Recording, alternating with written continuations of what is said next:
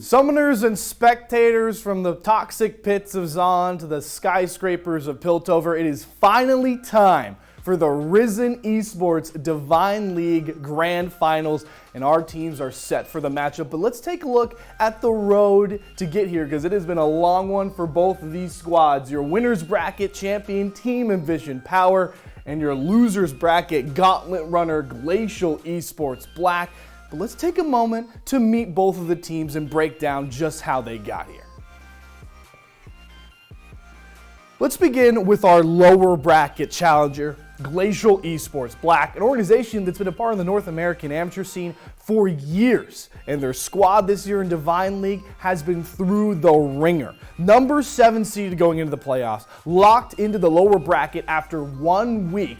And they've made it all the way here because of guys like Leoto and LDCs terrorizing enemy top and jungle players. Kite Azure holding down the mid lane with a flurry of control mages. And don't forget about Silva and Sly Lego making Jinx Thresh duo in the bottom lane look like complete artwork. But they're going to have to bring it all against the big challenger coming from the winner's bracket.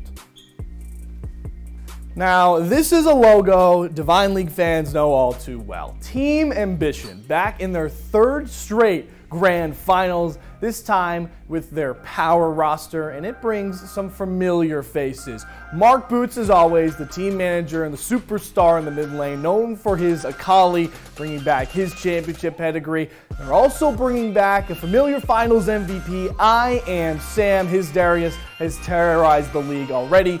The rest of the roster fills out beautifully. Turk is the rock in the bottom lane in that support role, and a bit bad and Loki Dosi finally want their chance at some hardware in the Divine League, and there's really only one way to find out if they're going to be able to do so. But there is only so much hype I can bring to this matchup. It's time to finally see who will be crowned champions of Divine League Winter 2023. Lam, Crims, take it away. Mr. Silverman, thank you so much. What production comes out of the Divine League. Welcome everybody to the Grand Finals. I am Lam, that's Crims. Crims, welcome back to the desk. This is the final time in this season of Divine, and we are blessed to present the Grand Finals. You gotta be feeling good over there.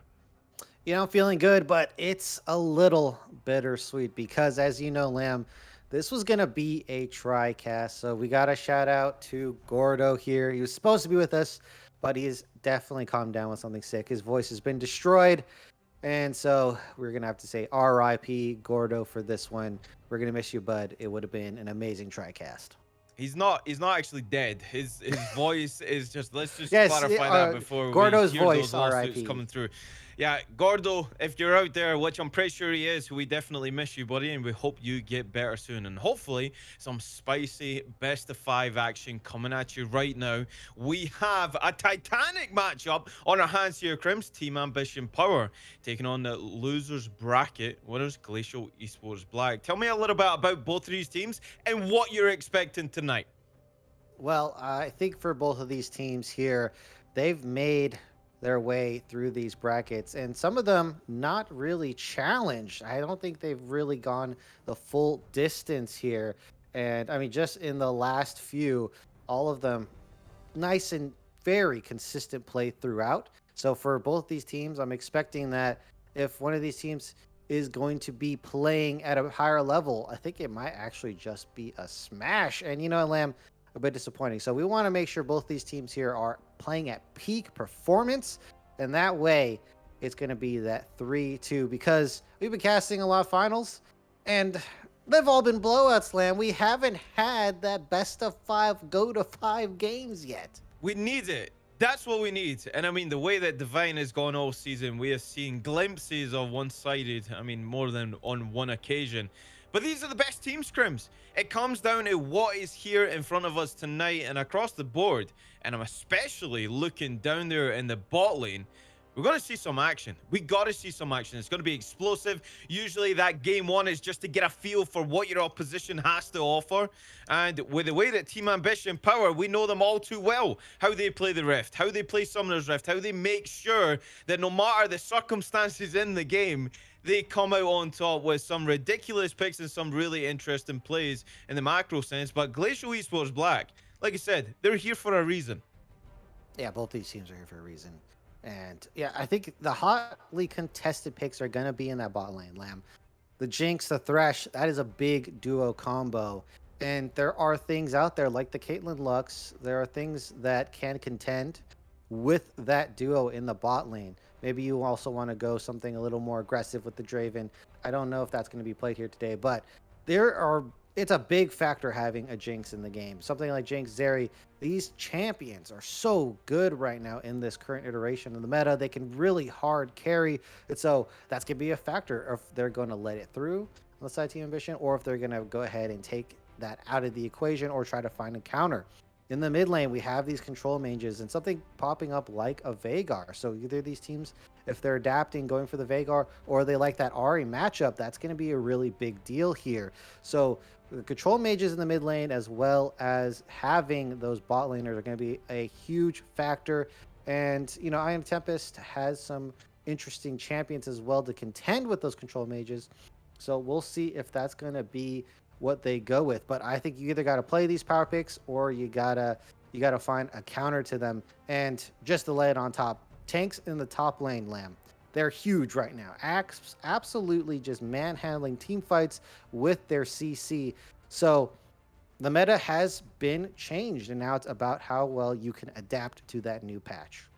Always interesting when the meta changes, and keeping up with the pace is certainly something that if you want to be a finalist in Divine, then you have to make that happen. But Crims, we got something pretty spicy to show here. We got a little bit of a head-to-head. That's right, we're just built different over here in Divine. But like I already mentioned, these AD carries, they're pretty off the charts in terms of, I'm looking at the Team Ambition one more often than not, but Silva has had some impressive individual performances right across this season.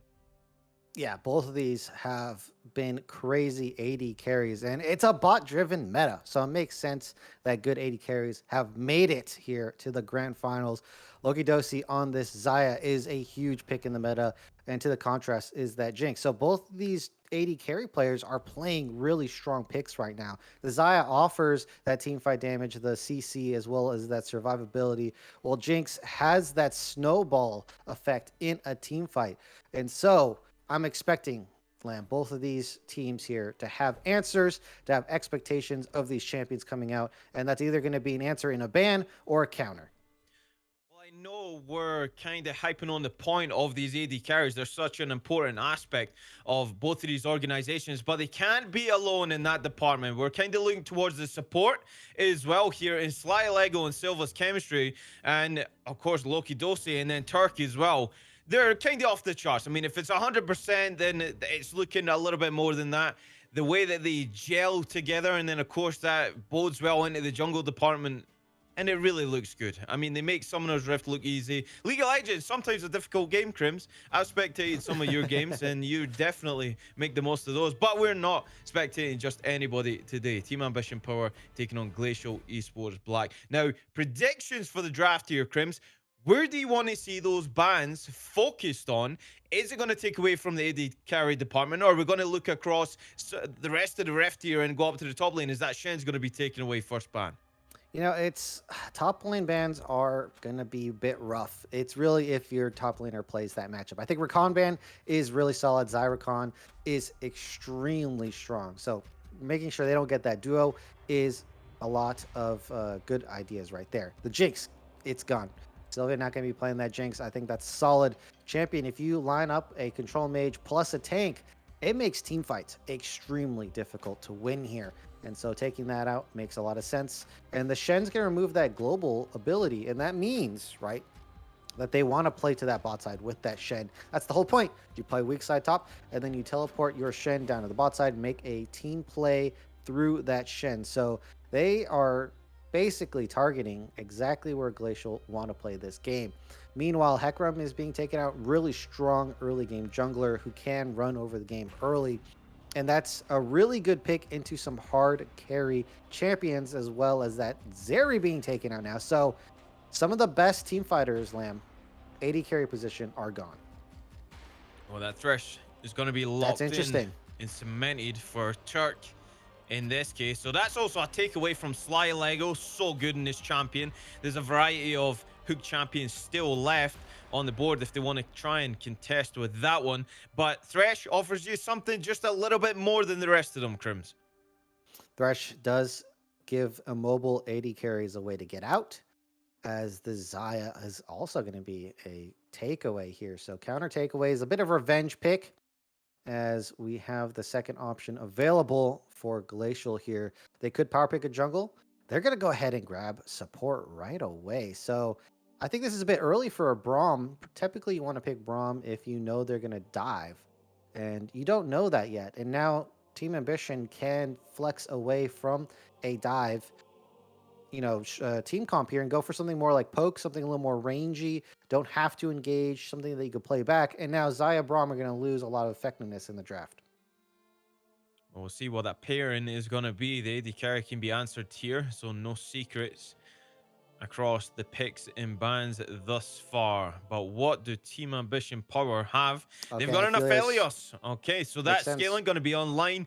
Devastating champion. You accompany that with something like a J4 in the jungle. This champion is so incredibly good right now. Practically untouched for a long time. And the damage that accompanies with the CC is something you need to put respect on very early on in the game. Otherwise, you'll be severely punished for it. Yeah, I think Wukong is probably the best pick in the J4. They can also pick something like Gragas and flex it here. So you're either going to probably pick something like top lane or a flex pick. I think Wukong's a solid pick here. They don't have to go with that, of course. It just really depends what they want to do, because they are very much anti-dive, and there's only one dive champion right now. So if they go into something heavy, like something like they're not going to do Lilia, but something like a Lilia would really be hard for them to recover in the draft. Wukong comes out. Flexible champion, can dive the Philios, can counter dive the J4 at the same time. This is an excellent pick right here. All right. Through the first phase of the picks of this divine grand final, and we're going to see staples right across the board. Yeah, are we really surprised that Darius is going to be taken away here, Crims? I mean, it's kind of in the name for the individual that we're talking about, but again, this is going to be taken away. It means that you need to dive back into that champion pool, and it's got to be expected to get your staple champion in the grand final. Both of these organizations have done their homework. They don't want to give over anything that is going to be a threat to their win condition. And so far in the bans, there's really no surprises. They take away a lot of power picks here. Hecarim taken away again, seeing great ascendancy through the meta this season. Ornn taken away. You mentioned the tank meta. Is that how we're going to round off this draft here? Well, the Camille and the Darius, who are pretty good into tanks, have been removed, and that Shen ban now is following suit, because Shen, classic counter of Camille here in the early game. And Nivea, control mage, taken away. And once this champion scales in the game, it's so hard to fight around team fights. So Nivea is going to give them more time in that game. As the Scion, there it is, tank pick coming out, and it is a massive frontliner in that Scion. And so Team Ambition, they have the Aphelios, but some more tank busting capability would be nice. And certainly Gwen fits the bill right there. And to top it all off, Lamb, is a great matchup into Scion. Yeah, Gwen will be able to cut our way through that Scion eventually, the longer the game goes on. Scion gets harder to kill, but Gwen ultimately has a lot of damage that she offers in her kit and a lot of side pressure, that's for sure. So that's something that we'll have to keep our eyes on up there in the top side. It's going to be a monumental occasion for the top and junglers to get involved north side of the river. And again, a lot of emphasis goes on to these objectives. And right now, you're looking for either those control mages or something that's going to relentlessly push in the middle of Summoner's Rift, and Ziggs can certainly do that job. Ziggs actually is a good pick here into that Zaya Lamb. So as I was talking about, Team Ambition, they are flexing away from some heavy dive, and they pick up a poke champion.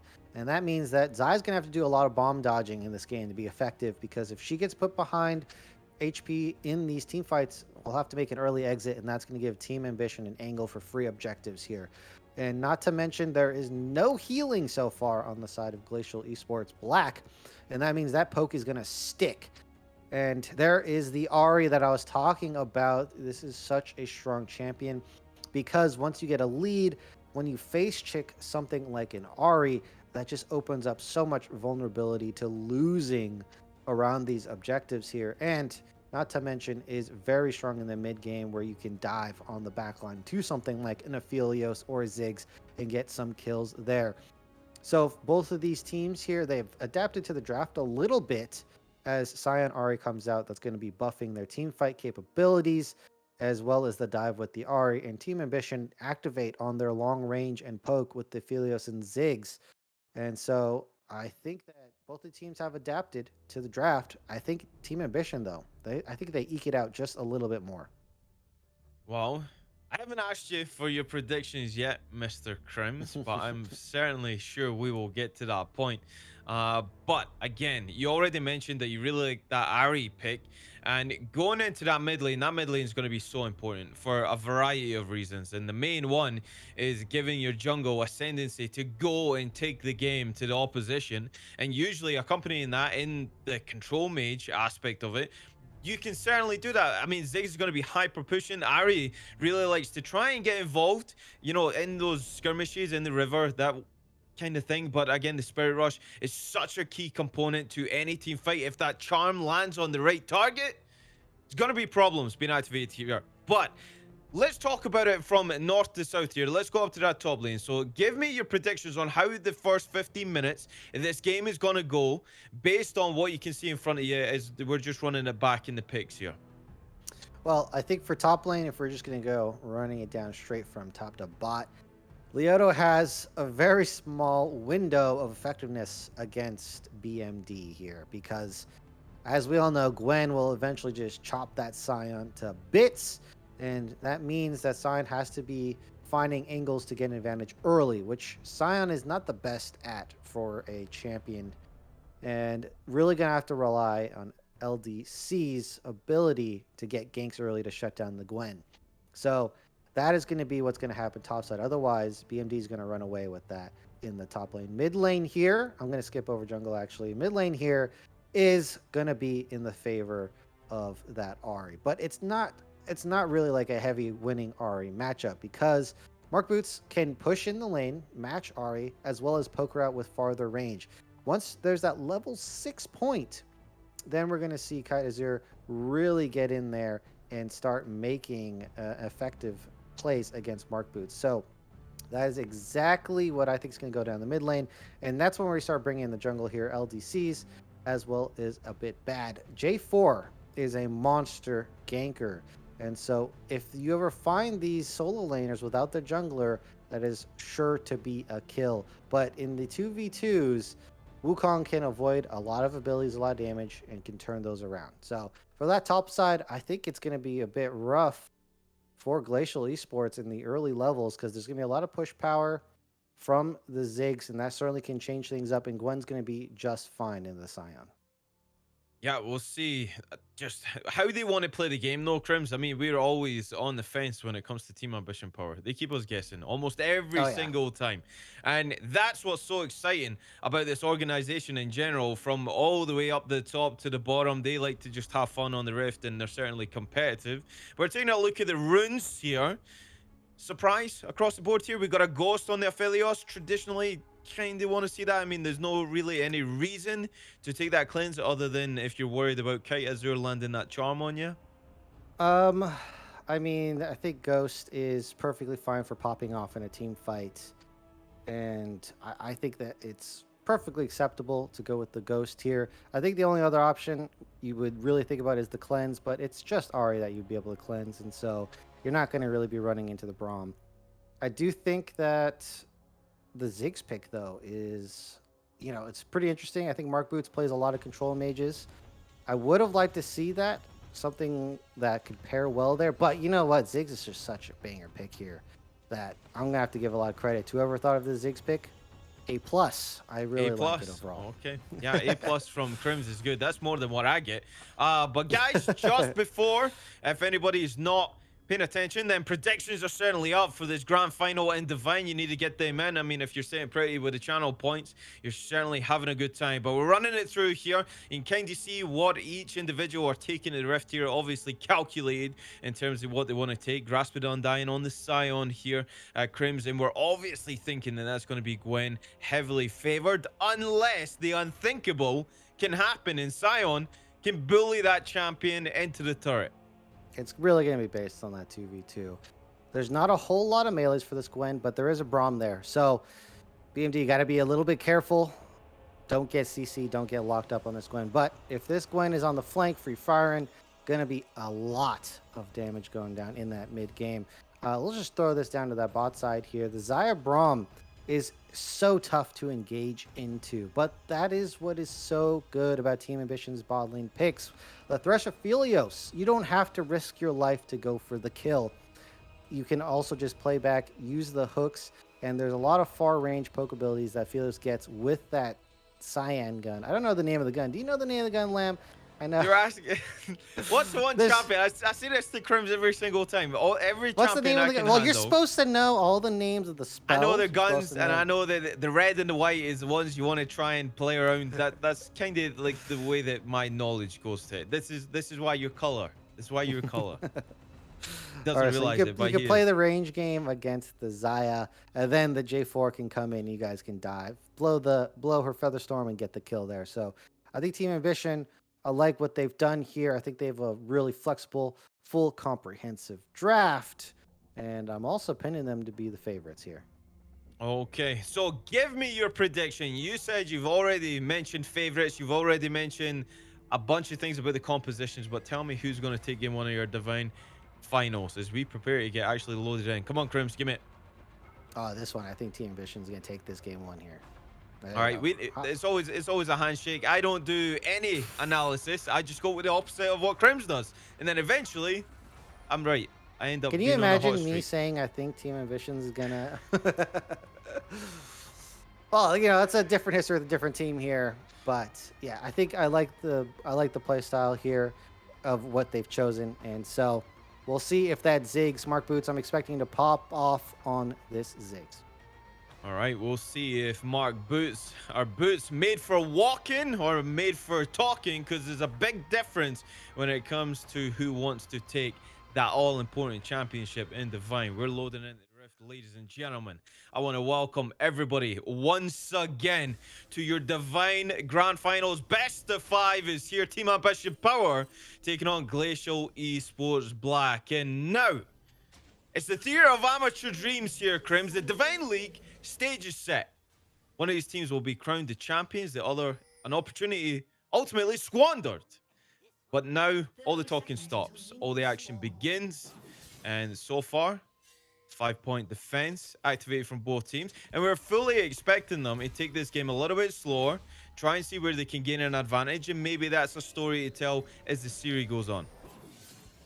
And there's a lot of effort as well as practice that is going to be leading up to this moment here, as they're playing very aggressively against Kite. Azure gets hooked. Oh, Death Sentence gets a flash out of Kite Azure already. In comes Sly Lego, though, trying to get some concussive blows, but Turk just going to walk that one away. And already 1-for-1 on the hook department. It's not bad. Okay, as well as Mark Boots gets out with a huge health lead as well. So Kite's gonna have to burn some health pots as well as be very careful dodging those bombs from that Ziggs. And that means I think this is gonna be a free push for Mark Boots here. So we'll see if they can use that with a bit bad on this J4 to find an angle for an early strong win. Well, pathing is so important, and it really gives you an inclination to where the action is going to begin. But both junglers are mirroring each other now, and they did see LDCs on that red buff, that ward giving full information of the position of the jungler of Glacial Esports Black here. So, Kite Azure very low in that mid lane. I mean, Ziggs could literally walk up and just throw some auto attacks and you're in trouble. But Kites are going to get level 2, so maybe taking the charm now should be safe from that all-in potential this early on in the game. But yet again, Mark Boots going to find the LDCs. So this early game for the Wukong should be predicted heavily. Kaazur going extremely low.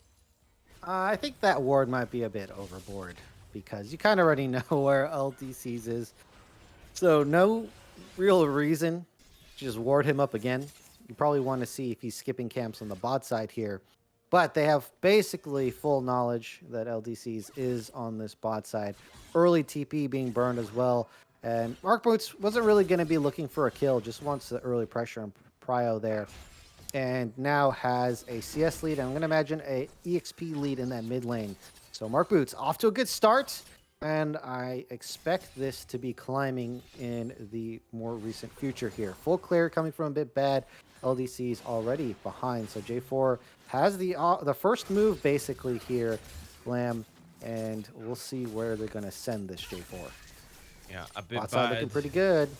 Maybe looking to come across there. Remember, Flag and Drag Flash is a combination if you're quick enough to get the knockup. But Sly Lego and Silva have been so good at thwarting any attempts on their life throughout this season. Very capable bot lane duo. And yet again, LDC's going to be under vision. He'll be able to get that Skull Crabbing a bit bad. Just looking to trade up. He's going to head north.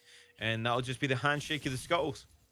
Okay, they're actually not able to generate anything there, as they didn't want to go for that 3v3. It makes a lot of sense. It'd be quite risky to do that into a Braum.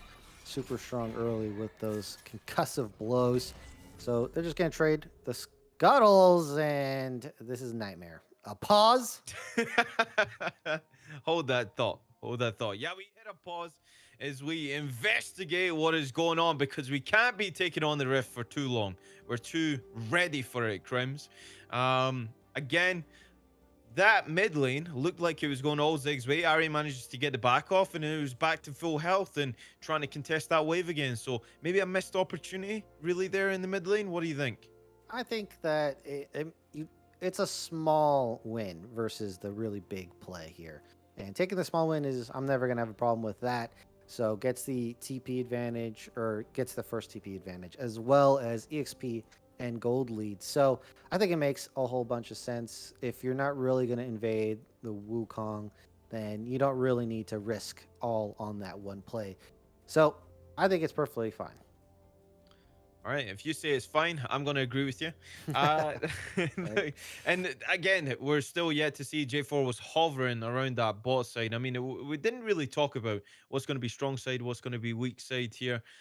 You could say that for Team Ambition here, you can do either of the sorts, right? You can play strong in the top, going against Sion, get her ahead, get that lane unlocked, and then all of a sudden you have that 4-1 or 1-3-1 split push that's going to be online for the Gwen, and very hard to actually manage that with the Sion. Or you can go back down to that bot lane, try and free them up and get the Aphelios ahead, because Aphelios right now as well is welcome back, ladies and gentlemen, to Summoner's Rift.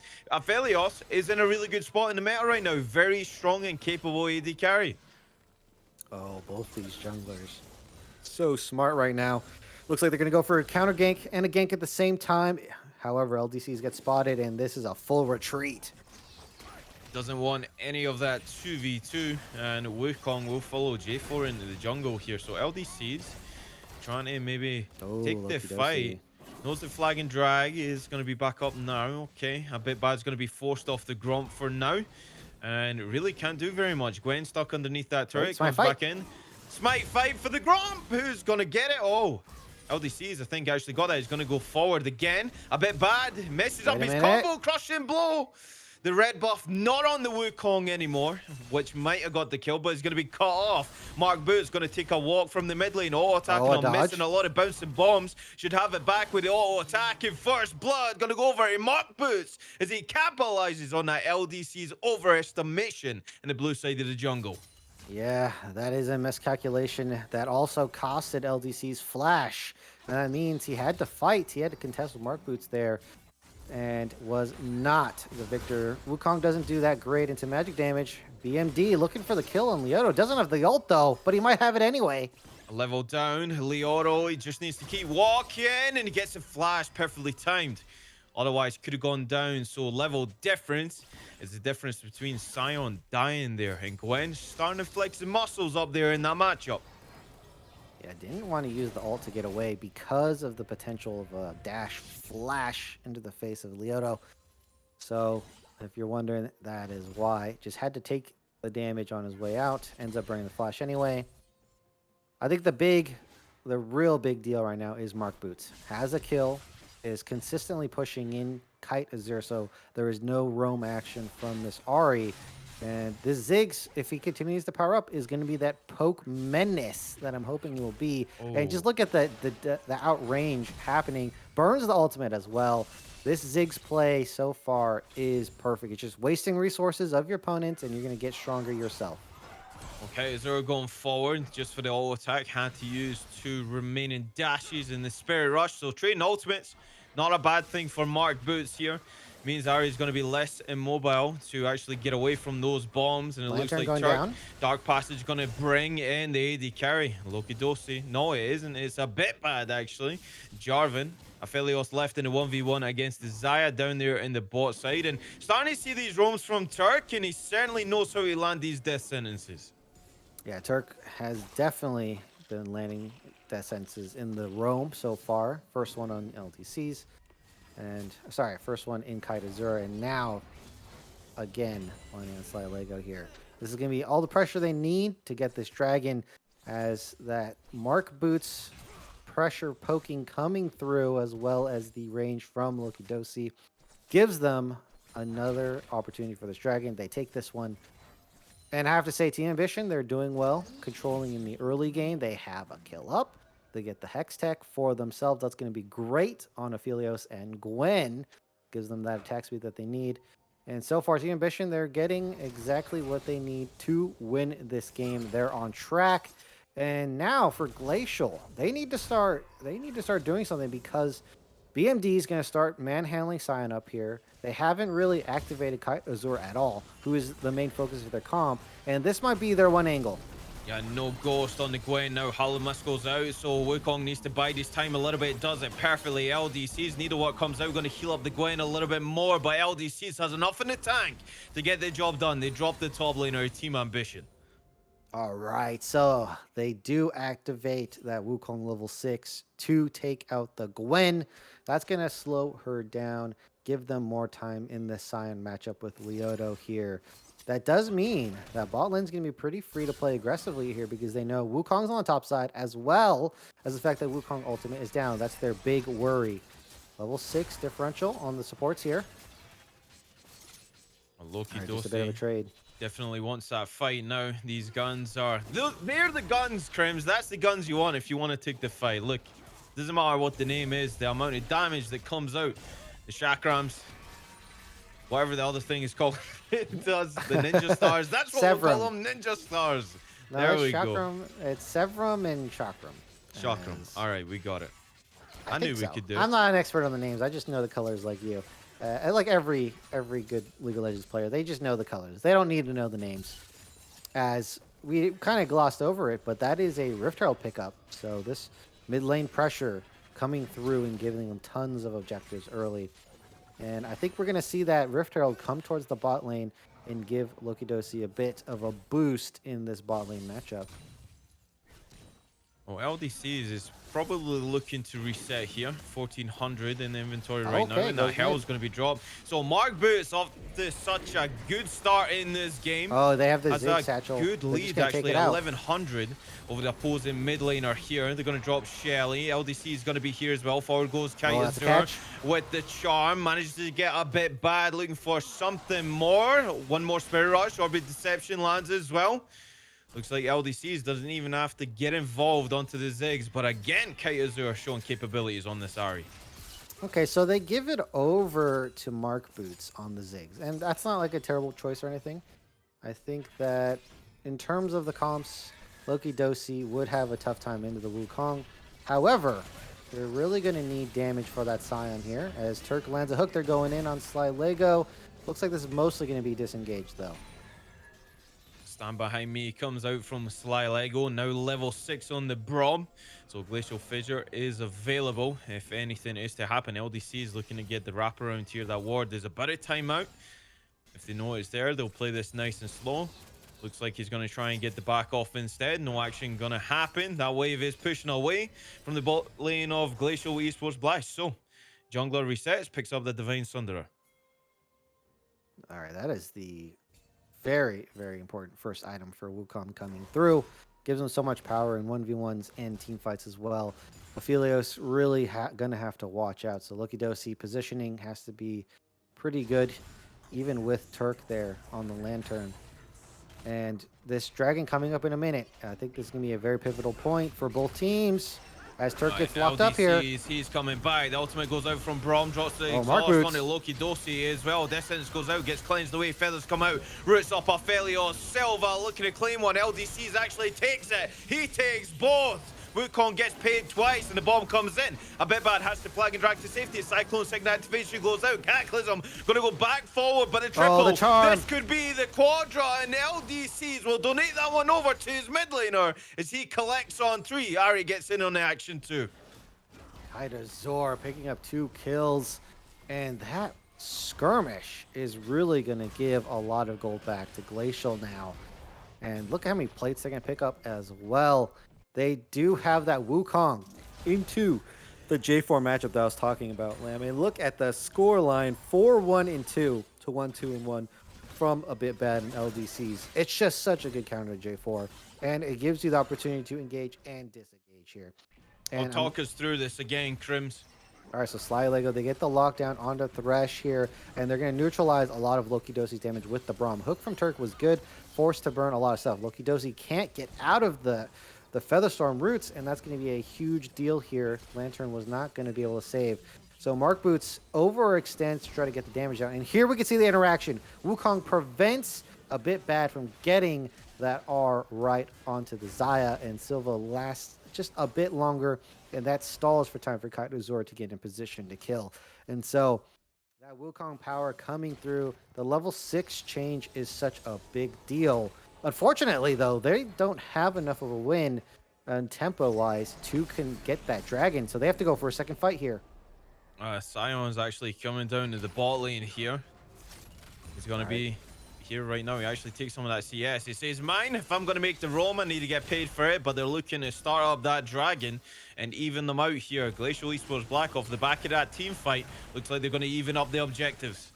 Yeah, so this is a good play for them. You just hit that faster reset, and with that, you can make it to the dragon before them and basically get what you are due.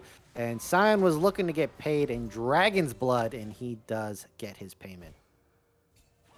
It's a worthy trade. I mean, he's under the caution a little bit from BMD. That Gwen has a slight CS lead up there in the top lane, and the gold lead still remains with Team Ambition Power. Even though that fight went one way, LDCs goes across.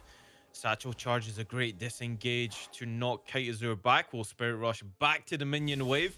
But with that turret down, it kind of opens the map here now, Crims. Yeah, Mark Boots can get a real deep push, and that means a bit bad, and Turk can go in and get vision. And that gives them an opportunity to get a catch and be in positions where you wouldn't expect them to be. And that's going to be really good with the J4 and Thresh combo. Because if they're walking right into you, easy hooks, easy single target burst damage. And so we'll see if this nets them the upcoming Rift Herald here, because it looks like they're playing for it. Well, and even having the company of the Sion down there, little happened with that dragon. But the fact that Leoro was down there means there's going to be zero contest. LDCs? Even that one out. Okay, a bit bad. Dodged. Manages to get away from that flagging drag. Very aggressive play come through for the Jarvan. Now he's got that cleaver in the inventory. So that damage still on this champion. The plays can still happen through him. Keep timings of the flash is certainly going to be prevalent when it comes to pulling the trigger on that Cataclysm. And right now, Kaitazura and Silva, they're a little bit without that. Mega Infernal Bomb goes on to Silva as well, just preventing the dive onto the Aphelios. That was well spectated there. You can see they went for a full save of Loki Dosi, who is definitely going to get dived by Silva and Sly Lego. BMD yet to hit level 11, but this Darius, I mean, this Scion is low on mana. And now Darius is looking to take full advantage with that first item completed as well. So that lead in the top lane now is going to be a big deal. And we can see the CS lead is mounting. The pressure is going to start mounting here. And this is where Wukong is going to be simultaneously in a good spot, but also very wary into the Gwen, because he cannot tank the damage, but he can lock up the Gwen for the team here. Mark Boots might be in a bit of trouble. Does dodge the charm. And I don't see where Team Ambition can make a play now. Because of that bot side roam, they've given up Rift Herald Lamb. The cost of saving Loki Dosi is paid by that Rift Herald. And it's just beautiful macro coming through from Glacial here. The babysitting the Wukong to make sure that Gwen can't go in and try and disrupt that Herald take. So that Herald will sit on the Wukong for now. We'll see he wants to put it.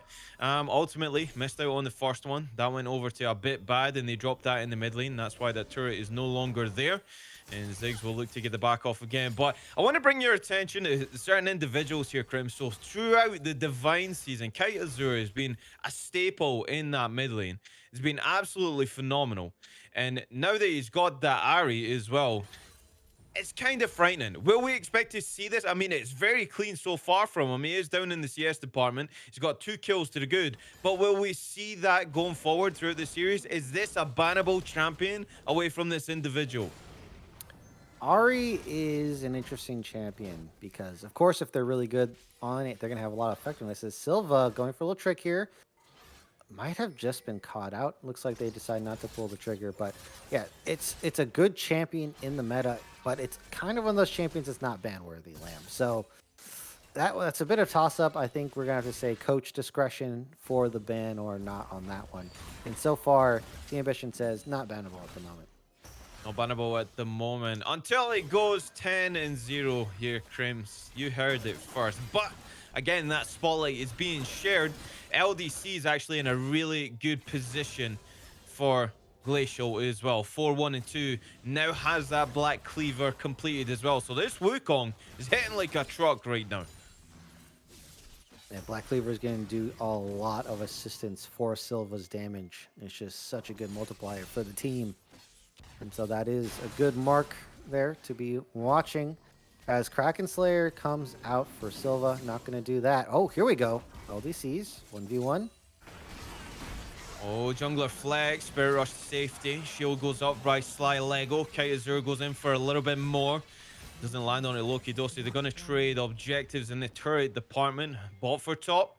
And it looks like Silva's just going to leave that wave alone. He's going to back off. Can't see exactly where everybody is. And it's going to manage to get the teleport. Wait, they're making a play. Here. Sly Lego might be cut off here. That's going to be the teleport coming in from BMD. Looking to get on the BRAUM. Crims, he gets stand behind me. Leoro goes forward again with the Hallowed Mist. Needleword being activated as well. Trying to get away from this Gwen, but you just can't. She's so adhesive. And you're not elusive in this case. The feathers go out from Silva. Cut off from the team, has to use a flash. Is going to re-engage on the front line. That's going to be Turk. They will eventually cut down Silva onto the back line and get the shutdown on the Mark Boots again. More gold into the Yordle's pocket in that mid lane. Oh, Kite Azure. This is still going. The poke's going to land as Mark Boots. He's going to try to force this Scion out of lane. And this is going to be a free dragon take off that pick play. Sly Lego just taking a step too far without the team.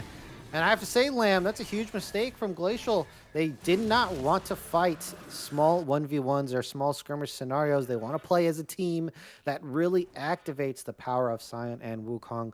Of course, Ari does like getting picks, but can play that control mage role in the early game. And so now this is a significant gold deficit for them, as well as losing that dragon here. The one that they picked up earlier is a nice buffer, so they're definitely not out of the game. As Sly Lego, what are you doing? This is definitely not that's a ballsy move, to say the least.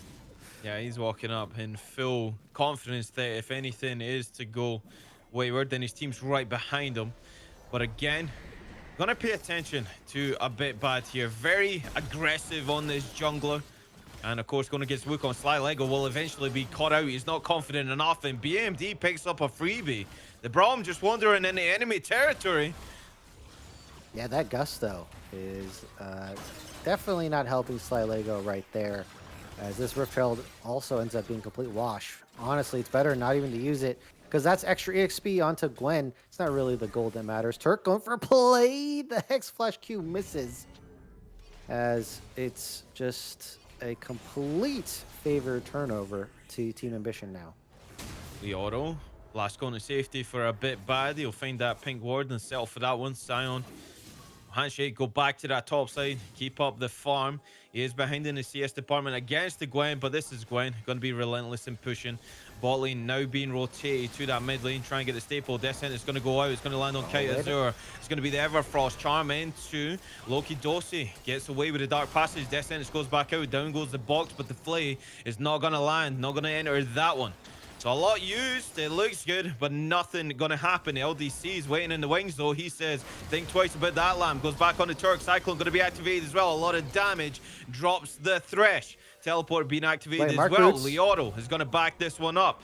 He's going to spin away. Ziggs over the wall, looking to collapse on this one. They go forward strong. They're going to donate that one over. Oh, this is a huge fight. The corridor, Mega Inferno Bomb goes out as well. Bouncer bombs zone off the team. Leo still tanking, flashes away. Cataclysm, it's a 2-for-1, a bit bad special. And only the Sion will fall. Back goes forward with BMD, but a Death Surge. Sion not finished yet, gets that one over to Silva.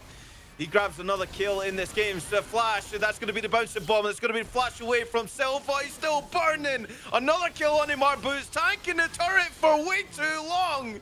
And the opposing mid laner will get that one. Stand behind me. He's going to keep Ari alive. Team Ambition, it was so good until you overforced that play. You could have went for Baron. They chased for the kills instead. And now they basically back at square one for that fight after catching out LDCs beautifully there. Mark Boots just really in a good position for that play. And we can see again here, Turk is just a big bait for LDCs. Loki Dosi is able to put down a significant amount of damage, chase them away. And now this Wukong just completely out of position. Mark Boots comes in from the side, and this pickup of the kill is super important. And now they're just in a team fight without the lockdown of their Wukong. The damage comes through from Mark Boots, the AoE, as well as Loki Dosi, and that Cataclysm catches them perfectly here. And now, BMD, why are you doing this? You could just go and force the Baron. No reason to go for this play. And then that baits the rest of the team, because now they say Silva is low, Sly Lego is low, and they really want to go for these kills to secure a heavy victory. And while Mark Boots does pick up that kill and dodges the charm, walks forward under the turret to get picked up in a kill. Oh, hold that thought. We got action in the Baron pit just outside it. Sion getting in action. Okay, dial it back a little bit. Flag and drag misses. Mark Boots BMD. still being peeled. He's going to be left alone, and that's going to go over to the Wukong. Following it back up, Leoro and the Death Surge looking to try and get something on the BMD. Flash comes out from LDCs to keep him alive, and Kite Azure still burning on the Ari. Looks like he's going to live with a slither of health. BMD still looking for him. Can still get on him. He gets charmed up. Orbit Deception goes out. Heals Ari up for a little bit. Misses Everfrost, but they're going to start up the Baron here. All right, as soon as BMD comes, this is going to be a very quick Baron. That Gwen damage is excellent at taking out this buff here. LTCs, I think he smells something, and he's checking this out. That flag is going to confirm it. They're doing it, but can he get the vision time to make the steal? That's a negative. And now Team Ambition Power, they have gotten that Baron, and it's so strong right now. They can't afford to give up this dragon. I wonder if they're going to overforce and go for this fight. They really should just give it up and try to win on the map instead. Turk's hanging around. He's got a ward down. Don't want to get caught right now because you want to spread that Baron out as much as possible. They could go for a little mini steal. Valiant attempt. And yeah, they're not going to get it. That's fine. Honestly, they could just pick up the Baron and win through macro here. So I want to see Team Ambition, can you close out a game? You have a 5k gold advantage. You have Baron. Just knock down these turrets, and you could pick up the next dragon and then win the game before Soul even gets here. Well, it looks like that tide is now turning. Glacial Esports Black in control of this game, arguably, for the first 15 to 20 minutes, but Team Ambition Power are on the ascendancy as they claim that Baron. Baron power play going to be online. How much can they get done? You can say that those secondary outers, actually, there's still a first tier standing in that bot side, and it looks like BMD is going to take care of that one. He's going to get the push on in this bot lane, and it looks like they're just hiding in the foggy wall right now, and this is a very dangerous position for Glacial Esports Black. They can't face check this without the Scion there. And they get outranged by the Zig. Satchel comes through. They get the hook. Leoto, he's burning Scion, down he's fast. gonna go down. He gets put into the meat grinder as well. BMD gonna go forward with the needle work. Hald Mist goes out to negate anything that can stop the Gwen. Snip, snip. Not doing so bad at this point. Loki Dosey's got the guns. He's got the damage as well. And it looks like Team Ambition Power are making that power play count as they take the inhibitor. At least will they stick around? Looks like they're going to go for the Nexus turrets here. This is going to be explosive. This is game one. Glacial Fissure goes out. The Braum is the last stand going to be enough. LDC's manages to get one already. It's going to be donated over to Silva. That kill will end up onto Ziggs. Oh, dodge Silva orb. gets tagged up by the Satchel and pushed into the side, but it doesn't matter. He'll be able to go back and heal. They're still 4 strong. Team Ambition Power. There's nothing ambitious about this one. They're looking to cement their place already. Put their foot down, Silva. Last stand is not enough. And first game of this best of 5 Divine Finals will go over to Team Ambition Power. Yeah, they pick up a kill onto Leoto there, and that signals to Team Ambition that this is the time to take that victory. And they get a quick win in 26 minutes. And besides a few mistakes, Lamb, I think Team Ambition really showed their stuff in game number 1. The draft was on point. The play in the game was very controlled. They didn't really, besides that one fight, everything was really up to snuff. And BMD on the Gwen did an excellent job scaling in the game and being a powerhouse in team fights. Mark Boots, such a solid mid laner, and on the Ziggs, absolutely made clutch plays, and keeping Kite Azor in lane was so big, and a bit bad was really good on objective setups and roams there. So Team Ambition looking like they are the team that needs to be beat, because they just completely controlled after that second team fight.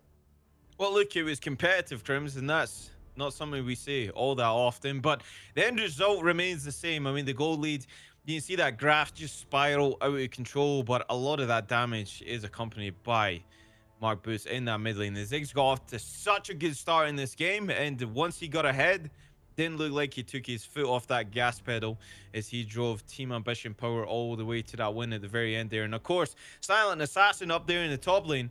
Gwen didn't fare too bad either, but of course, for most of this game, very competitive. We were kind of on the edge as to say Glacial Esports, they are the underdogs. If you want to even have an underdog in Divine Finals, with the way that Team Ambition Power have made their way to this finals. But at the same time, they showed glimpses, Crims. They showed very good glimpses of what they got to offer. So can they right the wrongs of that game 1 and game 2? I think that they're going to have to play a lot safer.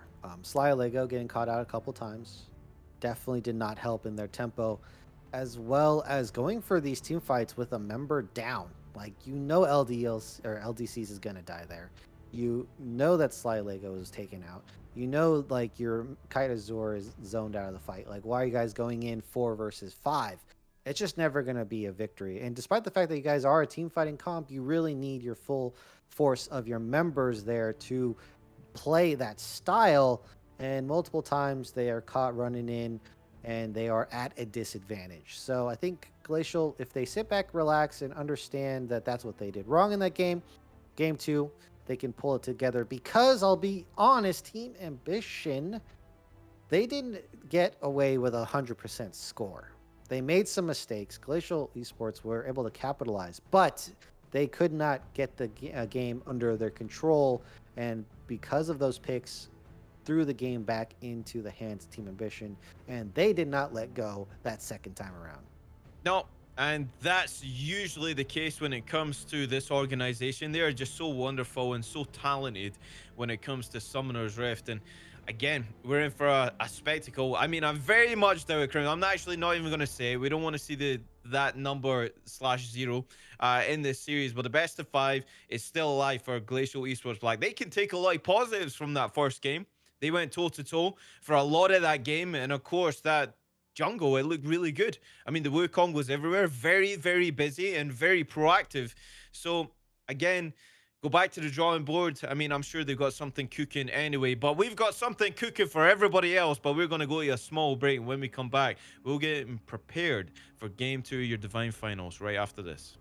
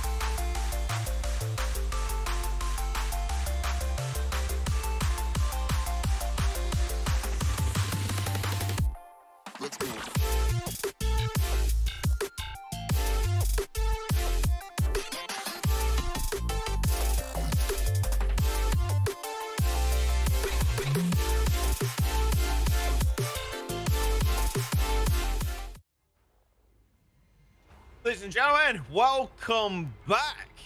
Hope you've got your snackies. Hope you've got everything else that goes along with the snackies. Snackies always good, Crims. We like snackies on the desk. And look, that looked like a bit of a snack in that game for Team Ambition Power. They chomped down, and I mean, they were biting pretty hard towards the end of that game there. And it really looked like it got away from Glacial. I believe it was about an 11,000 goal lead at the very end of the game. I mean, it's minuscule in the terms of how they actually played it. But is there any adaptations here for Glacial that you have to see come through on the bans? Is there any picks that warranted? Like already mentioned, the Ari for Kite Azure. Of course, that's going to be on the opposite end of that one. But are we going to see a change up here? Any adaptations, expectations? Yeah, I think the Ari was. I mean, it's okay. The Ari's fine. It really wasn't a pick that really screams to me the problem. I do think full revealing the Zaya Braum like that in the way that they did it, I don't think that was such a good idea because it really allowed them to flex into more range picks, and they knew something like the J4 could end up diving on the Zaya Braum. So it allowed a lot of flexibility in the draft for Team Ambition. So we'll see if they are going to do something similar again because the Zaya is open. And typically that is something people like to snatch up right away. There are counter picks to it though. So there are risks to picking that Zaya. I want to see. I mean, typically you want to pick either bot laner or jungle here. So Glacial, what are you guys gonna do? Do you get the Zaya? Do you go a different route? Okay, they went with Oh. jungle. They said we'd rather pick jungle right now, and they go with LDC's Wukong again in game number 2. Yeah, and the way that LDC's played this champion, there's no reason not to run it back, right? This was phenomenal early game from a champion that really offers you that kind of gameplay, especially in the 2v2. They didn't opt for that 2v2. That's when you see J4 a bit bad, push him out of his own jungle in that blue side. So it didn't really happen for him there. Graves being hovered here. Now, this would be such an interesting pickup if Team Ambition Power are going to do it, and they are going to lock in the Graves. That a bit bad is just going to go a bit crazy on this champion. The Graves wants to take over the game. Graves did get a minor buff, nothing crazy. I don't like Graves into Wukong because Wukong's one of those champions that can stick to Graves and really apply that damage down. Now, both of these champions have stacking armor resist in their fight, so theoretically they both do a bit of countering to each other, but Wukong likes to really stick to those backliners, and he can continuously deal damage. Graves, not a big fan of that. Zaya going to be picked up here. So they have a lot of damage in their kit. If you're in a pocket in front of this Graves and Zaya, expect to die very quickly. They are going to go with the Ziggs. Again, being picked up here in game number 2. This time, it's going to be in Glacial Esports hands. The Ziggs does such a good job against Graves because he stacks armor, not MR. In his passive, Zaya doesn't have a good answer to poke. And so now we see there is a high priority of Ziggs here, especially if you pick something like the Zaya Lamb. Yeah, Ziggs just seems to be that sole answer that can deal with champion like that. I mean, getting the Featherstorm out very early on in the fight is so good. Get a few damage items on the Ziggs as well. Then those bouncing bombs are that more threatening to get landed by those. There's so many ways to actually get Zaya. Summoners get her ultimate out of the team fight. So picking up this champion, always a good thing. But Renata throwing a little bit of change up here, Glacial. That massive disengage that our ultimate provides, as well as the bailout. Now, the way that these team fights go, they're very explosive. So that could be a key component to how they play the second game. Okay, a huge wave of peel. And so Glacial kind of gave Team Ambition there a bit of a catch 22. Either you counter the Ziggs, or we ban out the Ziggs counters, or you counter the Renata. And so that's why we end up with this Soraka here in the bot lane. And Soraka is going to be able to counter something like that Renata. Renata prefers more engaged champions because that way you burn all your resources. They're still alive and they come back and kill you. Soraka is going to poke out Renata. Renata does not do a good job against that, as well as being able to keep up her own AD carry better than Renata can in that bot matchup. So I'm interested to see what they're going to pick in response to this Zaya. I think that what makes the most sense is the Varus, and it doesn't look like a Varus ban is going to come down, and we'll see if they do end up. I think that's basically the textbook play, go Varus here. Otherwise, that Malphite ban is going to be huge. It's going to offer a lot of protection. And Malphite, kind of the unsung hero right now of top lane. This champion is so good at team fights, as well as being able to survive a lot of lane phases. Not to mention can handle Gwen as a tank. So Malphite being taken away as Gwen going to be removed. Yeah, not going to see Dwayne Johnson in this one. You big fan of I Dwayne guess it'd be Johnson, good. Crims? You got to be. Got to The be with Rock? that statement. Yeah, the Rock Malphite, dude. You know, sure. All right, we'll watch a movie together later. We'll skip over that one. Cho'Gath being offered here by Team Ambition Power as well is actually going to be locked in. Now, I feel like this champion in recent weeks, or recent months rather, is actually fared pretty well. I mean, that feast is almost a guarantee when it comes to objectives. And getting executes on a key champions with the flash, that's a play that you need to look out for as well. So those constant ruptures is just going to be very hard to deal with. There's so much displacement. And of course, you got 2 silences now on Team Ambition Power. You have the Cho'Gath and the Soraka's Equinox. So again, those big team fights, if everybody's grouped together and they're standing on top of each other, not only is it a silence from Soraka, but it's also a root. So you have to take that into consideration when you're taking these 5-on-5 team fights, or any in regards to the 2v2 that comes out with those as well. But Mordekaiser is going to be picked up here from Glacial Esports Black, and then it's going to be Pantheon. We're going to see the Spartan on the Rift. This is a double flex. No, I'm just kidding. It's Pantheon going to be in the mid lane. Zig's going to be in the bot lane. Imagine Pantheon, Renata versus Xayah Soraka. That'd be amazing to see, as we have the Olaf coming out here. That is a very strong pick right now. However, I mean, there's no... I'm so confused where their lanes are going to be. All right, so it's mess with Crim's time. Man. It's mess with Crim's time here, as I think it's going to be Cho'Gath mid, Olaf top lane. Olaf, of course, can Ragnarok out of the Mordekaiser ult, so that's going to be very, very useful. As well as Olaf being able to beat the Ziggs and Wukong. Renata can chase him down unaffected by the hostile takeover, and offers a real good dive tool to your team there. Yeah, Team Ambition, they gotta do a little trickery as they typically would. And also in the mid lane is that Pantheon, something we typically don't see, plus the Ziggs being flexed into that bot lane. I think that the Ziggs in the bot lane is underrated as a pick, and so I like seeing that there. Xayah's going to have a hard time, but the Soraka is going to be providing those heals. So good on Team Ambition to see that flex opportunity there and pick a champion like Soraka, who's going to do great into the Ziggs as well as good into the Renata. Well, you already mentioned that the Ziggs is such a good pickup into the Xayah, and why not just lane against it? Just cut out the middleman, literally, and take it to the bot side. And that's exactly what they're going to do here. So again, another point of this draft from Glacial. Now it warrants a little bit more respect, because that Pantheon global is going to be something that you have to contend with.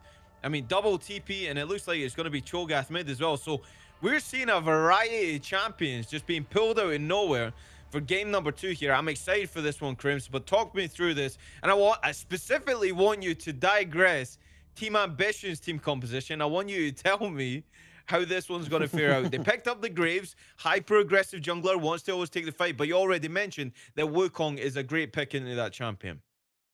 Yeah, Wukong's going to be able to stop Graves as he wants to go in for a kill, and also chase Graves down and basically prevent him from getting out of the team fight. So Wukong is going to do excellently there. There is a bit of a problem where there's a lot of magic damage on the side of Team Ambition. Wukong, not a big fan of the magic damage. And so it's going to be really tough for LDCs in these team fights. Is he going to stay in? Is he going to leave? Has to figure that out. And from the looks of it, they have a lot of melees on the side of Glacial Esports. So that's going to be playing into that Xayah pick there, because if they are caught in front of her, she has a bunch of feathers down. It's going to provide lots of massive damage as well as an AoE root. And so the way Team Ambition wants to operate, if you're in that pocket, if you're in front of them, they're going to be able to lock you down with a real nasty combo between either Zaya root or the Cho'Gath knockup into the Silence of Soraka and then the Snare. That's a really deadly combo. You don't want to be stuck there. So they want to be flanking on the sides. They want to come around. Pantheon's diving into the back line.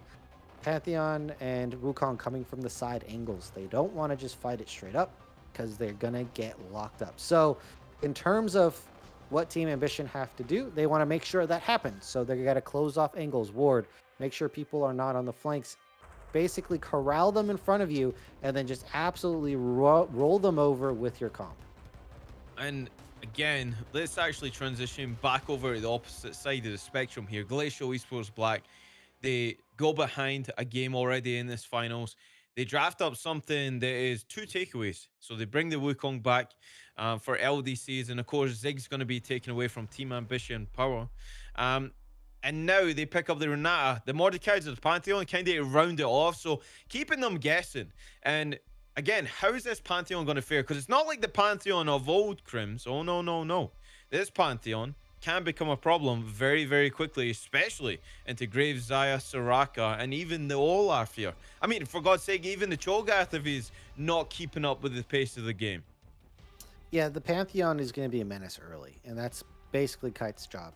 Going to be trying to shove in or kill Cho'Gath. Good gank setup with the Wukong as well, so they can lay down a bunch of damage to something that's squishy, like an early game Cho'Gath. Like, Cho'Gath doesn't have a lot of escape tools. However, as soon as Cho'Gath starts getting tanky, Pantheon not going to be nearly as effective. Cho'Gath's going to be able to start landing counter CC and will be able to survive Pantheon's initial burst. So basically, there's a time window for Glacial. They're going to need to use this Pantheon early, probably go into bot lane, probably to activate on the Ziggs because Ziggs going to have a lot of push, get invades on the jungle, and control that dragon early. And it's going to be on Team Ambition to really try to scale in that matchup. So they have a lot of early game power on the side of Glacial, but they need to use it to get a huge lead in the game, set the jungler behind, get their own team ahead, and control all these objectives. Well, objectives was certainly the turning point a little bit when the Dragon came up and they equaled them out in that game. And then ultimately, Glacial Esports, I think they managed to get two on the board. And Team Ambition Power, they were already at that sole point, also important. And again, it's another window of contention when you look at the perspective of the game. If you're up against a team composition who doesn't want to fight you early, what's the best thing you can do? Take three dragons and then force a fight. Sub 25 minutes into the game. The other contention was that Rift Herald. We've seen a handshake in that regards to who actually got that one.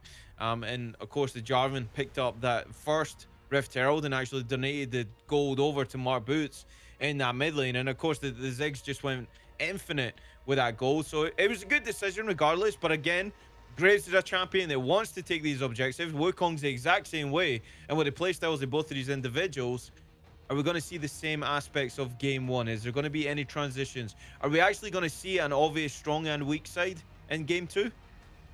I don't think it's going to be obvious because honestly, Glacial have a lot of lanes they can play through.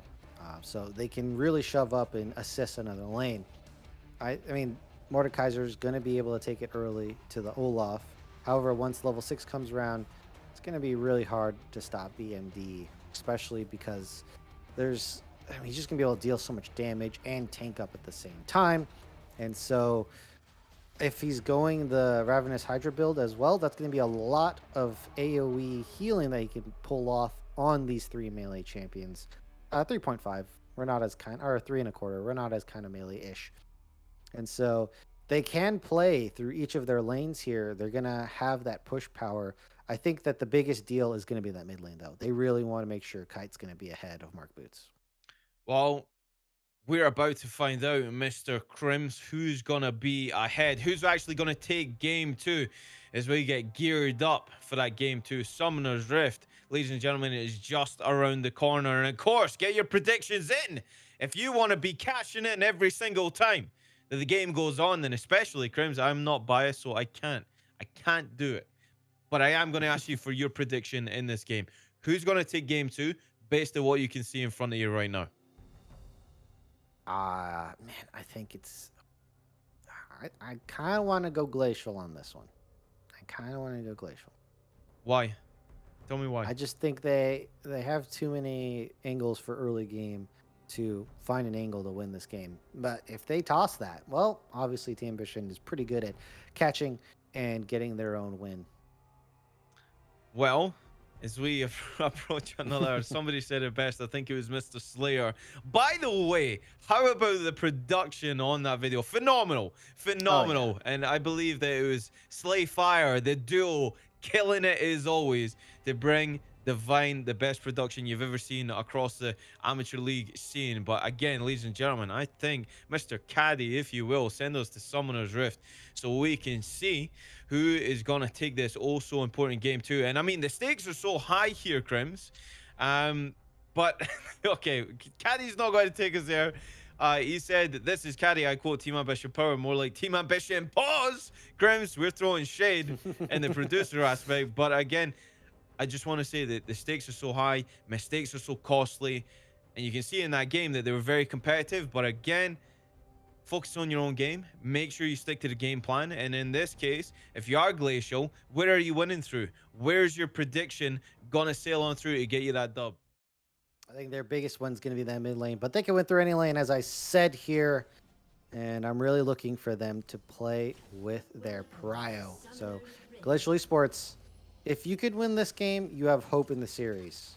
If you don't, man, I don't know. Team Ambition is going to have such big momentum against you, plus the fact that they are able to come back in a game like this. So, we're going to see if they play out these matchups the way I think they are and get early leads, get dragon control, and win this game. Will the curse of Crims continue? We are What do you mean? I find got the out. first one right. Yeah, but the curse says that /0 usually happens. Silva not going to be able to get that ward. So the first ward, Summoner's Rift, is he going to survive for a bit to try and see where that jungler is going to be. But it looks like LDCs is going to start up there in the top side. You see the respect put down right across the rift here that nobody wants to try and engage in those spicy level ones, which we've seen historically from Team Ambition Power, but it looks like they're just playing a win here, Crims. They don't want to risk anything this early on in the game. They don't want to fight right now. That would be absolutely devastating. They kind of want to be at least level 6. Level 3 is a second best for them. As basically, null start here. Sly Lego puts down an interesting ward.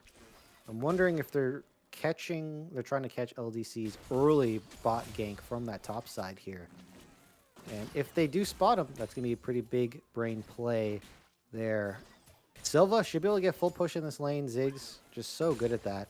And if they ever try to engage, Renata's going to disengage. The big deal here is that poke. The Ziggs poke versus the Soraka heal. And Turk really needs to land that, I don't know what it is, but that Soraka ability that heals her so he could heal Loki Dosi.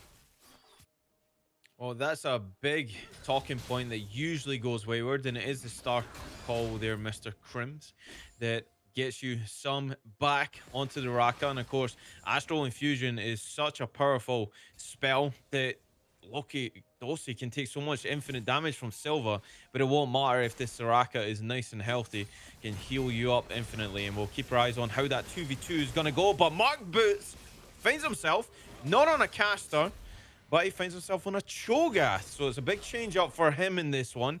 And we'll see how well that can fare against the Pantheon. What do you think of that matchup here, Crims? It's going to be very hard for Mark Boots to actually step up in this lane without taking a massive trade just like this from Kite Azure.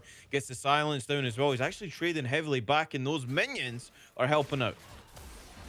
Kaiser is really trying to push this lane in, really leveraging that Pantheon strength. But because he's trading so much, he's going to end up lower HP. Cho'Gath has sustainability, and that's how you get through these rough early game phases. And so it looks like Kite's already backing just due to those early game trades. Probably didn't win them as hard as he wanted to. Again, the story of these junglers has been that both of them are neck and neck. It looks like they're going to handshake again. Wukong on the south side, and Gray's going to be up there a bit bad, so active as well on that Jarvan. will find the same matchup. LDC is taking the Wukong for the second time in this series. And again, Cribs, he didn't look how he plays in the first game. Actually, everything was happening through that Wukong. Just maybe needs to push that, I guess, that certainty throughout the rest of the team if he does get that kind of advantage. All right, and just a little update on that ward. Did not spot anything, so they knew a bit bad was not invading onto their bot side here. And so it ends up providing safety for them to push up in this lane. And now they know exactly that they're safe at this moment. The wards are coming down. They're going to be spotting out a bit bad again. So they have been doing really good coverage of the jungle here, Lamb. Just want to point that out. I'm a big fan of good warding and good jungle coverage. Okay, big fan. If Crims is a big fan of you, look, you've got something special. He's very selective, I want to say. But that was really interesting play from Count Azure there. Stayed in the fog of war, the threat of the dive. And I feel like that was just to get Leo's wave crashed and no threat of BMD actually freezing that one. So the Mordekaiser manages to get that wave into the turret, and BMD will abide by that. Very close to level 6 now, level 5s across the board. And there's a trade in that ball lane again. Loki Dosey trading heavily with Silva, and the DPS from the Xayah. Once that Ziggs is low on mana, you got to favor the AD carry. Yeah, the mana is going to be huge. Conserving in that and making sure you have enough to defend yourself as well as pushing the lane. Going to be huge. BMD going for the all-in as a bit bad.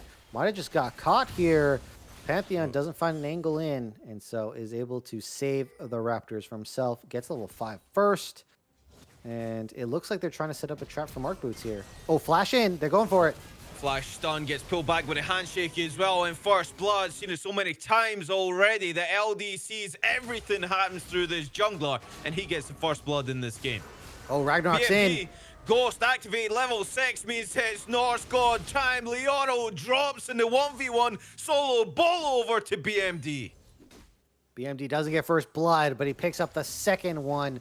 And now the steamroll of the Olaf is starting to come through. Hits level 6 first as well. And that means that the advantage of the top side, I believe it's going to be gone now. Leoto is going to have a tough hill to climb versus BMD. And that's one lane, one strength from Glacial that's been taken away. However, they further solidify their jungle advantage as well as the mid lane advantage against Mark Boots here. So they need to be making more plays. I need more advantages being generated. Otherwise, this draft, what does your champions do? You need to get these early game leads, or else, I mean, Pantheon sometimes could end up being useless. Good attempt. I was going to say if that steal went through, but of course Mark Boots is on this Cho'Gath. And you're quite right there, Crims. You need to make this Pantheon count, and plays like that in the mid lane, you're always going to make something happen. And you pair that up with a champion like Renata, it's pretty easy. Slice and dice there in the mid lane. But again, as he's going to be on this bot lane, Turk is actually in the river. That wave's going to push in. He needs to take the long way around for a shortcut, but he'll be nice and safe. Make his way back to Loki Dosey. Long way for a shortcut. That doesn't make any sense. That's the whole point of the saying, long way for a shortcut. Okay, maybe, okay. All right. I get it now. Stop blaming me, Crims. You know. Mark Boots under threat. He needs to go back. Yeah, Pantheon has lethality now, and Cho'Gath, no HP items. So Mark Boots going to be playing a bit of, the cowering mid laner at this moment. Gonna have to try to avoid Kite Azure in that straight up fight. Hasn't used the Pantheon ultimate to roam yet. That's what I'm really looking for Kite to take over the game this way. As another attempt at a Raptors steal, LDC doesn't get it yet again. A bit bad is just a bit too good at defending those chickens. He's on the red buff. He's pulling it back. Hits the blast cone. Quick draws away. Sly Lego still walking up there. BMD here. Take aggro. He doesn't have smite, So that's something that Bitbad needs to take in mind. That's going to be stolen away. Sly Lego goes down, but LDC is going to take the fight. 1v1 against the jungler. 2 fights on 2 fronts. Sly Lego looking to go down here. Collateral damage actually goes wide. Going to be backed up by Turk. Not enough to heal him, though. And Pantheon gets on the board. BMD taking the fight at Leoro. And the Mordekaiser will turn around and fend off the Olaf for now. But again, Glacial Esports Black, they make it happen. They drop that jungler in the mid laner. So they find a kill onto a Bitbad using the Wukong ultimate, and that is going to be excellent play from them. And I think Leoto was able to duck Olaf by ulting Mark Boots on the Cho'Gath and also picks up the kill. So good target selection there from Leoto. And honestly, Mordekaiser is a huge winning matchup into that Cho'Gath, which was what I think they were intending as. Wow, that was just 2 hits there. And that was about a quarter of his HP each. Some dueling going on in that bot lane, but of course this is Soraka, so a lot of respect has to go down to her healing potential. But take a look at BMD right now. That will have 2 kills to the good. Can't say the same for Mark Boots, and this one did so well in that first game, but finds himself on a slightly different champion from that Ziggs. That Ziggs being picked away, and Glacial Esports Black say, Silva, take the reins on this champion. And so far, not doing the greatest. He's about 30 CS down against the Xayah, Loki, Dosi, and Turk. Just commanding that lead in the bot lane. That is good news for them here. The Soraka and Xayah is going to be so useful in team fights. And honestly, this lead is too big. I don't think there should be any reason for Silva to be this behind here. Looks like they're going for another kill. Sly Lego, can you hand the handshake? Oh, doesn't even need it. Uses the speed boost. Uses the steroid instead. Solo kill, almost. Yeah. Yeah, that's not really a solo bolo, so we can't do that. However, with just a bit of assistance, picks up another kill. And you were talking about this matchup. Honestly, Team Ambition, they laid Mark Boots out to dry a little bit in the draft. And so they're really relying on his ability to come back in this matchup here to play that scaling side. And it's pretty rough. This is not looking really fun for Mark Boots, but this is what his team said for him to do, and we'll see if he can set out and complete that goal. Once again, I just pulled to his own death. He lands the undertow, lands it again, Ragnarok activated, which means Mordekaiser can't take him to the death realm unless it times out. He still has a flash. LDCs accompanying the top laner. BMD trying to push that wave. Going to get ulted there. Leoro going to take the fight to him. Will he get the Darkness Rise passive? He needs one more. He's going to get it now. He's about to come out of the Death Realm, and Yugi says, Pegasus, how about this? A wish. Not enough. And LDCs helps his top laner. Leoro gets another kill on the board. All right, Leoro has Pegasus there. As they tried to use Soraka to save BMD. However, that was really good, burning out the Ragnarok early. However, Sly Lego... That handshake was actually so good from Sly Lego. Not enough to keep him alive, though. Silva going forward with the Gale Force, Loki, Dosi, but the collateral damage from a Bitbad is going to secure that one. And he did pick up that Herald. So he's going to drop it there. Will it be held up by this minion wave, though? The dragon is on the map there. That's why he opted to go away from that one. And Loki Dosi going to have to push this wave. Looks like it'll end up crashing anyway, so Loki Dosi gonna get all that gold funneled into him, and a bit bad. That ping ward's gonna see him here. Kite Azure on full information as well. Turk just over half health on the Soraka. Steal. Keep that in mind. Equinox can go down. The smite was early, but the feast is even better. Smoke screen goes onto the Pantheon. The shield vault goes out on the Mark Boots. He gets the shield up, but for how long? Hostile takeover goes down. It's going to be answered by Loki Dosi's ultimate. It doesn't really matter. LDC still taking the fight. A bit bad. Gets healed up again. Relentless on this Graves, and that shotgun's got 2 bullets and claims 2. Third kill of the game for the Graves. A bit of an overreach for that fight. They were a man down. They also didn't have Leoto there. And so the power of Loki Dosi comes through. Oh, okay. Comet doesn't pick up the kill as Turk gonna waddle right out of there. But this Xayah is just becoming such a threat, and they're putting resources into Loki Dosi and Turk. And Loki Dosi's pulling through. Not the ultimate, gonna come to catch the wave. Yeah, Mark Boots gonna land the knockup to make that a bit annoying here. The flank around, though, might spell the doom of this Cho'Gath. Mark Boots is being corralled right into Leoto. I don't think he's going to get out of this one. He's on the wrong side of the map, and it looks like eventually this Cho'Gath, where's he gonna go? Who's the kill gonna go over to? Last hit was the Mordekaiser. Oh, actually it was the Pantheon. So Yeah, the spear Pantheon came through. manages to get that one. Kaiser gets a freebie. Cho'Gath just ran out of that mid lane. This pick is not paying off. 4th death of the game for Mark Boots. As I said, team left him out to dry, and he's hanging right there. Hanging in there so far, as it looks like Silva, Slylego trying to pick up this turret. We'll see if they can pick that one up. Oh, okay. My Another pause, immersion! I'm assuming. Is My it immersion! more pauses coming out from Team Ambition? As, yeah, immersion.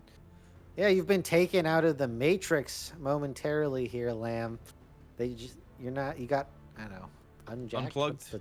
Yeah, unplugged. Unplugged. Yeah, we'll stick to unplugged. We'll leave that other Yeah, one. that's a better word for it. We might need to go a break at this rate. All right. Well, I mean, I don't know if we can get past that, Crims. I'll be honest. Let's hope the game on pauses. Looks There like you go, it there you is. go. So that's great timing. We'll go back to that at the end of the game. Turk is going to just bear witness to that tower falling in. That's another great thing that Ziggs offers you, Crims, that if you're leaving that turret alone, he's probably going to take it in record time. And despite being down in the lane, picks up a bunch of CS and gets first turret down there as well. And first turret in the game. However, this gold lead, in my opinion, is not big enough. Lamb, I ordered, right, from the very fine establishment of Glacial Esports, a bigger lead at 15 minutes than this. Going even, I don't think this is going to be acceptable. LDC's in a 2v1 right now.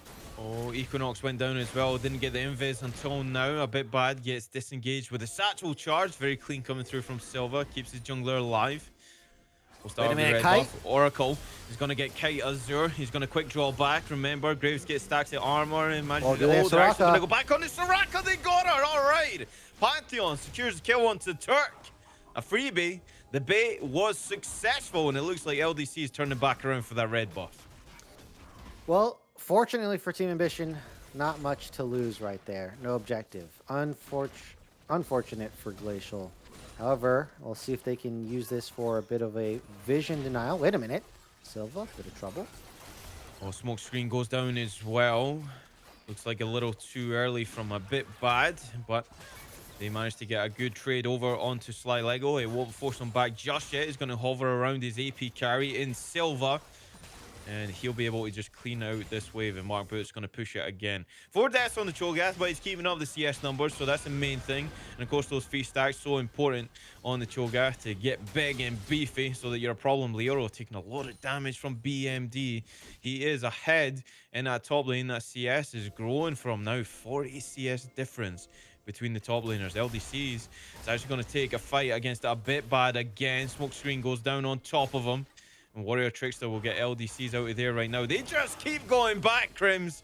Kaya Zur now looking to get involved in the action. Shield Vault goes down, but Turk is here to heal the jungler back up. And it looks like Shelly is going to be the next focus. A Team Ambition power. But will Glacial Esports Black let them? That's the main question. Mark Boots does not have TP, so he's going to be late. This is a 4v5. Flash, stun, Mega Inferno Bomb, tags up Turk, Oh, set up nicely, the LDCs. Soraka's still burning. Great setup play, but now the Ragnarok going to be activated. Exhaust dropped onto the Olaf, not going to help him there, but manages to drop him. Anyway, feathers go out from Loki, but a bit bad is a bit dead. After that one, shut down over a Leoro, and it looks like that tide is turning. Glacial Esports Black going to secure Shelly. They pick up an objective. However, second Rift Herald, not the best one. They really have to be looking at this next dragon. And unfortunately for them, Lamb, they just expended a lot of resources. They have 2 flashes down, all their ultimates, but those 2 flashes what I'm really looking at for just a Rift Herald. Now, they can use that Rift Herald to ease into a better position to claim this dragon, but they're late on the play, and now Slylego gets delayed even more. This is gonna be, they're gonna have to give over the 3rd dragon. That Rift Herald play, Lamb, it's not worth it. 2,000 gold lead is worth it for Glacial here. They are managing to grab hold of this game finally, but this is sole point. they want to contest this. They are very late to the party. It's going to be on Division just. Kaizura waiting in the wings. He's got a Has to go shutdown. for the steal. They could turn around and kill this Pantheon if he's not careful, but he obviously go in. LDC is going to go in as well, but that's a good smite coming through from a bit bad. Still stuck in the pit for now. Looks like they're going to collapse. That bailout still on the LDCs. He's got a fancy footwork, but he's not got enough to stay alive. Loki Dosi gets that one.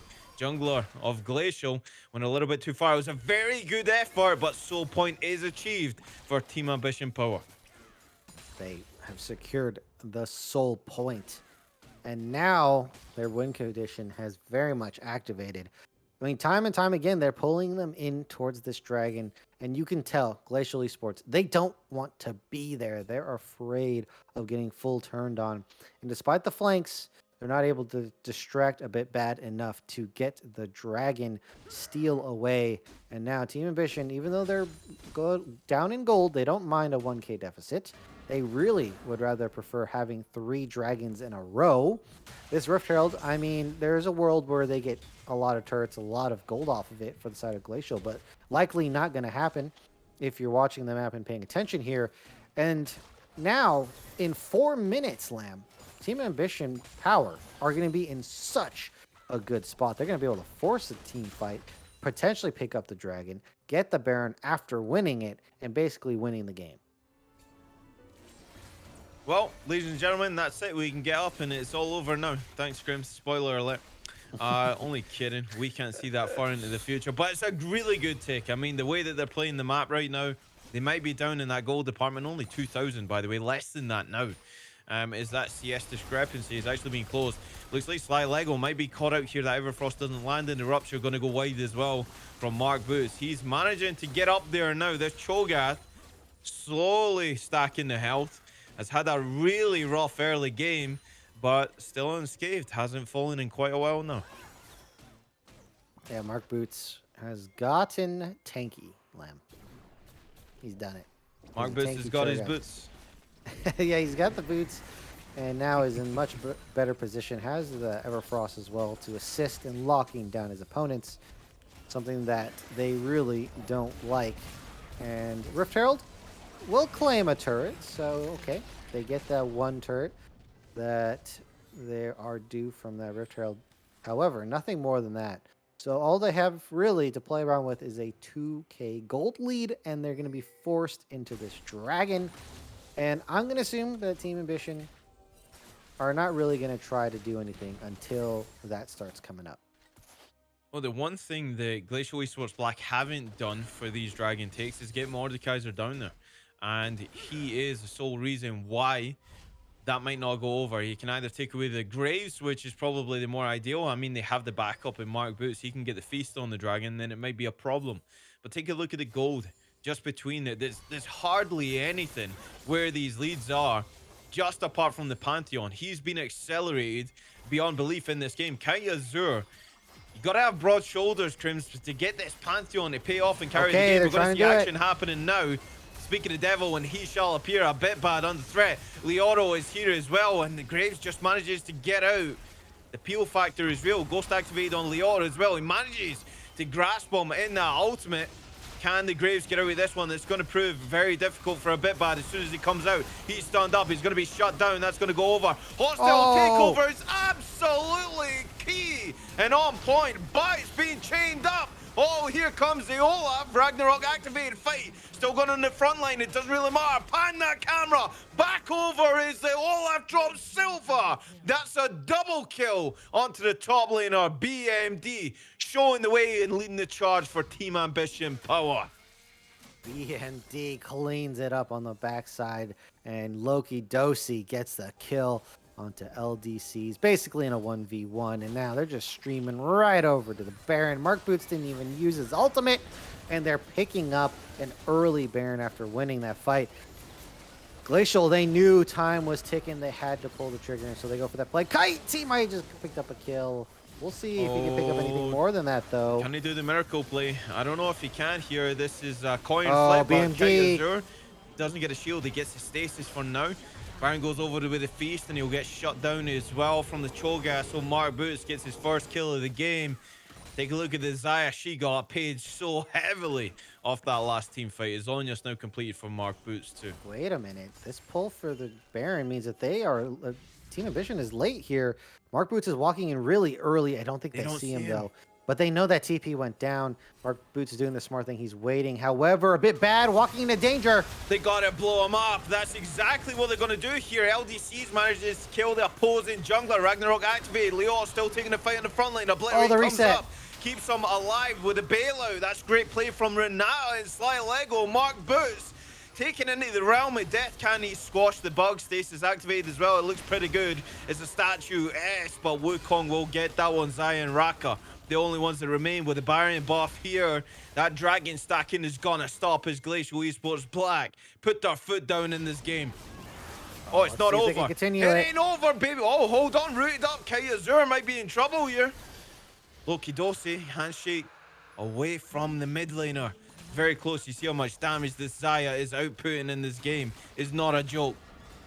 Glacial Esports find an angle in a face checking Graves, get the kill, and they just lay in all their damage onto BMD and a bit bad as they walk in. And that was the same mistake that they made on the Rift Herald. Team Ambition repeat that mistake and they lose a dragon and 3 barons on top of it. However, Glacial Esports, they've staved off defeat, but they're gonna have to do it again in 4 minutes time, Lamb. Every time a dragon is up, they have to be going for a play like that. It's not only extremely stressful, but draining, but they have to do it if they want to pick up this win. They're gonna have to grind out this victory. And you can see the angle that Mark Boots had. Just a little bit too far away, not keeping tabs on it. A bit bad. Trades with Renata, looking to get the pick, and Graves will get out of there. He's pretty speedy. And BMD is going to accompany that. He's going to drop that first tier in the top lane. And we've seen multiple times in these team fights that there's many individuals that they rely upon. It doesn't really matter. Oh, Cho'Gath. That's just a rupture in a silence on a Sly Lego. He's going to have to go back. Okay, and looks like we're having a bit of a calm. Oh, another one. He's just harassing Sly Lego as it looks like both teams don't really have an avenue to make a big play. They're going to pick up a lot of vision, though, and that means Team Ambition, they're setting up more control on the map. They're decreasing the playable area that Glacial Esports has as they move in and secure vision. And that's going to make it tough for Glacial Esports to get a pick. So this is exactly what Team Ambition want to do. And this is exactly what Glacial do not want to have happen. LDC is trying to take the fight there. It hits the Cyclone and walks away. Feast still available for the Cho'Gath. Oh, they're going here. all in. Grand Starfall comes in. They're going to go back onto the Olaf. 1v3 exhaust dropped on him during Ragnarok. Doesn't really matter. Oh, timed out perfectly. Leoro going to take the fight to the top laner. Darkness Rise passive just burning through the Olaf. Can he heal out of this one? It doesn't look like it. Raka too far away. They're going to get one back. Glacial Esports Black putting up the defenses. LDC is going to get away from that one. So they get one and done. No, they might not be. Bit bad keeps wanting to go forward. Dodges the death grasp. Gets healed up again. And they can take these extended fights because they got Raka. Oh, Loki Doki baited in. We'll trade his life. Loki Dosi. He's not Doki. He's dead though. 40 seconds on the gray screen here, Crims. Loki Dosi Artichoke C right there as goes down into 4. Looks like they're going to try to pick this up, but a bit bad. They're all so low. One collateral, and you could pick up a quadra kill he needs here. to hit it right He's now. going for it. He goes across. He definitely wants it here. Leo is going to get the bailout on him as well. They won't be able to get anything back. He's got 2. A bit bad, so aggressive on this Graves, and he's got a free license. Oh, Mark my Boots. God, it's Godzilla! Ah! Just walks up. Did Mark Boots just walk up slowly and feast on Sly Lego right I feel like we there? need some Pink Panther music for that one. I don't think that was very stealthy, to be honest. as Mark Boots just gets another kill, and that might be dashing the hopes of Glacial because they only won that on a margin, and they take it away from them right at the end. Baron and Dragon coming up at the same time, and that's going to be putting Glacial in a tough spot. They really can't afford to defend both. And so Team Ambition could either outplay them, get both of them, win the game, or get one of them and secure themselves a good position to win the game. Anyway, Glacial Esports, I can't reiterate how tough of a spot this is for Glacial Esports, Lamb. Is there anything I can do to express how hard this is, Lamb?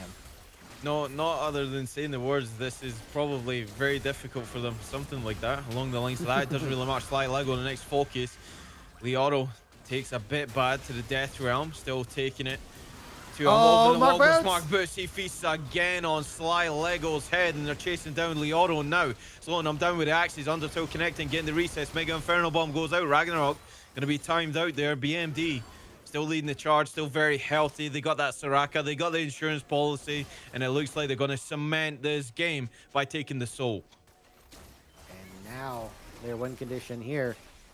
They get the soul, and they can make a good position on this Baron. So the answer might be they just pick up both the objectives here, and that's going to give them win. The tanky stats are so good on every one of their champions here. Graves, if you do physical damage, he's going to completely negate your ability to kill him, especially with the Soraka on top. Soraka gets tankier, and that's an easy target that you want to take out. Olaf is going to be tankier, and that means he can dive for longer. This Dragon Soul is just so good for them. LDC is trying to make a play on the backside against Turk here, but now he's getting surrounded. Yeah, Mark Boots is here trying to put a stop to any steal attempts. Stasis activated Turk's as still well. Going alive. to get the Feather Storm Goes out. down.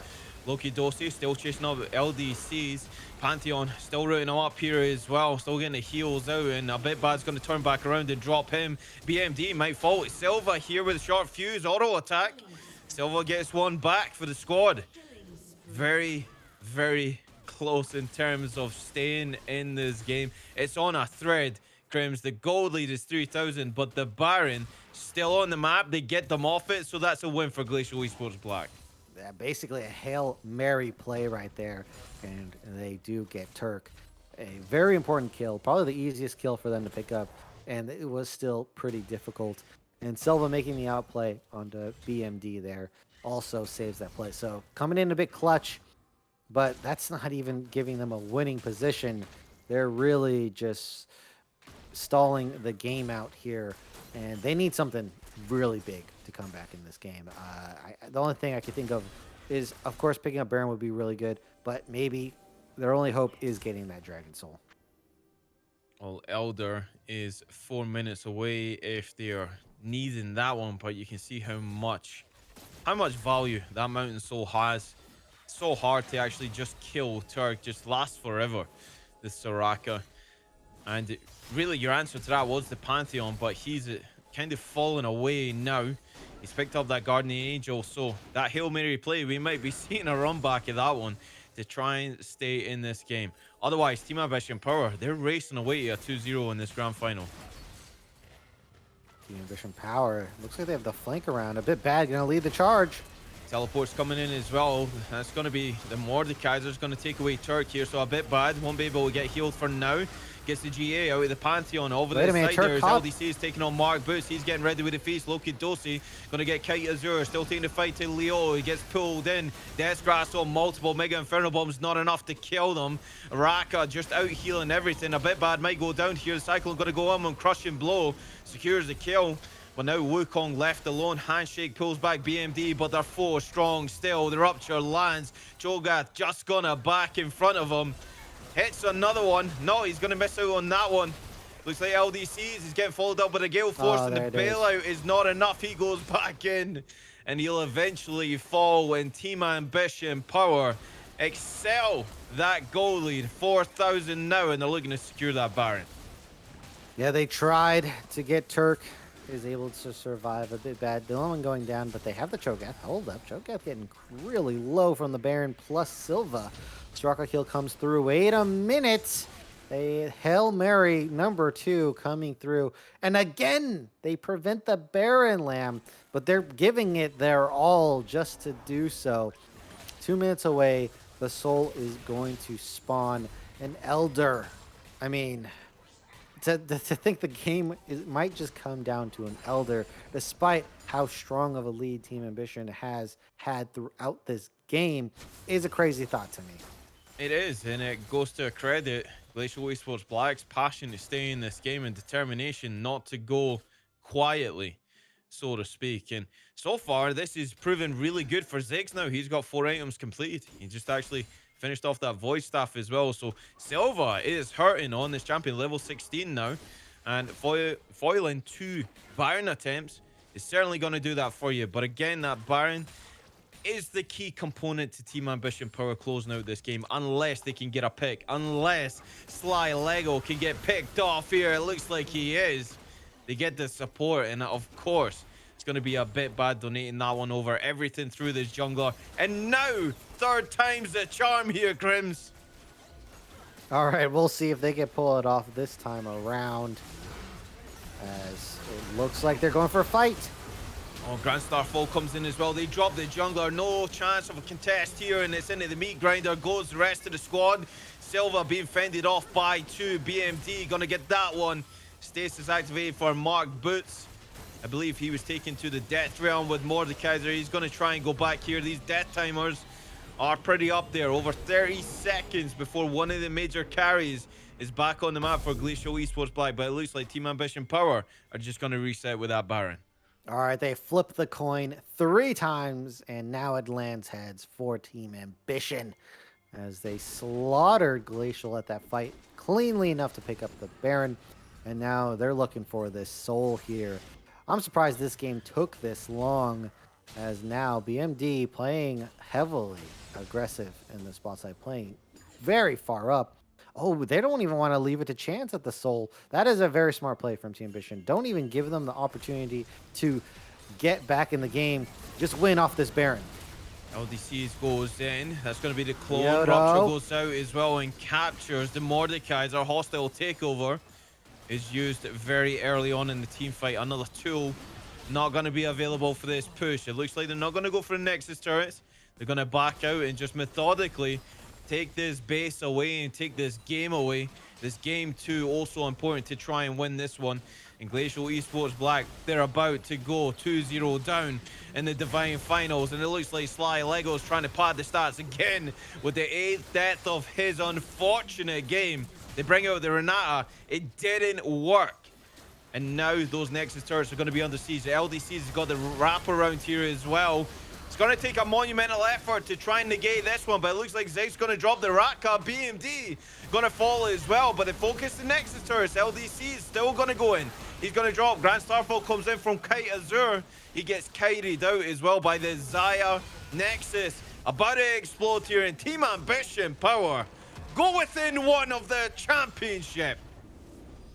All right, they pick up the 2-0. That game, a lot closer, and I think that's just due to the strength of the early game from Glacial Esports Black's draft there.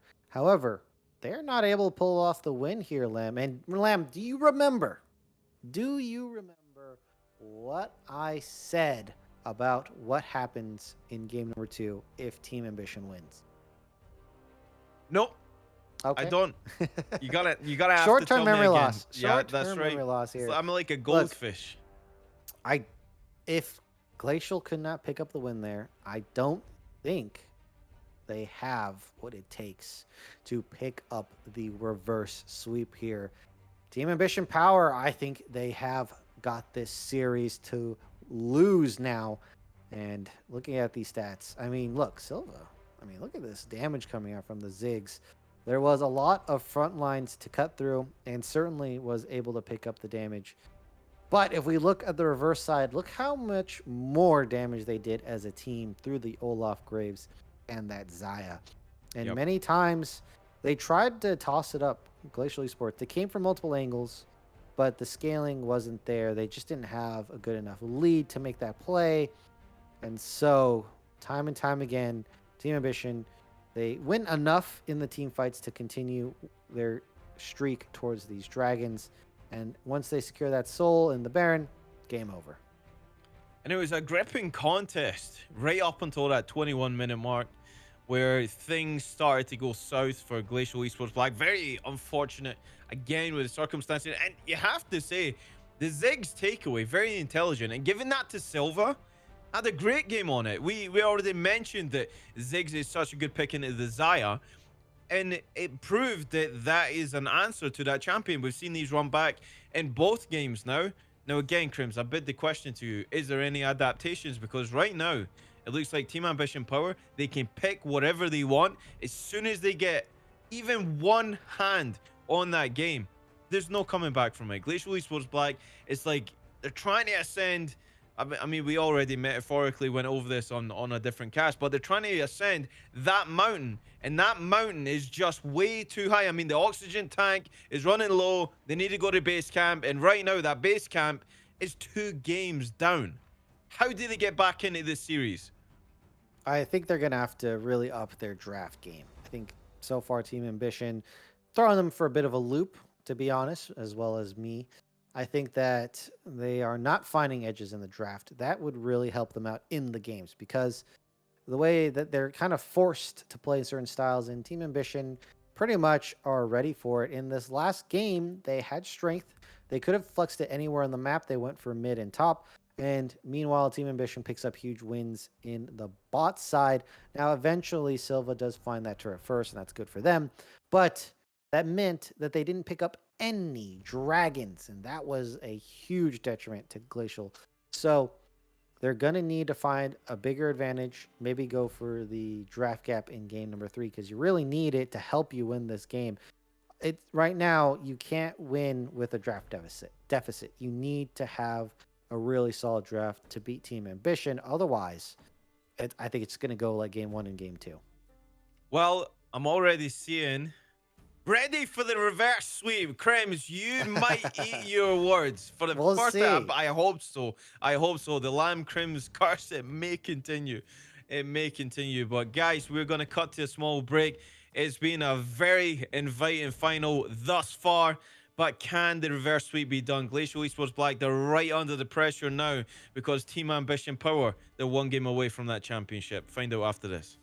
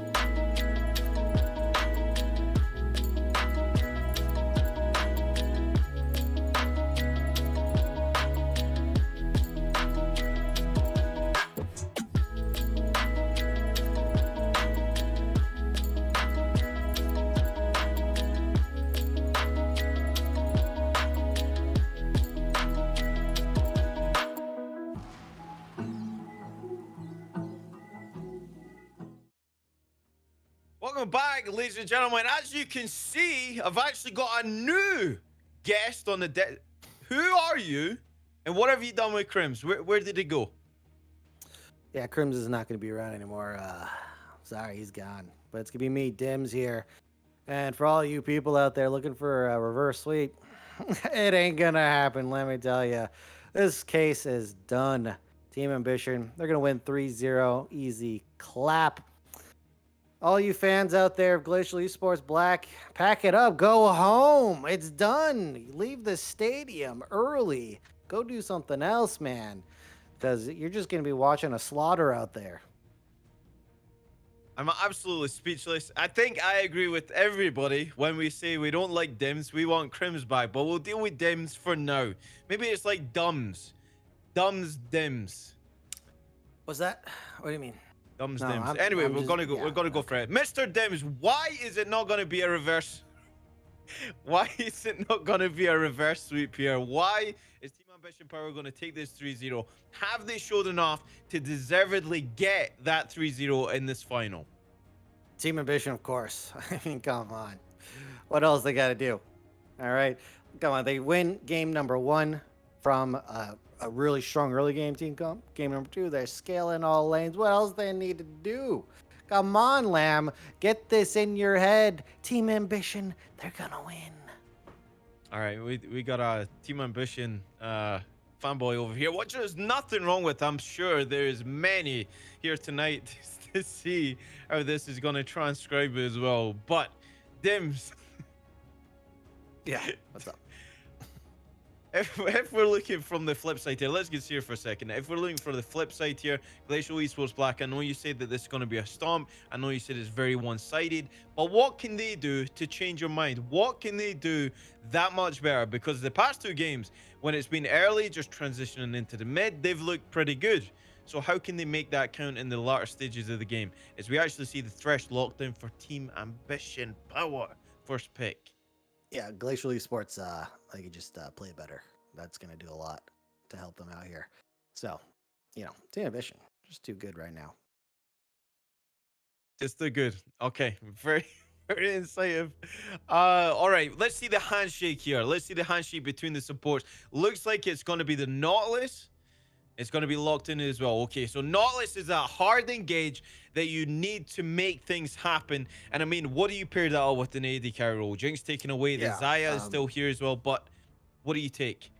I'm just going to have to correct you first. Handshake's on Renata, and that's obviously a Nautilus. So I don't know where you're getting your information because it's obviously wrong. It's just out of whack.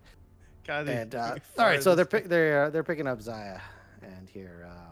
So yeah, go talk about that champion. Yeah, Zaya, of course, is very, very good in the meta right now. This is the 3rd time we've seen it consistently throughout this series. Jarvan also going to be locked in here. Pairs up very well with what the Thresh wants to do. And, of course, Aphelios is the next best thing that you can take accompanying that Thresh. So far, Team Ambition Power running it back a little bit. But this draft is looking very, very strong. Yeah, I just want to say they won game 1 with these champions. So I think this is they're just going to do it again. It's a lock. A bit bad gets his Jarvan. What will be the response? Remember, Wukong has fared really well on LDCs. He's had a phenomenal series thus far. But the Ornn, okay, they decide to not let that be banned out this time, which opens the window for that Wukong to be taken away. So, will Team Ambition Power adapt, overcome? Because that Ornn was in one of their bans prior.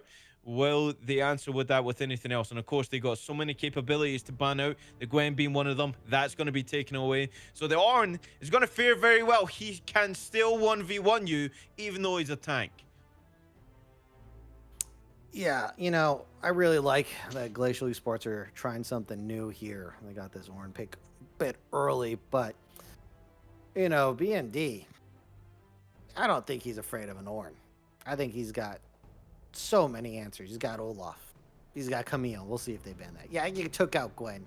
But at BND, just too good. I don't think you're going to be able to ban him out. And now they don't even get Wukong. I mean, come on, Glacial. What are you doing here?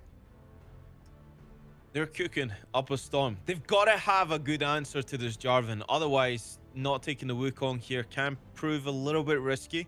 but we'll see what they have in the tank. Darius going to be taken away. Of course, BMD is known for this champion. He's not going to get to play it again in the finals here.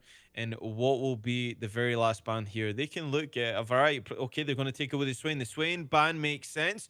Jarvan and Thresh lock you up. You don't want to be fighting in amongst the Swain there. Well, they're going to take that out. So, look, I mean, is there any way Glacial can recover this draft here? I mean, look, Ophelia's J4, excellent into all these champions, and they have Thresh, they have the Ophelios. So, you know, look, they can pick whatever they want here. I think it's going to be all answerable. Okay, Greg is pretty good pick. You know, I'll give some credit to Glacial. You know, Greg is a good pick here, but yeah, I just don't think it's going to be enough. I'm sure Mark Boots, he's got the answer. We'll see what his answer is going to be, Mr. Dims. This is looking like a very spicy Yasuo comp if they wanted to run that and they actually take it away. Plus, oh, look how quick they locked that in. Dude, they didn't need to think about that for a second, Lamb. Do you see how confident they are on Team Ambition? You see this power that's coming out from this draft? This is looking good. Look, they're in the driver's seat. That's what they're good at doing. They're going to drive this game right into a 3-0 victory for themselves. Team Ambition, look, I don't even need to see the last pick. I already know. Team Ambition, they just slammed this draft. That was such a quick adaptation in this draft. I feel like for Team Ambition Power, they weren't going to draft towards that USO, but because they seen the Nautilus, Gragas, and Ornn, that they take that one away, and then plus they get an additional knock-up. They take the Silas as well that he can steal, the explosive cask, he can steal the Call of the Forge, the depth charge. This is looking like Mr. Boots to take over game 3 and win them that all-important championship. I mean, it's very, very good drafting from Team Ambition Power, and they've saved someone spicy for this all-in deciding game 3, potentially deciding. Well, you look like you got a good brain, good head on those shoulders there. So why don't you tell me about these drafts? You know, since you're so smart and everything, you know. I mean, you know, smartest person, right, on the desk. So, yeah, why don't you just break it down for me? Who do you think, who's got the better draft? Because it's definitely, you know, definitely Team Ambition. Well, I'm going to do the counter argument here. So, I think the fact that Glacial Esports Black, this is game 3, the pressure is already on them. They got nothing to lose right now. As far as they're concerned, this series is already over. They're 2-0 down. They're backed into a corner. What do you do once you're backed into that corner? You come out swinging, you come out fighting. They look really good in early to mid, and now they have a Yone. They have the ability to scale into that late game. I like that. I want them to play around that. And the Gragas as well. Like, Gragas is one of those champions. If you're very good on the micro, with animation canceling, with everything that goes with that, then you can prove very difficult to deal with. And of course, that's going to be their only AP threat as well. So this guy is going to look to kill people. I don't think LDC is going to play passive and try and feed his team. I think the Fat Man is looking to take over this game. So I like Glacial Esports Black. I really do. I think we're going to a 2-1. I'm going to say it right now. I have one word for you. Mark Boots is Silas. That's true. Give me something more to work with, Mr. Dims. I don't know. Yeah, he does have the silence. That's true. But here again, all right. So the team composition, it allows for very explosive team fights. The benefit that BMD has here as well is he can literally be displaced out of the fight, and he can be spamming last breath on absolutely anybody. There's magnitude of knockups that can get this guy in a team fight. So I agree as well that Team Ambition Power, they have a lot on the board right now. They have a lot of artillery on the board that can just wipe this whole team. But Silva has Zaya. And I know from previous experience that Glacial Esports Black and their loyal fans, they want to see Silva pop off once again. He played very well on the Ziggs. And I feel like he's still got a lot to offer coming through on the AD carry role. All right, we'll see if they can do that. No, Lamb, I mean, you still haven't really said your prediction for this one, so, you know, I just kind of, look, let's get it out there. Who do you think is going to win, huh? We're gonna a game 4. We're going to a game 4. I don't really think this, I mean, a 4-0 kind of be unheard of in the grand finals. I don't think I've ever heard of playing an extra game, despite the fact that you win. But hey, you know what? You do you, Lamb. You do you. That's right, baby. That's right. We do. And Dames, whoever you are, I mean, that I hope to God that Crims is still in there somewhere. I mean, we'll find out soon enough. But the bad guy staying to the left. But look, this is set up for a monumental game three. This is it for either of these organizations. We've had a long season through Divine. We've seen a magnitude of players come through, steal that spotlight, and they're all in this game tonight. And Silva, again, I want to reiterate the fact that Silva and Sly Lego are the secret compartment to the way that they can play this game. That is some. Oh my God! Who turned out the lights? Okay, wow. I kind of just got back, and my seat. I noticed the stream was going, and my seat was kind of ajar. That was kind of weird. I kind of just went to get some water, but I didn't realize you guys started without me. It's kind of rude, Lamb. But Yeah, I well, see we got a welcome draft back. in front of us. We do. We absolutely do. So why don't you take us through it now, and we'll get your thoughts on how this matchup is going to go. The Yasuo against Dawn. That's going to be very interesting. Wait, so you weren't casting without me, right, or anything? Do you? Okay, right? I mean, like you wouldn't do that to me, your co-caster, I your don't know who pal over Timmy here. is. All right. Well, you know what? I have this draft in front of me, and there's there's some spicy picks in here. I'm sure. I'm sure that everyone's gonna be excited about this Silas pick, as well as the Yasuo into the Ornn. I mean, BND. What carry can't this man play? Apparently, plays everything, and this matchup is kind of interesting. Of course, Yasuo can block the ultimate from Ornn. That's gonna be a huge power for the side of Team Ambition. And then if Mark Boots steals it, they can use it themselves. So not only they have the counter, but they can give Glacial a taste of their own medicine here. So I do like that part of the draft. It's very aggressive, very early game focus on this top side. They need to have power through Mark Boots and through BMD. And so far, I mean, besides game number 2, Mark Boots was behind, but he was able to come back in the game. And in game number 1, they were playing through him very excellently. So I expect to see that the same.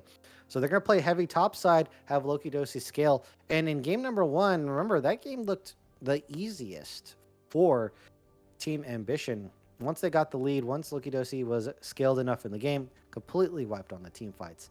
However, they're going to have a lot more tough competition, and it's going to be that Gragas pick. It's going to be so vital that they make sure Loki Dosi doesn't get out of position.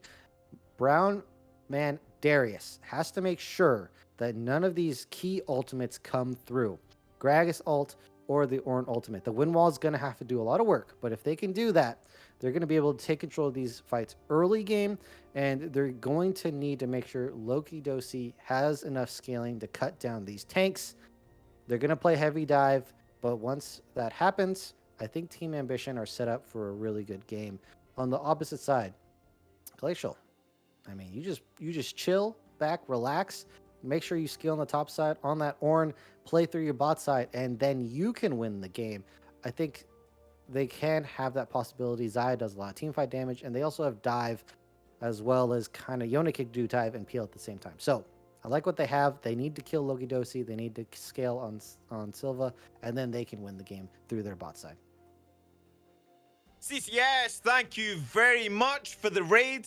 Welcome, everybody. This is Divine Finals. It doesn't get much better than this. And we are on to the Rift for game number 3.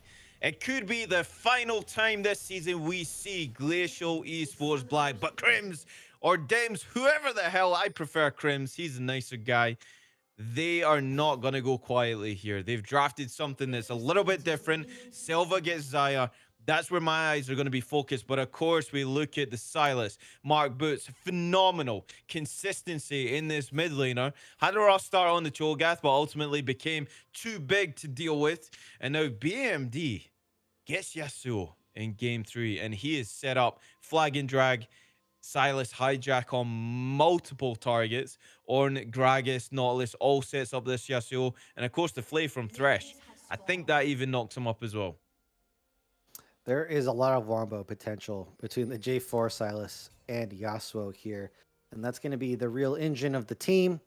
and they have to make sure they don't get Team Ambition to a bad spot. If they do find a good angle onto Silva, I think they're really set for steamrolling a team fight because they'll have superior damage. On the other hand, if Silva survives, they're not going to be able to stand up to the Xayah damage themselves. So let's really focus on the bot lane in this game here, because I think that's going to be a very pivotal matchup for this game. Glacial Esports, you guys need to play towards this bot lane with this Nautilus and get yourself into a good spot. And that is your key to victory here. Mark Boots has to, again, play through this mid lane and try to set up his team like game number 1. So that's what we're waiting for on Team Ambition. So let's not get away from the fact as well that Gragas is in the same caliber as Jungle Pick, as J4 is. Jarvan is just more prioritized because it's easier to pull off the execution. With Gragas, your placement of the ultimate is literally your bread and butter. It has to be on the money every single time. Animation cancels come into it as well. Taking the Predator on the Gragas means you got to go fast for LDCs. And where he goes in this game, it looks like he's heading to the top side. And that's very good because ultimately, the worst case scenario is that Yasuo gets ahead in this game, and then it doesn't matter what the rest of the composition do. As long as they provide that knock-up in the setup for the Yasuo, BMD can take over the game. BMD does have that potential here. So far, really taking it to Leoto in this matchup. Has to do a bit of warding. It looks like BMD is aware of this potential and slaps down a ward to prevent that early gank, which is exactly what LDC is looking for on this Gragas. So both these junglers, really good early focus. And J4 is going up there as well. Gragas opting to go back instead, just gets the full clear, and a bit bad is actually gone fishing for LDCs. He'll know the Krugs are gone, so it's a guessing game to see where he is, and BMD will knock up the Ornn again. He's winning those trades very heavily. Yasuo favored early on for the Ornn until he can get some itemization going, but the benefit of having Ornn means that you get that scaling as well as you can enhance everybody else with the upgrades to their itemization too.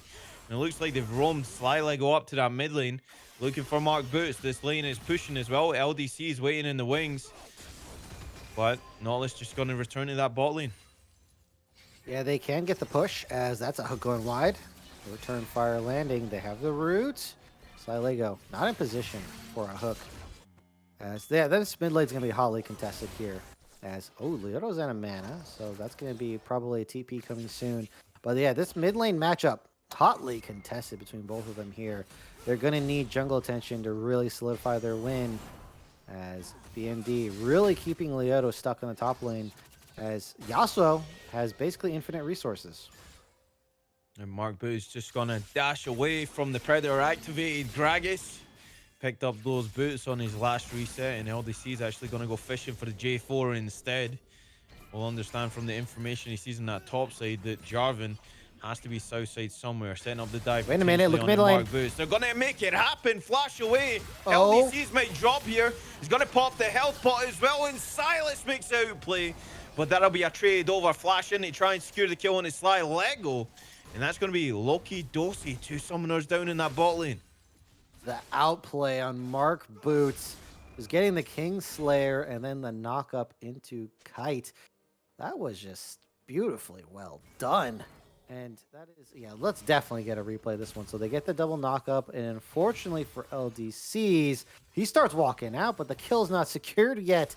And with the CC coming from Mark Boots, and he dodges the Q, which means Oh my he god, can he survive died by just caster that minion. extra second. Yeah, well, I mean, he got the 1v1 outplay and the first blood. Mark Boots on a tear today. We love that. We love the caster minions getting involved, but Mark Boots is definitely feeling it.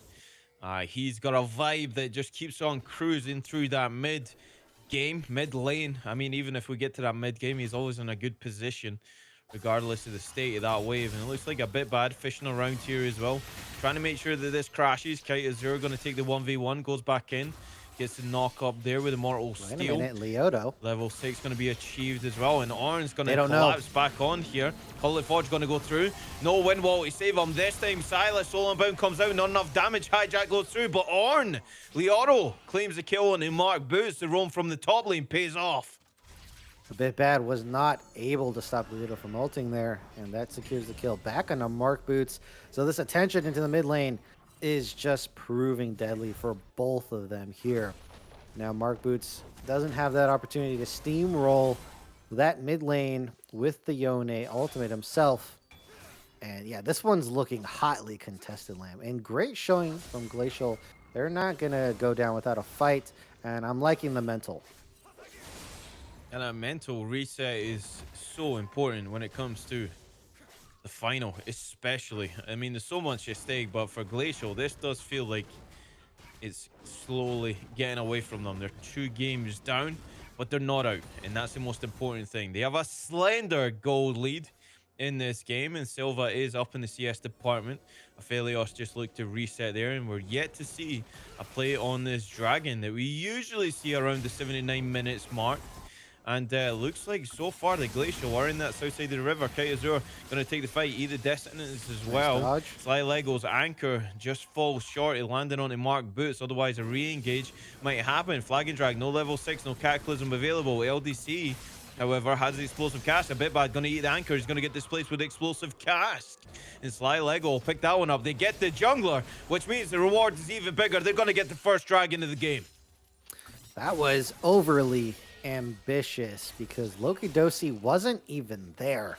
And so you have to respect the possible roam up of 2 of those bot laners. And a bit bad does not make the right call on the play there. And so first dragon going over to Glacial Esports. And I mean, this is the first time they've secured first dragon as well. And what a time to do it because you got to come in clutch here. Gotta get out the gates hot. And they have. Extended that gold lead again, Cruz. We'll do this. Cheeky update every now and then. 600, 500 gold lead. All right, never mind. It's only a very tiny one. And at this point in the game, the pace is good. I mean, the scaling they have is still something to be respected. And of course, Silva having the Zaya. We're yet to see any plays go down there to the bot side right now. But you can see just the prowess that Silva has. Willing to take the fight anytime the death sentence goes wide. And backed up by the Nautilus here, you can see why this pairing is so strong. Yeah, they just have so much lockdown together. And when you get locked down in front of a Zaya, it just leads to so much extra damage. Both junglers here on the same side of the map. And it does look like the push coming in from Kite is going to give them first move onto this Rift Herald. I like this, Crims. I like it. They're playing aggressively here. They're actually going for objectives first. They're using their prio. And this is already a massive improvement. So it looks like they are indeed stepping up for this last game 3 here. Oh, that was a nice attempt of a hook. Doesn't land. And I mean, the top side is something that I thought Team Ambition would play through here, but Glacial, they just pick up objective on both sides of the map, and now Mark Boots might be killed again. Oh, great flash into the face seal combination nation. Oh, yeah, baby. That's what we want to see. Kite Azure gets on the board for the second time in this game. They dropped the Silas, they dropped the Herald. And Glacial Esports Black, they have such a good early game all the time. And it looks like they're funneling gold back into that mid lane. Our BMD actually teleports down. This is something you don't see every day. Yasuo and Yone going at it. LDC's hovering, waiting. Sly Lego still in the fog of war, still missing. Flash body slam is BMD. good. No, dodges the explosive cast though. Oh, that Wow. anchor gets wind walled away, and that is PMD. So comfortable on this champion. Yeah, definitely looks like he has Yasuo there on lock. Just great show of skill. However, it doesn't pick up the kill. And unfortunately for both BMD and Mark Boots here, Kite being ahead means that he can win in either solo lane. And that's not going to do so good on the split push here. A bit bad has found LDCs with Turk in tow for a hook landing. And now with the Ignite coming down, won't be able to heal up. So they find a kill in the jungle. However, they're going to need to use this pressure for something. And there is no objective to take. It was a beautiful pick off from a bit bad. Gets a bit back. Finds the LDCs in the blue side of his jungle. And accompanied by that flash death sentence from Turk. So good, so clean. That's one. Good to go. I mean, every time this Thresh or Nautilus is in the fog of war, you need to respect the roams coming through. A bit bad now going to the mid lane. Hijack going to go into the Yoni. Fate Shield is available if Silas wants to use it. The roam from Leoro means that they won't. A bit bad still hovering here. Still has the Cataclysm available if he wants to use it. Kite Azure still walking up. W goes down. Flag and Drag going to go down as well. Calling Forge comes out, but not enough to keep him alive. Fighting the ball lane. Depth Charge going to go into the Thresh. They know he already used the flash, and that's a great pick off. And that kill goes over to Silva. And I believe the Ornn killed the Silas. Okay, so they win in the mid lane and the bot side as well. Yeah, the roam down again. Leoto's been roaming down so much. And now Glacial, they're showing something new. They're playing through Kite Azure so well in this game. And early game and now this mid-game transition. And they're using it to gank Mark Boots over and over again. It looks like Glacial have discovered something. And now they're going for a dive onto Loki Dosi, who gets Lantern to safety. But Glacial, I mean, this is like a completely new look for them. Yeah, Silva cashing in on that Let's as see well. that mid lane. Gonna get the replay in the mid lane. Here we go, Crims. Let's see what happens here. Kite Azure. He's always fending to go forward here. They do blow up the Yoni, but look what happens here. The Ornn coming into the back. Calling Forge. Lands on two, and LDC's right at the back as well. Combo all day long. That was beautiful play from the jungler at Glacial Esports Black, accompanied by Leoro. Great roams from the Ornn. He's 2-0-1 right now. He's having a good time on the Rift. Yeah, despite just getting pressured by BMD, is finding so much time to roam down at the cost of CS. Let's not forget, BMD is in position to carry now as Sly Lego walks to clear a ward, and now that is the death of him yet again, getting caught out on these warding missions. Wait a minute, this looks really dangerous for Glacial. Oh, a bit bad. Has to use the flag and drag defensively. That explosive cash actually displaces Kite Azure. To walk that one away, has to use a flash. That cooldown not available to use. Oh, do they have that Leoto? That going to go down on Leoro. The Ornn walking that one away for now. Dangerous position right here. Kite Azure got the soul unbound out, looking to trade over some damage. Only gets the shield off of BMD. And looks like Team Ambition Power in good position to take this dragon. 2000 on it. LDCs goes over the wall. Silas going to take the fight to the jungler. He'll body slam back again. Destin is going to land onto the Ornn again. Flag and drag. Oh, BMD. Lands. That's going to be a fight on the backside. Gets feathers out on Silva, but inside the Cataclysm, that's going to be an arena for a bit bad to take the fight to Yoni. He's going to follow that one up and drop the Nautilus as well. Aphelios fends off the Goat God, drops him, and Mark Boots is laying in wait. Is Silva looking to trade back over. He only gets some feathers out for now. Chain's going to go wide as well. They're going to try and collapse onto him. Flash away. The heal comes out as well. And Loki Doki. I keep calling him Loki Doki. Loki Dosi finishes that one off. And Glacial Esports Black, they bite off more than they can chew. And Team Ambition Power just grasp hold of that goal lead now. The urge to rhyme is just too difficult to pass up in the moment. Here we go. And I was about to say, they are 3 ultimates down because Nautilus is not even here. Glacial Esports, apparently they never seen a fight that they didn't want because there is no way that they should take this fight here. Not only are they 4v5, they're down 3 ultimates. And yes, the Nautilus gets there late, but look at this back line engage from the Silas Yasuo combo that we were highlighting in draft. And they just pick up the kill and negate the Featherstorm entirely with the Wind Wall. And now they're just all picked apart, and they're just being taken piece by piece. They're going for the individual dives. Mark Boots is going to throw in Silva here, and they get the dive through this turret here. Beautiful, picking up the aggro from BMD. And now Team Ambition, they just slammed that team fight. They're in the lead now, and they have acquired a dragon themselves. Mark Boots, 2v1. He might be in trouble here. Fate Seal comes out. He sealed the Fate. Mark Boots, he gets a flash over, but it's shut down. Goes over to the Yoni. Shield blow now completed for him. A bit bad. Left with his blue buff. Going to take the flag and drag. Misses a knockoff onto Gragas. And Loki just going to clear those out. But yeah, they're going to turn back onto the second herald of the game. And at least Glacial Esports Black, they're fighting back a little bit here. They get a pick, and that means they're going to get the objective to go with it. Yeah, they catch Mark Boots in a interesting position. Honestly, it's hard to see how that happened there, as we have BMD doing BMD things on the side lane, getting more gold for himself. I mean, this CS lead is growing and growing. I know at this point, Leoto can't really match at all. It has to be Kite, but Kite is busy making plays on the map and beating up Mark Boots on his own time here. A bit bad. Might be baited in here. LDCs. Oh, they get the first move. Yeah, Solo and Bound comes out, but he's going to go straight back there. Oh, Silas, Balisai can he land the misses. chains? Lands the Everfrost as well. Explosive Cast goes out, hits on the Mark Boots, but he's going to leave Kite Azure to his own fate there. LDCs gets locked up. Explosive Cast going to be traded over. The hijacked one going to send the Gragas to safety. Can't say the same for the Yoni, though. Picks up his 4th death of the game. Yeah, tunnel vision's on that turret, and it is a nice pickup for Mark Boots here and back into the game, as this is another turret falling for Team Ambition. They're going to pick this one up as well, and they're starting to open up the map, and we'll see what Turk can do here. Okay, Sly Lego going for a play. Call it a Forge snipe. Gets the flash out with Oh, Turk the there. He's hook! going to return with a death sentence, and it's perfectly timed. On to Silva. Teleport comes in from BMD. Looking for any type of knockup. We follow this one up. Sweeping Blade goes back. Death sentence going to go in. Going to get flayed up, and Leon are going to get the last breath onto him. Lasts for a long time. LDCs with the Predator. Oh my god, runs over Turk. That threat's going to be hurting after that one.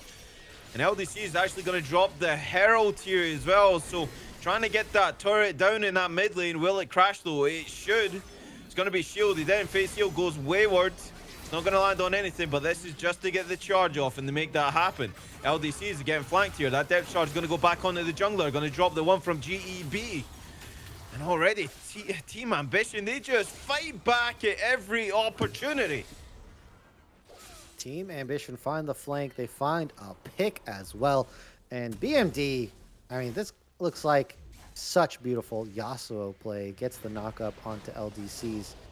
And every win wall has been absolutely beautiful, as BMD is really looking towards taking over this game. First item spike looks strong already. Second item spike going to be absolutely deadly. Glacial Esports, they're going to need an answer for the Yasuo, as it looks like the solo laners are really powering up. Kite needs to find another angle for victory. Has to use the flash to get out of that one. Kite is going to be without this one for this dragon fight, and that dragon's going to be up, and this shouldn't be contested by Glacial Esports Black, but they've contested absolutely everything in this final thus far. It looks like they can't even get close to this one. They're just going to opt for that mid lane prio. LDC is going to get spotted out by the Scrown Warb as well. So Mark Boots goes over. They got the push in the mid lane. Opens up the flank. That's a Hex flash over from Turk here as well. That flash forward with the dredge line's going to land. I'll call it a Forge actually gets windwalled away. They'll drop Turk. But that's not a sole focus in this team fight. That's beautiful from Zaya. Roots up the J4 and cuts him down. A bit bad, goes a bit too far in that team fight. Predator going to be activated from LDCs. And the guns are right from Loki here. Sweeping Blade, that's a flash into the last breath onto the AD carry, but BMD gets dropped where he stands, and it looks like it's turning around. Now then, Glacial Esports Black, they're not just finished yet. Now it's Team Ambition over forcing. They're just really feeling themselves, and that's going to hurt them here. They completely get wiped. Baron is up, but the timing for this one is rough. A bit bad's going to be here. Might be available for the steal with the lantern over, but it's burning down fast, and it looks like this is going to be Glacial's first Baron secure into a gold lead as well. A bit bad. Can he get in? He's looking. Him up. The anchor's going to land on him. Soaring charge into the side as well. Searing charge rather. And they're going to pull back Sly Lego. Teleport coming in at the back. This is going to be Mark Boots looking for a pick. They've already got the knowledge. Now the team need to get out of here. Everfrost lands. Beautiful one. A Kite Azure needs to try and get away from this one. Soul and Bound's going to bring him back into the meat grinder. He goes back on it. Okay. Oh, Kite from absolutely nothing. Kills AD carry. At least takes one with him. That was a false sense of security right there. Kite just completely cuts him up. Right in his face. Didn't even really expect that. And now Baron goes over. They make it out with at least 3. and that means they can utilize it here. So let's see the beginning of this fight. A bit bad, you are correct, Lamb. Goes a bit too far. They really need to double up their engage, and somehow BMD isn't able to get onto Silva. And now look at that return fire. It's absolutely massive. And despite Loki Dosi being really, fed and scaled up in this game, isn't going to be enough damage into double tanks here. And this is where I think it's really egregious. I don't know why you're going for this play from BMD, trying to make some sort of hero play, especially when you don't need to. You were not going to lose the Baron, but now after getting completely wiped, you definitely are losing the Baron. And so Team Ambition, I guess they're feeling pretty comfortable. They're 2 games up, but I mean, why throw right there? Well, questions to be desired answers. They do get 2 back. They get the Baron off 2, but it won't stop the push or the power play that will come. And Kite Azure right here. From the depths of despair, up walks Loki. He says, thank you very much. He was on a one-way trip anyway, and he takes one with him. It's not a bad trade. Silva now under threat. Silva! He's going to get locked up by the hijack, fate sealed. So walking a little bit too forward, and it looks like Kite Azure fell there as well in the mid lane. They got 2. Baron still available on LDC's Dark Passage. Explosive cast going to interrupt turret. That's the teleport coming in. LDC's just one-shots him with a combination. Leora turning back on the up bit. Bad face seal goes wide. Doesn't land on a BMD. He takes the solo unbound back. That's a one-way ticket. And that's the anchor on the a bit bad. Okay, Glacial, we see you. And now they got the wave to push in the mid lane. Okay, so they were able to prevent Team Ambition from grouping there, and they get a pick off to a bit bad. And Turk, they're going to go ahead and just absolutely eviscerate this turret here. And despite all that, though, Lamb, it isn't even, basically even gold game at the moment. So Team Ambition, they definitely don't have the best map position right now. However, they definitely can put up a fight with this gold. They have to make sure that they can get Silva. As you can see, when these fights go down, if they get Silva, it's so much easier. And Leoto, in a very important moment, is getting picked off again. Both of these teams are giving free picks to their opponents in a very important potential game-ending series or a beginning of a reverse sweep. So I really think both teams should be getting together, making sure that they do not lose a game 3 on a pick right now. To add insult to injury, that was a shutdown that went over to BMD on this Yasuo as well. He got that onto the Ornn. And take a look at the inventory of Leoro right now here, Crims. Oh, they might be looking for the Gragas as well. Oh, he manages to get away from that one, and Silva's going to pick up that turret for free. So more gold going into the pocket of the AD carry. The rest of the team will be rewarded for that. But once again, take a look at the inventory of Leoro. That Ornn build path right now is an interesting one here, Crims. Who's those chains for? I mean, probably PMD. You could put on Mark Boots or Loki Dosi, probably. I mean, Loki Dosi makes the most sense, but I think BMD, if he's trying to side lane, would be the second one. And Team Ambition, they got into this dragon area and they sweeped it out. Now the reversal is happening. Glacial, they get their counter sweep in, and they have first position. They have first setup, and that means they can fight on a choke point if Team Ambition overforce. So we'll see if Team Ambition played smart. They want to have at least one flanker, as well as Glacial. They could set up a flank of their own with Kite hiding in a bush. They're gonna walk right through this choke, and they are playing it super aggressive here. And Loki Dosi on a Loki. Kite Azure snipes him. Glacial Esports Black. 2 fights on 2 fronts. Call of the Forge going to get one walled away. That means the explosive cast they're in. is going to happen here. They're following up. They're running them down. Team Ambition Power not got an answer to this just yet, but it's going to be a last breath from BMD. The re-engage from a bit bad. Cataclysm, but he's only done the complete opposite. The only cataclysmic event in that case is a whole squad is about to be routed with Turk, the sole survivor. Unless LDCs can have something to say about that one. He's got a body slam to safety, and they will equal out the Dragons. They catch them right there, and without Loki Dosi, Lamb, they have a real hard time getting that burst damage in a team fight. I mean, that was like a 5-man knockup, pretty much, from BND. And if Loki Dosi was alive, I guarantee you, Lamb, it wouldn't have went in the favor of Glacial Esports. But because of Look at this this play pick. from Kite, did he not even have a ward? How did he see? I do want to get how that There's a vision was ward over the acquired here. dragon pit. Okay, ward over the dragon pit into a kill. They're just not protecting their AD carry. That's what Thresh is supposed to do. And so we'll see here from BND. Is this a 5-man? Oh, it's a 4-man in a 5-man Nautilus Steel ultimate here. And look how close they are to dying because they're just so full of melees and they don't have that range damage. All their range damage or all the melees die in that pocket from Xayah. And that means they win that team fight there. They don't have a true tank. J4 is not a true tank, so they have to win on their burst. And if they don't burst them down, Lamb, Glacial Esports will counterfire and kill them all. Well, 4,000 is that gold lead now for Glacial Esports Black. This is the first time, Crowns, we've seen them with a significant gold lead in this game. 26 minutes in. What can they do with it? Silva. Turk going fishing. Oh, He's they're not going for a get play. anything. Looks like They're trying teleport's to going to dive come mid. in. Mark Boots is here. He's got the Everfrost, but it looks like they're going to go for the Xayah. Silva feathers out, but it's not enough to stay alive. Call it a Forge gets windwalled again. How many times are we going to see that one go through? Team Ambition Power, they make a play absolutely they're going for nowhere. more. Mark Boots going to go through, knock up Sly Lego. Lathbreath's going to go into the Nautilus, still channeling through this tunnel in this corridor. LDC throws out Cask. Nobody's going to go into that now. Timing, Lamb.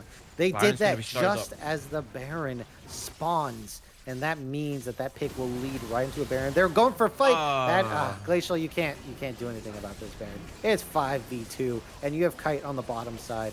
The best you can do is go for a steal, but you can't stick around because they're going to hunt you down.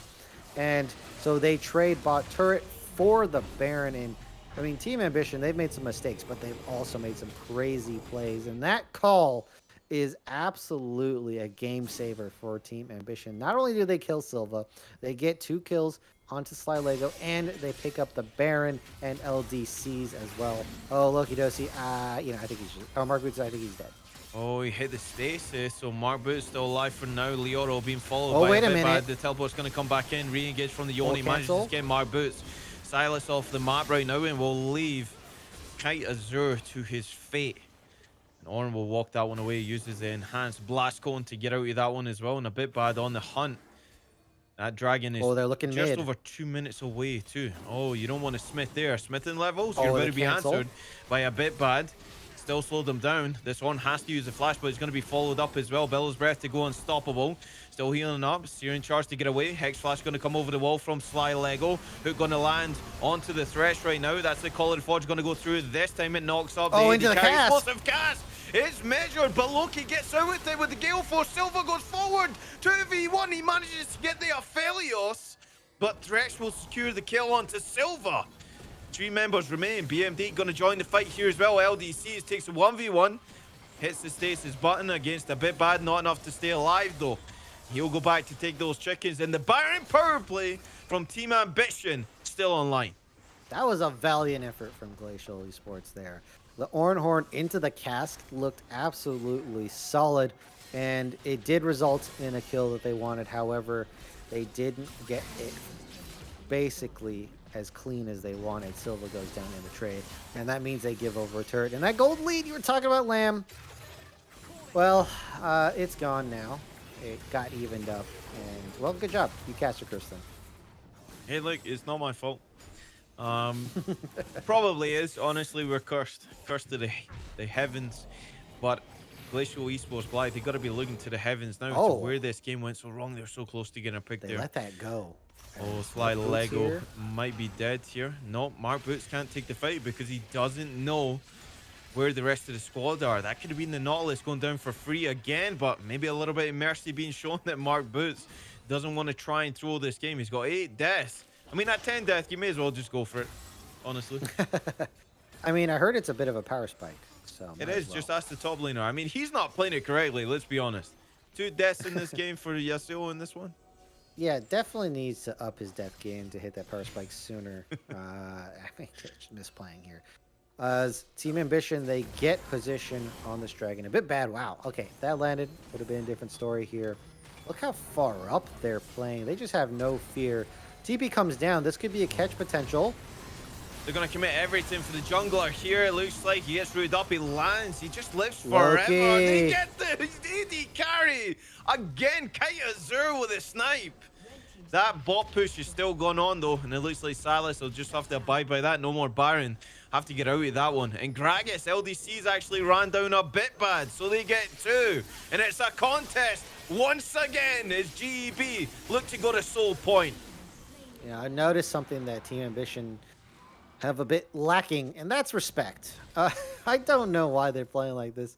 They just have no respect for what Glacial can do. They're a bit bad, just literally in the face of Leoto and LDC's no fear in his mind, and that ends up getting him caught as well as Loki Dosi there, while Mark Boots was splitting and BMD not there as well. So they just need to learn to respect here, and they could have had a dragon of their very own.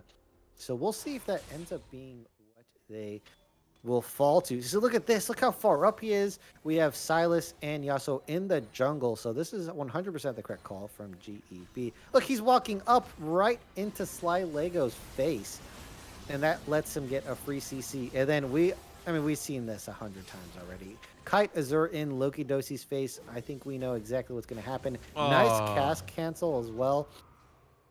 I think Team Ambition, they BM'd and they got burned.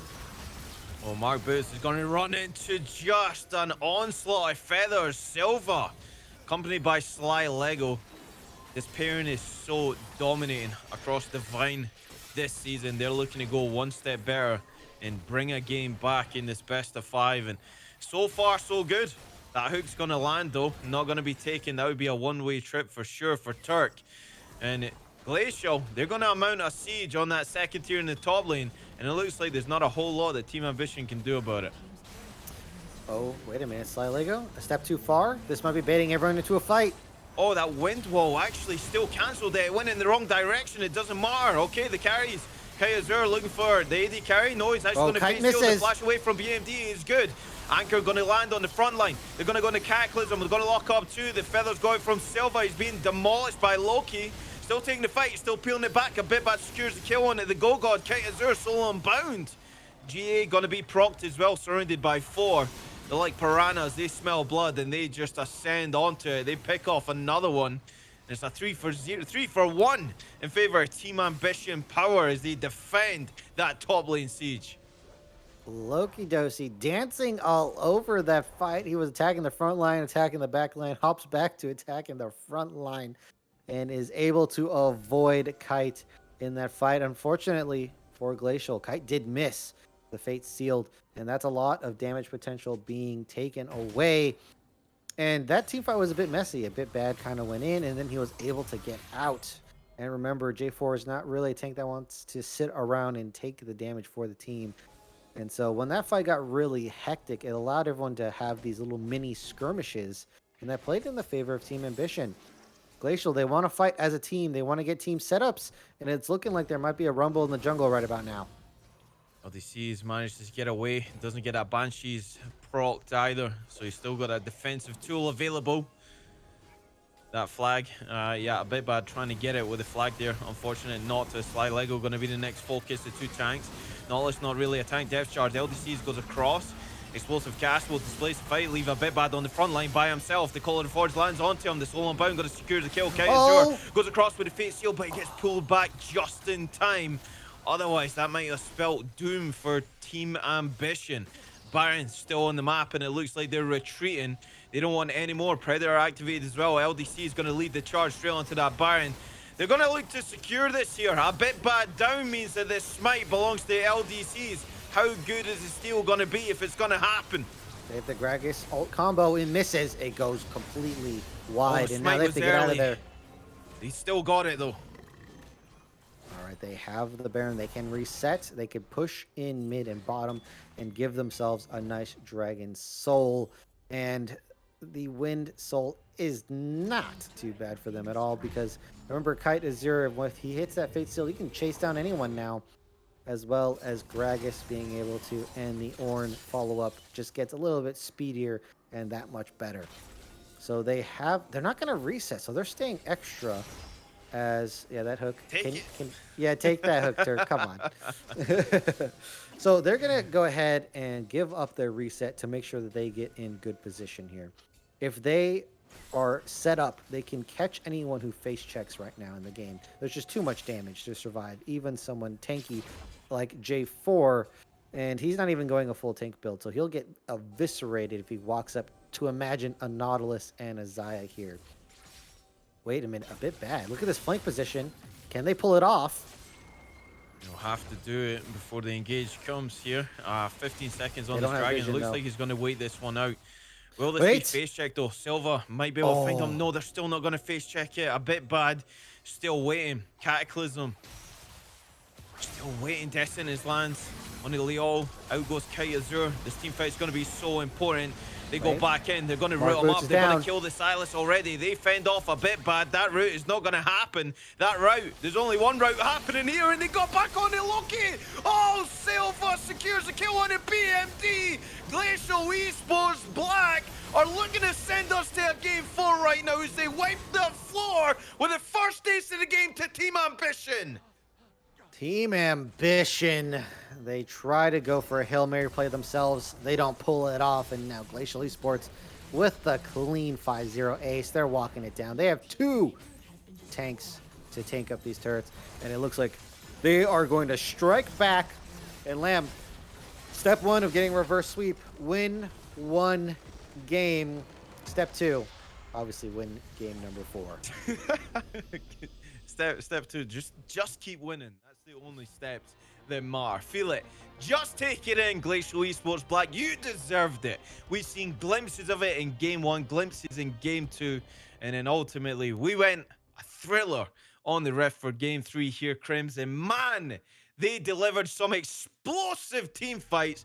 And Kite Azure on that Yoni time and time again, landing straight onto Loki, and he had no chance of survival against that Yoni. It was so clean. Yeah, it's just unfortunate that Turk was not able in position multiple times to peel for Loki Dosi there. And so Felios just kind of a sitting duck. And Kite did so well this game. And I think that's credit to Kite, but also the team, because finally they played around a lane, Lamb. Glacial Esports are looking alive because they finally have realized, hey, we're not really making plays. We're just trying to counter, and they go for some of their own. And despite not getting first blood, Mark Boots gets it himself. In this Yone matchup, is able to put pressure down, get kills, and Leoto multiple times, despite being down in CS, despite being out pushed, is able to come down multiple times and give a nice assist to Kite Azure. And look at LDC's damage on this Gragas as well. He was Multiple everywhere. 5-man casks. Yeah. Just body slamming people's faces, helping get the kills onto some people like Loki Dosi here. And Glacial Sports, you look alive. This is obviously the best you've looked all series long. You were making plays. You were actually looking like you were trying to win the game instead of not losing, which is very cliche to say. I should probably not do that. But it did look like you guys are trying this time. And thank you for making this series alive. I do have to say, though, Team Ambition. They are a team, it is Team Ambition, kind of their MO here. Where's the respect? Where is your position? Like, your positioning this game is just everywhere. I don't know what you guys are doing. You're trying to have fun, trying to go for maximum outplays. I don't know. You could have won this game, of course. However, multiple times people are just getting caught out, especially a bit bad, I think, walking up to Sly Lego to get snared up, and then that baits Loki Dosi as well. So, I thought you guys would play through the top side and maybe you give a few dragons, but not all the way that they did in this game. So Team Ambition, cool your jets. Cool your jets for game number 4. Cool your jets. I like it. But of course, like you already mentioned, Team Ambition, they're an organization that you can't prepare for them. They just bring something different every single time. It didn't work in this case, and we are speculating that the Yasuo was a takeaway.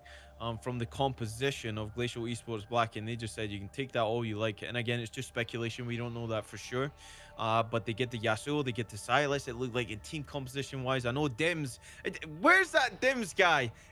Bring that guy to me, and I'll talk Where? to him. Caddy knows who I'm talking Who you about. talking You know, about? Okay, you know Caddy what I'm knows. talking about. Caddy knows. Caddy Who's knows. this guy that you guys know? Yeah, it doesn't matter. His prediction was enough to swing the tide in the series, or will it? It's a game of thrills, and certainly Summoner's Rift is heating up as we prepare for Game 4. Ladies and gentlemen, we're going to cut to a small break. When we come back, Silver Streams, they're ringing in the ears.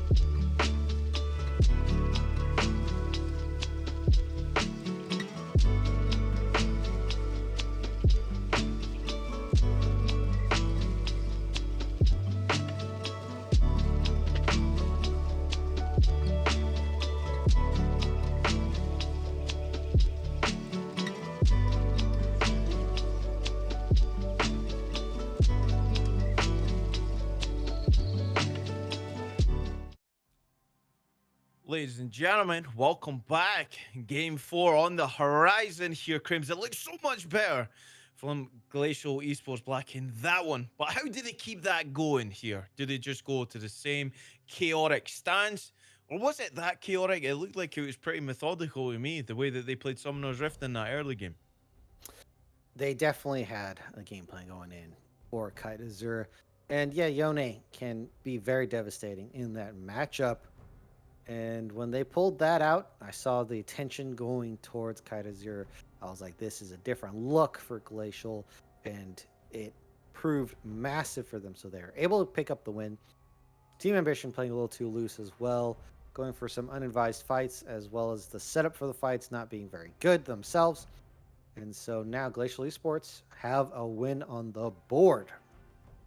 And they're going to have to keep doing this game plan. They don't have to necessarily keep playing through Kite Azure.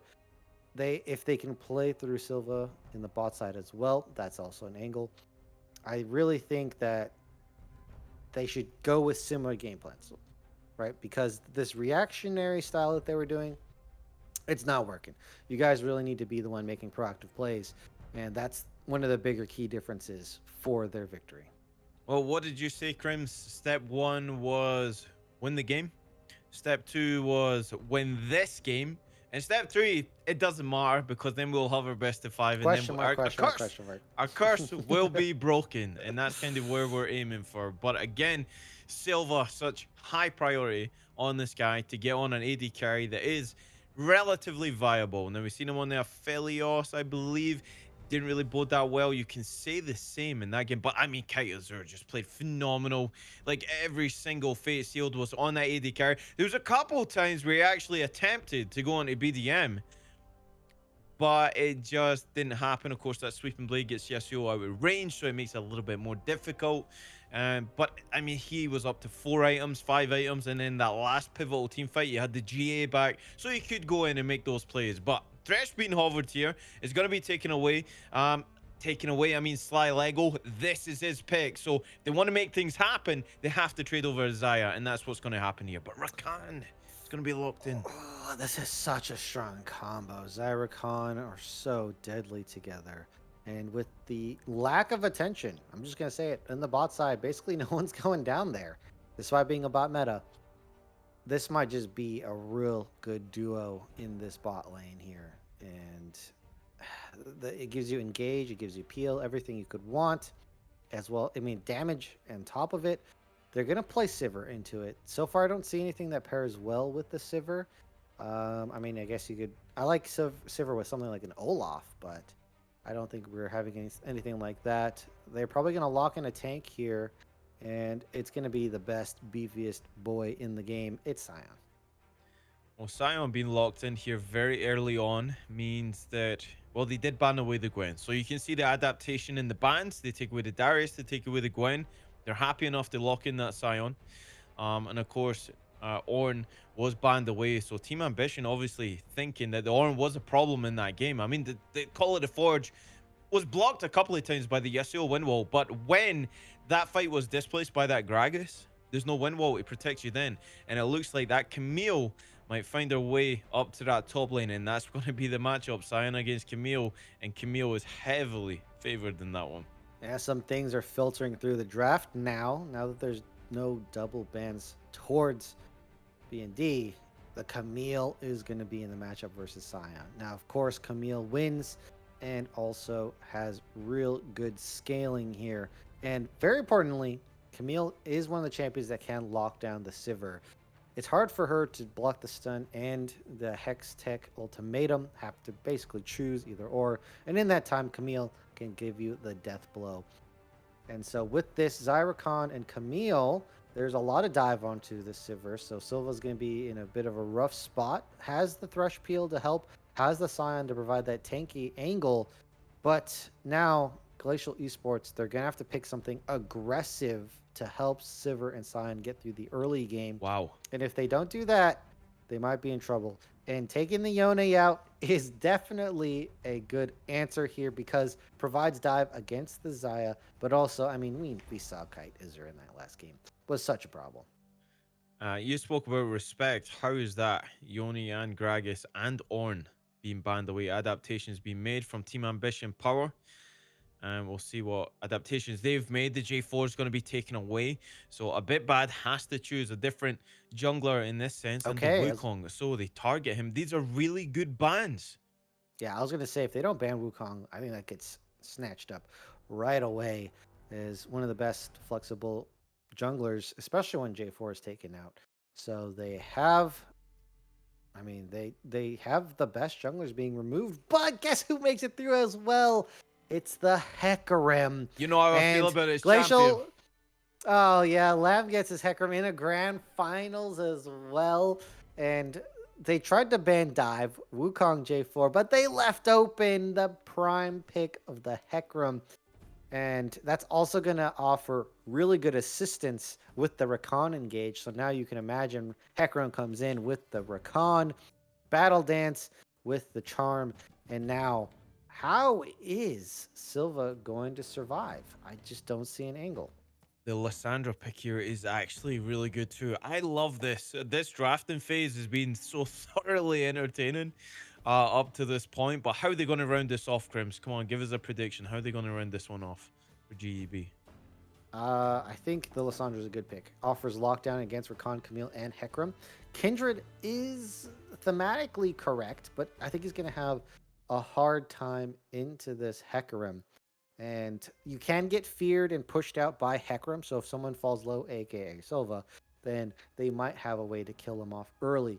However, Kindred has a good frontline tank, control mage in Lissandra, but she's going to be a bit low damage. But Kindred Sivir can back that up. On the reverse side, Team Ambition, they don't really have a full dedicated tank. Hecarim is kind of like J4 in that respect. So they're going to go for the all-in burst. The Zig's going to offer a lot of control in the game through the poke and can lay the final touch with his ultimate here. So Glacial have set themselves up with a pretty easy team comp. We're going to play through the Sivir. Sivir's going to do a ton of AoE damage. Sion's going to absorb damage. If Sion goes or Sivir goes low, Kindred Ultimates keeps everyone nice and healthy. And then they can basically just out damage and out tank in these team fights. So they need to play through Kindred. They need to activate Lissandra to activate these side lanes in Silva's Sivir. On the flip side, Team Ambition, early game plays, burst, flanks. They have to outplay. But Glacial, this is a really solid comp. It is. I am thoroughly excited. I mean, it's a little bit catch-22 for me, Crims. I'll tell you why. Let me tell you why. Oh, so Hecarim's on the other side. Hecarim's pick. And I want a game 5. It means that my champion has to eat the dirt. You know what? If it eats the dirt in spectacular fashion, I'll take that. I'll take the game 5 over my love for this champion. I mean, look what they did. They massacred my boy with this new...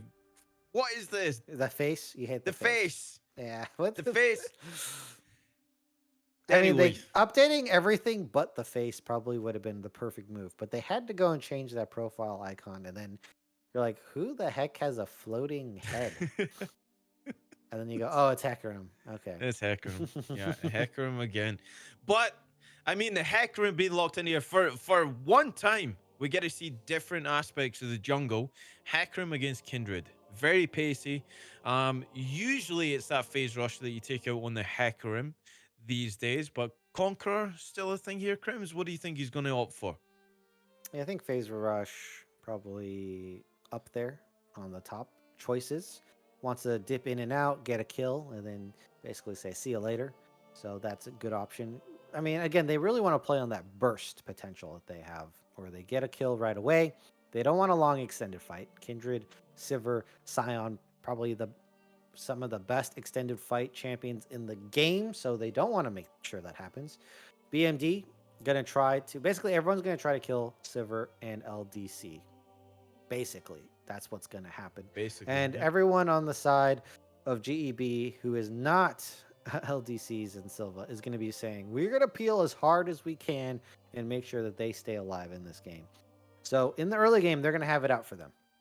Hecarim, Camille, Ziggs. I mean, we saw Mark Boots Ziggs in game 1. It's a lot of pressure that they can exert in the game. Mark Boots through pushing, and Camille through the ability to set up a long chain of CC for someone like that Hecarim. So they have to survive this phase of the game. And once they do, I mean, if this gets into a long game, Lamb, and we're doing 5v5 team fights for objectives, I think Glacial Esports are just going to completely wipe Team Ambition. That's like music to my ears. Not for the bias reasons, but speaking of bias, if you've got a favorite team, get your predictions in. They're live. I know some people want to be cashing in. I just know it. We can't do that because that would be disingenuous of the casters to do that. We have our own opinions and we'll stick to those opinions. But what we see in front of us, Crims, again, this is a very organized draft from both organizations. The amount of pressure that's on this game, you can see it through the draft. This is a methodical draft from either individual. I mean, right across the board, Kite Azure ends up on this Lissandra. I got a sneaky feeling this Lissandra is going to be the catalyst for this team composition. I really do. The Lissandra is basically a hard counter to the Rakan, the Hecarim, and the Camille. These champions are going to want to come in.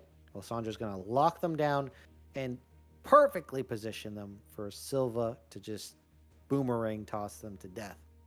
However, not a lot of damage comes out from this Lissandra, so really going to be more of a utility focus, and is getting matched up into the Ziggs Lamb. So I don't think Kite Azure is going to be roaming anytime soon.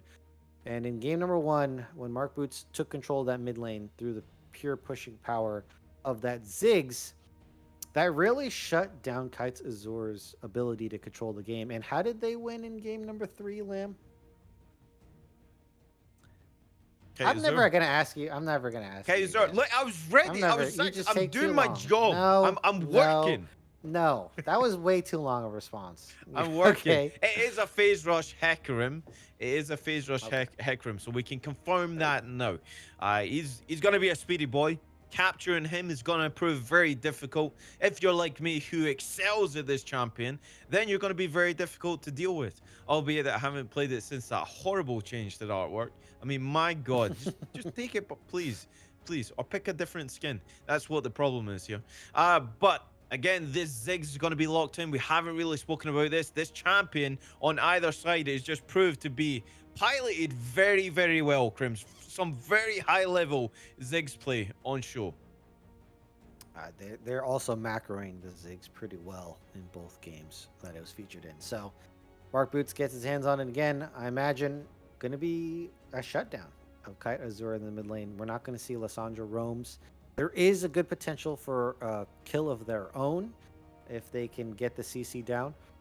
There's enough damage in both of their kits to get a kill onto someone like the Ziggs. So I think that there is potential to unlock Kite Azure, but they have to do that. Unlock Kite Azure, affect the side lane, get Silva in a good position. Glacial, this is your chance to go even 2-2.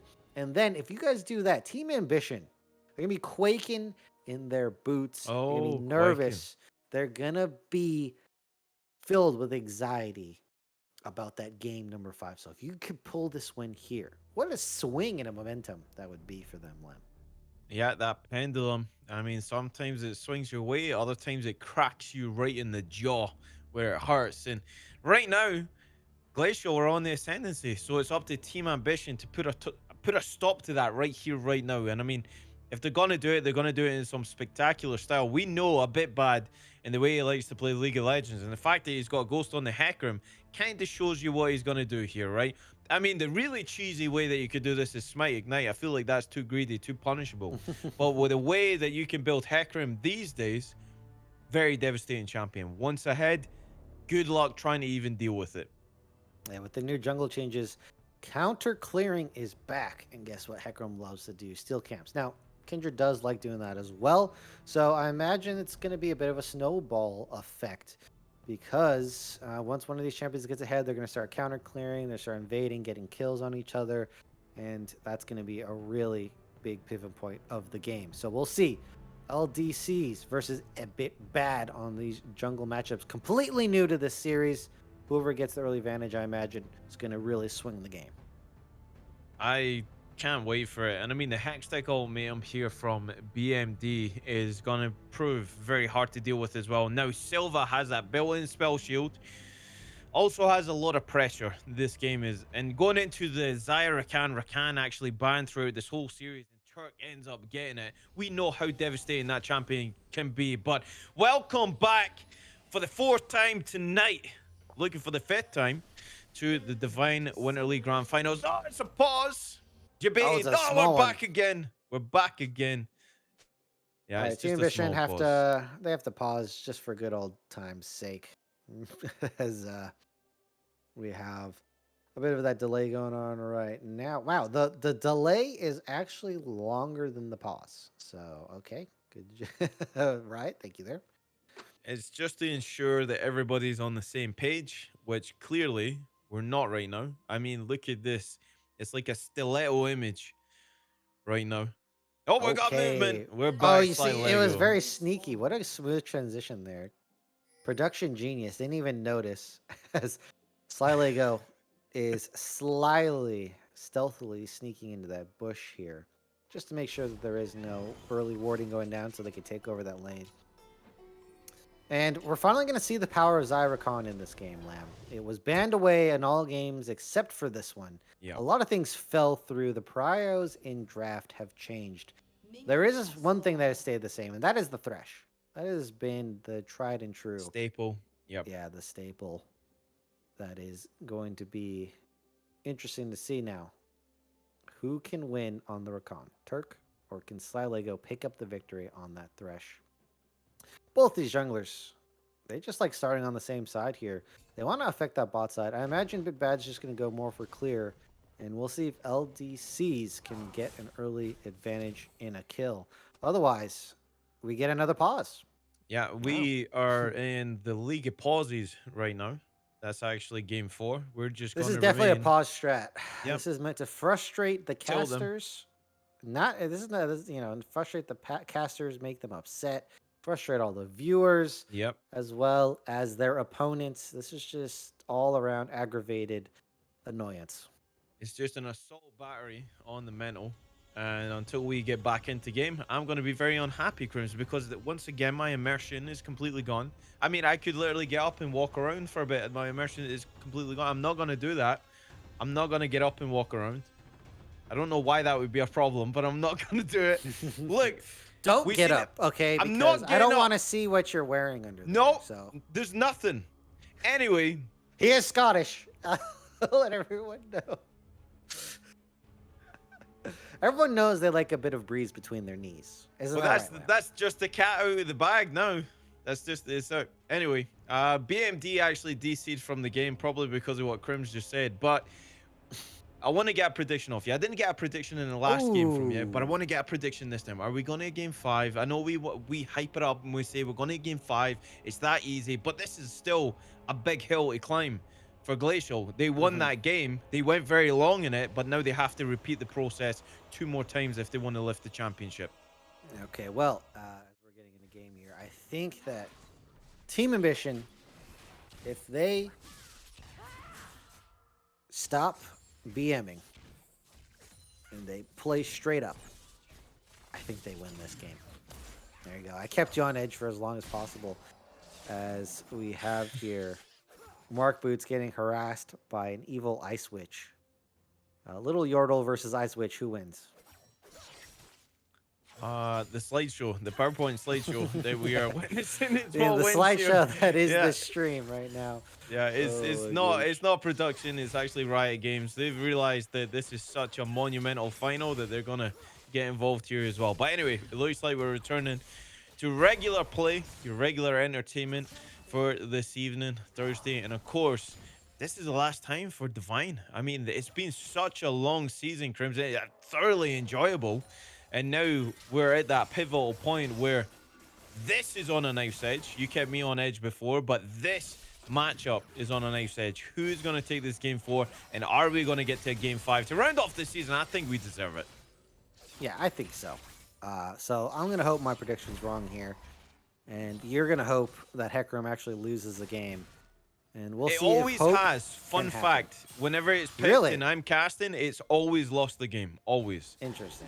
Well, maybe people didn't pick in a good spot here, as we have both the junglers finishing out their clears. Of course, Hecarim is just going to be faster on that clear. However, his lane is pushed in, and if he goes for a gank right now, LDCs could go for a decent counter gank, as we have the trade go through.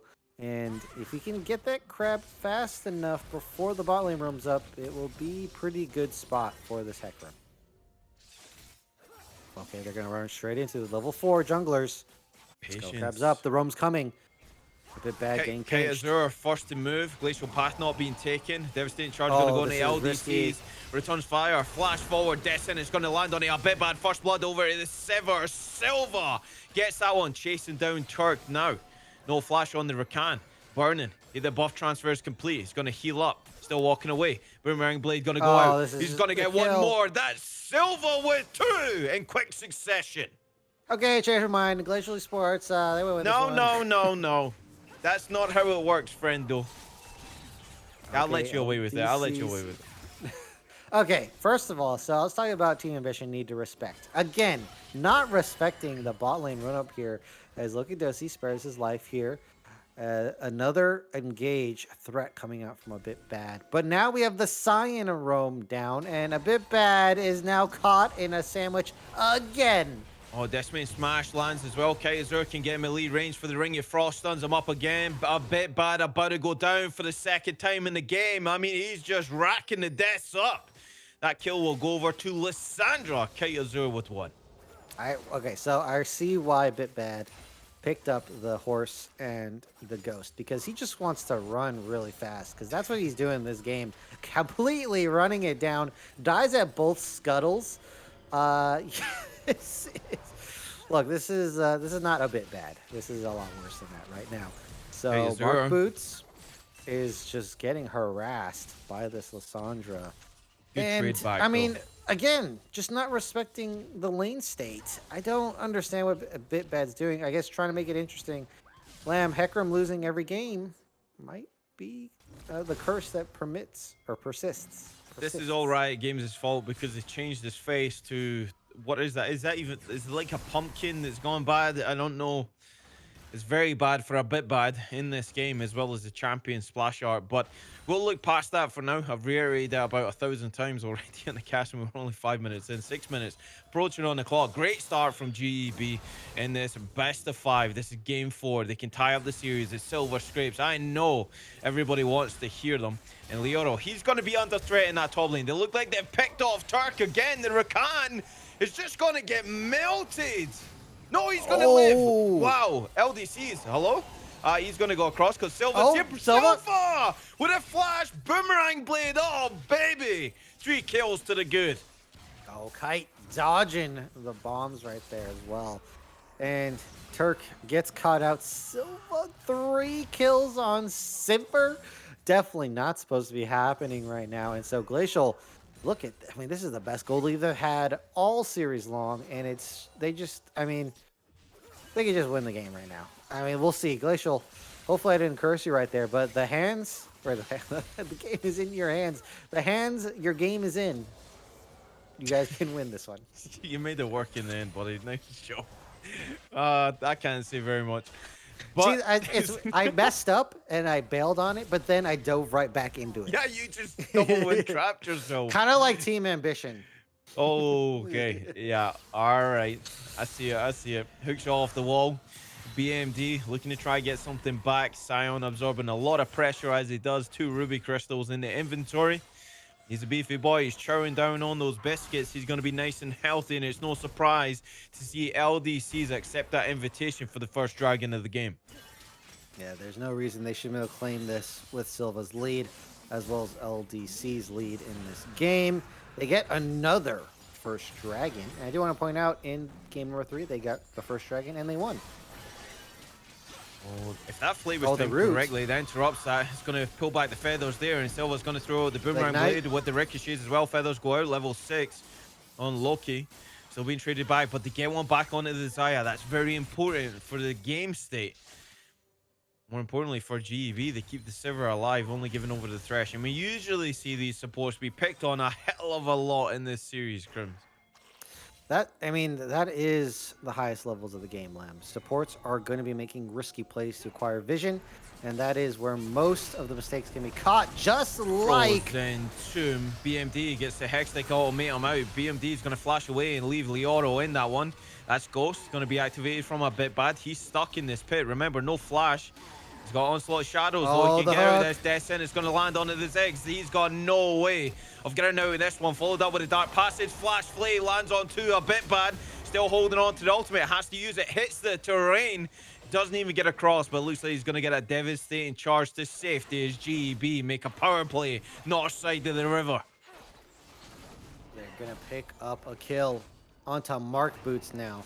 And that is a camp being stolen away.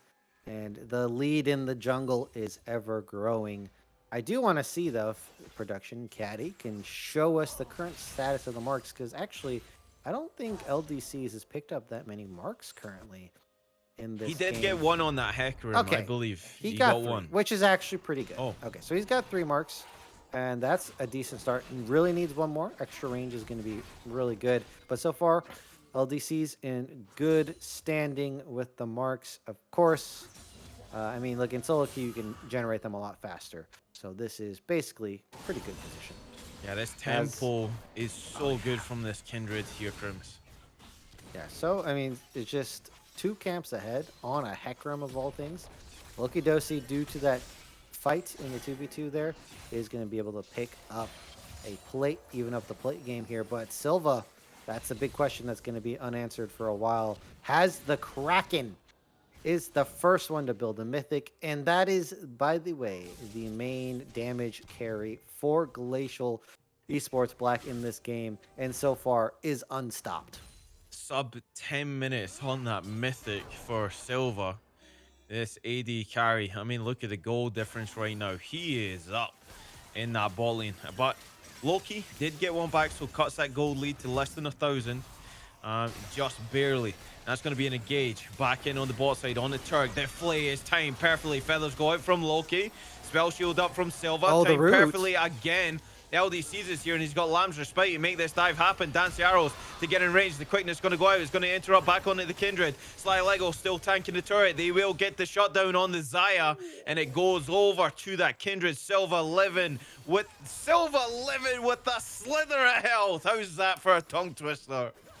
Mark Boots, dude, he is so close on the positioning of that ultimate there, but just couldn't land it on the right people, because he could end up with a double kill, and just barely missed. Has the blue buff here for the mid lane, so that's a lot of push power. So they're trying to get Mark Boots in a good spot with that here. On the top side, I mean, BMD has a lead. Okay, trying to go for a solo play. LDC's on the side. Onslaught Shadows misses, doesn't land, but Turkey's here. He back up the Hecarim mistake. Lamb's Respite gonna go down now. Dark Passage is there to try and get him his safety, but it's gonna be disengaged and a bit bad. Goes a bit wide with that ultimate. Yeah, isn't able to hit it, pick up the kill. And yet, bit of a rough game for this Hecarim, as we have a bit... PowerPoint. PowerPoint.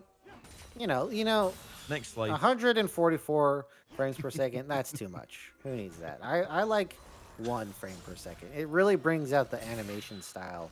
Big fan of League Legends. Tetris. Tetris actually probably higher FPS than that. Tetris? I mean, I don't know what the original Tetris is on. No, actually, those were high. Anyway, as I don't want to explain the computer engineering of why the original Tetris is actually high frames per second, we're gonna go into this potential dragon being picked up here in 10 seconds. The balling's pushed in. Silva just completely uncontestable. Wait a minute, He's that's a so bit aggressive. confident. Yeah, has the lantern to get out. But, I mean, they have the push in the mid and the bot. This should be a free dragon. If they walk in to Lysandra and Thresh, they're just going to get completely CC'd and killed, bursted out. And LDC's damage is now activated with his Kraken. So, no way they can test this. They should probably make a play on the top side, but they're not in position for that.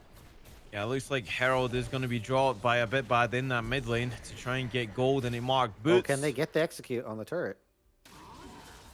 It doesn't look like that Satchel's going to be able to do it here. No. But that is a lot of plates going over. And it's only a matter of time before Mark Boots gets that first turret, as Ziggs should. The Rift Herald gonna help with that task a lot. And they do like doing this on Team Ambition. I've noticed twice in a row here they go for this strategy. A bit bad. You're gonna have to get out of there. That is dodge, and we know what happens when you're in dodge. You got to get the hell out of there as fast as you can.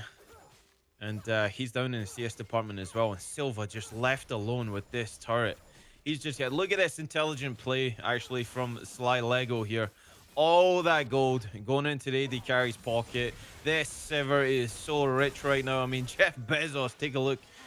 He's probably in that winner's club. He's a millionaire at this stage in the game. This doesn't get any better if you're a Sivir this early on in the game, Crims. He's just running all the way to the bank. He's about to cash in right now, and we'll see what he can get. He popped that cull a while ago. Caulfield's and that pickaxe going to be picked up.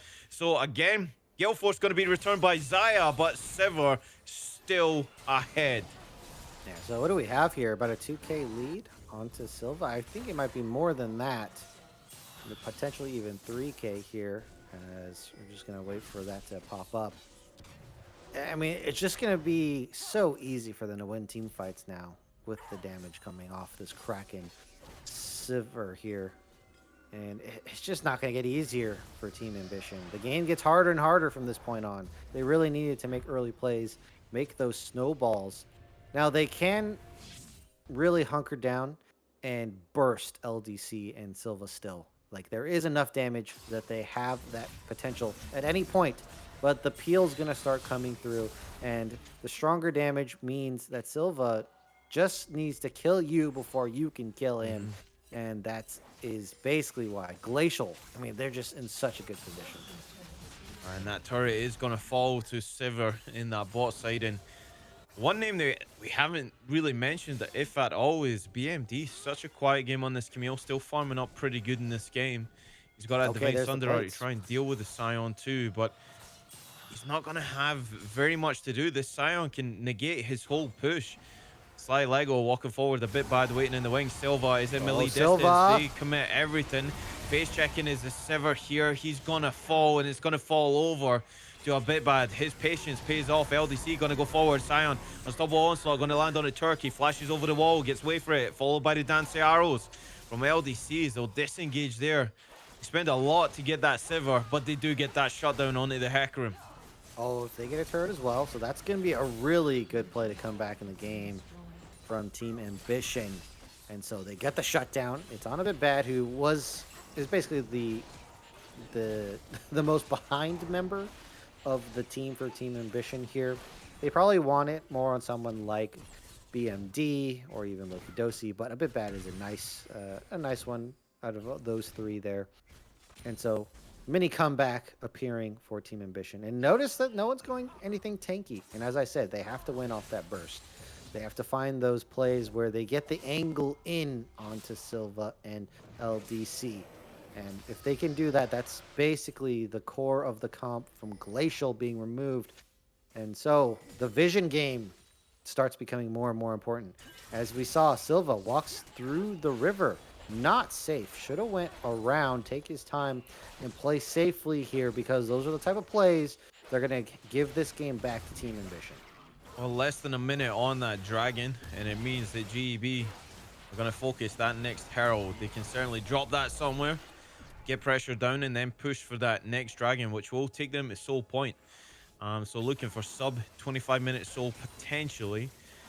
Now that Hecarim has more gold back in the pocket, that means that it's going to be a lot more favorable to try and get a kill on this guy, but they're going to drop Shelly in that mid lane. Rakan and Hecarim are waiting in the wings. And Shelly doesn't even get the charge off. I mean, it didn't even count. Sly Lego, oh, flash for flash onto Mark Boots. That was landing. So Zig's putting respect down on the Thresh. Turk doesn't land the knock-off either. It's on the knife edge. Oh, what is this? What is a bit bad doing? Oh my god, Kamikaze! Frozen Tomb comes out from Kite Azure, and they just delete the jungler on the eve of Soul Point. A bit bad. What are you doing? What are you doing? Bro, this is Risen Divine Grand Finals. This needs to be your best look. And you just charge in there and make the double back out and get caught by Lissandra ultimate? especially on the edge of a reverse sweep, and now you're down 3 dragons to Glacial Esports Black. Okay, this. All right, you're gonna need You're gonna need your bro to talk to you right now. You need some emotional support because you're losing it. This is a crazy horse right now. Crazy, crazy horse. Yeah, he's having a game of it, that's for sure. And I mean, the curse still continues. For me, Crims, that my champion the game's not over, so I'm not gonna say anything. Yeah, But Lamp, your favorite champion is doing bad, and you should feel bad. I By do feel extension. bad. I do feel bad. I absolutely do. I can share the same pain that a bit bad felt when that Frozen Tomb was perfectly timed at the end of that Onslaught of Shadows.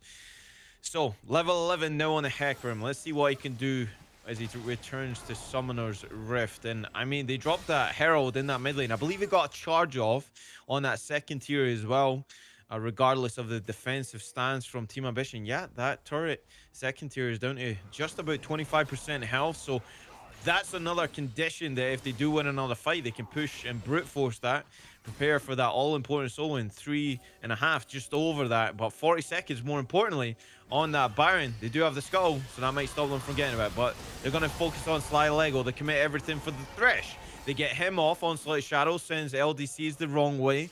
They get a pick, though. They're playing off that vision, and that's a good pick to try and delay this Baron take. If they want to go for it, Kite Azure is going to get a Frozen Tomb down, and of course LDCs is going to be here. They trade back instantly. GB not afraid to pull that trigger. That is a nice pick themselves, and it is the squishy members find themselves falling prey to this high damage team on both sides. And I mean, I have to say, this dragon coming up in 3 minutes, Lamb. What did I say Glacial Esports Black was really good at? And this is your last chance to respond in a timely manner. All right, you're done. Hey, I was waiting for how long it took you. No, you're done. Okay, I've never asked you a question again. All right, we're done. This is over. All right, Glacial Esports, they're really good at the team fight. They fight front to back. If you try to dive Silva, they have excellent peel in the Lissandra and the Thresh, Sly Lego, Kite Azure.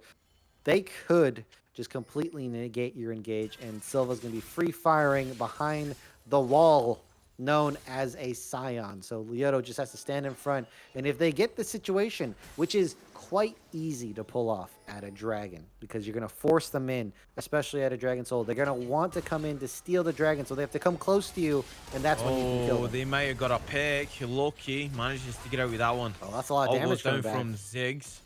And Turk waiting in the wings. Sly Lego is low here. And BMD has made the roam down. Camille switching it up. Goes to that bot lane. They will get out for strong. But Crims, I want to go back to your point. How would I have guessed all of that? That was way too much for an answer. If that was in a test, I'd probably just walk out. You just walk? You wouldn't even attempt? No. How do you even revise for that? I mean, watch a lot of League of Legends, I guess. I kind of do. Yeah, that's true. How come you're not picking this up? As Team Ambition, they're going for a Hail Mary of going for the Baron. The Baron! Try to pull them away from that dragon. And this is basically the only card they have in their hand right now, because everything else is in the graveyard. Well, it's definitely a bait, and I feel like Glacial know this is a bait, so that's why they're not face-checking this, and they don't have to.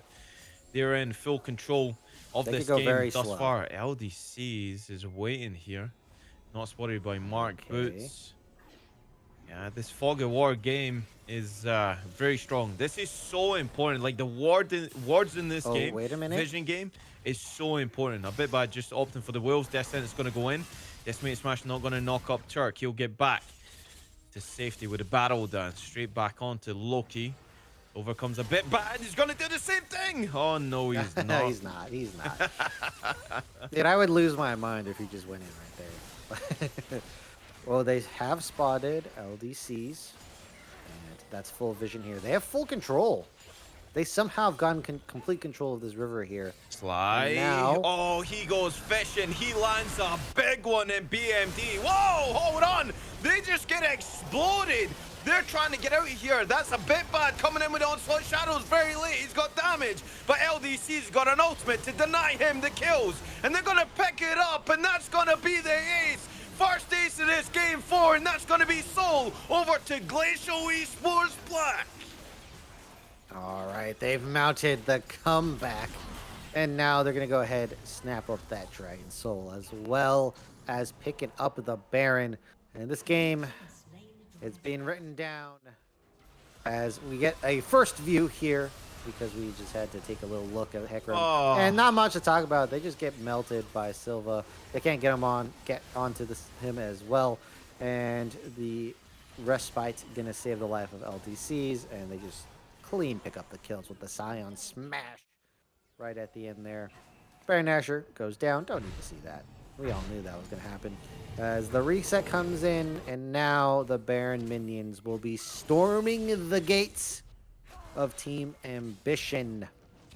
And, well, I mean, Lamb, Team Ambition, it's going to be an absolute miracle if they win this game. And, you know, there's a possibility that they can produce a miracle, but very, very unlikely. Now then, gear up, because this is looking like, I don't know about you, this is looking like a game 5, but GEB, they have to close this out. That is the big thing. That is the big question. Can they close it out in some style? Because this is the quickest and most efficient game we've seen them play. They just need to make this Baron power play count. And where are they going to go? Lissandra's going to bring the minions to that bot lane second tier. The pings are going down and they're shadowing them here. So what's the response going to be from Team Ambition? How do you stop this onslaught here, Krems? Because it looks like right now, there's no answers. I mean, look, they have to get pick. That's really the only way to play this out. If they team fight, they're going to get smacked, just like the last few. And right now, Glacial, they can force any team fight that they want around objectives. If they push into the base, they have to fight a team fight to defend here. So they have complete control of this map. They can basically win this game any way they want now through their team fighting. And as much as Turk wants to get wards down, it's going to be a very risky endeavor every time he steps into this jungle, into a unwarded bush, into that vision game that's being played right now. And we're just waiting for Team Ambition to lose this one. Well, they are pushing in that top side. They make that play. Looks like they're going to try and get reset. No, the auto going to stay. Glacial Esports Black. They want this game over and done with. They're going to go across Ring of Frost. That's a Frozen Tomb going to go down as well. Rakan's actually going to get the kill. They don't get Turk. Silva's on rampage. Loki. Silva actually gets rooted up and deleted by the Hecarim. They're fighting back here. So Carrie's down. The only one left alive is LDCs. Do they want to fight? Decimated Smash. Timed perfectly. The disengage is going to be there. BMD still alive. Hecarim still alive. LDC still waiting in the wings. Still got the Lamb's Respite. If they want to try and engage onto this, it looks like Sly Lego's going to be the next to fall. GEB might have just bitten off more than they can chew. Team Ambition fighting back. Lamb's Respite going to go down. LDC knock him out. on a timer here. Has he got enough in the rampage? He does. Leoto has to get out of there, has to hightail it, because the whole squad has been massacred. And Sion's going to be the latest addition as Team Ambition mounted defense, and they are successful. Okay, well, did not expect that to happen. So, you know, I said that Glacial Esports want the Sion to be in the front. Well, Sion wasn't exactly in the front there. And also, LDCs, I don't think was in position. So when they go for that engage, there's not enough peel for Silva. And they get the kill on the very important AD carry. And I think we're going to have to look here. So let's look at the overall positioning. LDC is clearing the ward. Sion in the back, not in the front. They go for a dive. Remember, they're not really a dive comp. They're a front-to-back team fight comp. And so they don't get this burst kill. Turk gets out. I think he's going to make a massive getaway here. Loki Dosi's going to stall for enough time, gets enough damage down, and Silva is the one who ends up being in the front. And then they can just easily kill this Sivir here. So bit of over-aggression from the side of Glacial. They could have just played it a little bit slower, just go for the turrets. And I mean, I hope, I dare say, I hope they do not throw this one, because this would be a very, very disappointing throw for Glacial Esports. Well, even though that skirmish went over, as you see LDCs, yeah, he gets stunned up gets there him with out. satchel charge, yeah. Oh, wow. And then Leoto, yeah, he's walking that one away, but he doesn't actually get away. The gold lead remains the same. 6,000 is that gold lead, still in favor of GEB. They still have achieved Soul in this game. Elder, less than 2 minutes away. Baron, just over 220. Actually, less than that now. We're reaching a pivotal point where I asked the question, Crims, can they close out the game cleanly? And so far, one attempt has failed. Yeah, this is a bit messy, but they still have massive position. Oh, Turk gonna get caught. Oh, the pick onto the vision interrupts Turkey as well. Teleport coming in. Frozen Tomb They not don't gonna get the secure kill. A bit bad. Going to come back in with the unstoppable onslaught. Still going to be on the front line. He's going to peel back there. Good displacement going out from the Ziggs. Satchel charge lands on the floor, goes forward. LDC's a bit bad burning. He's still going to live.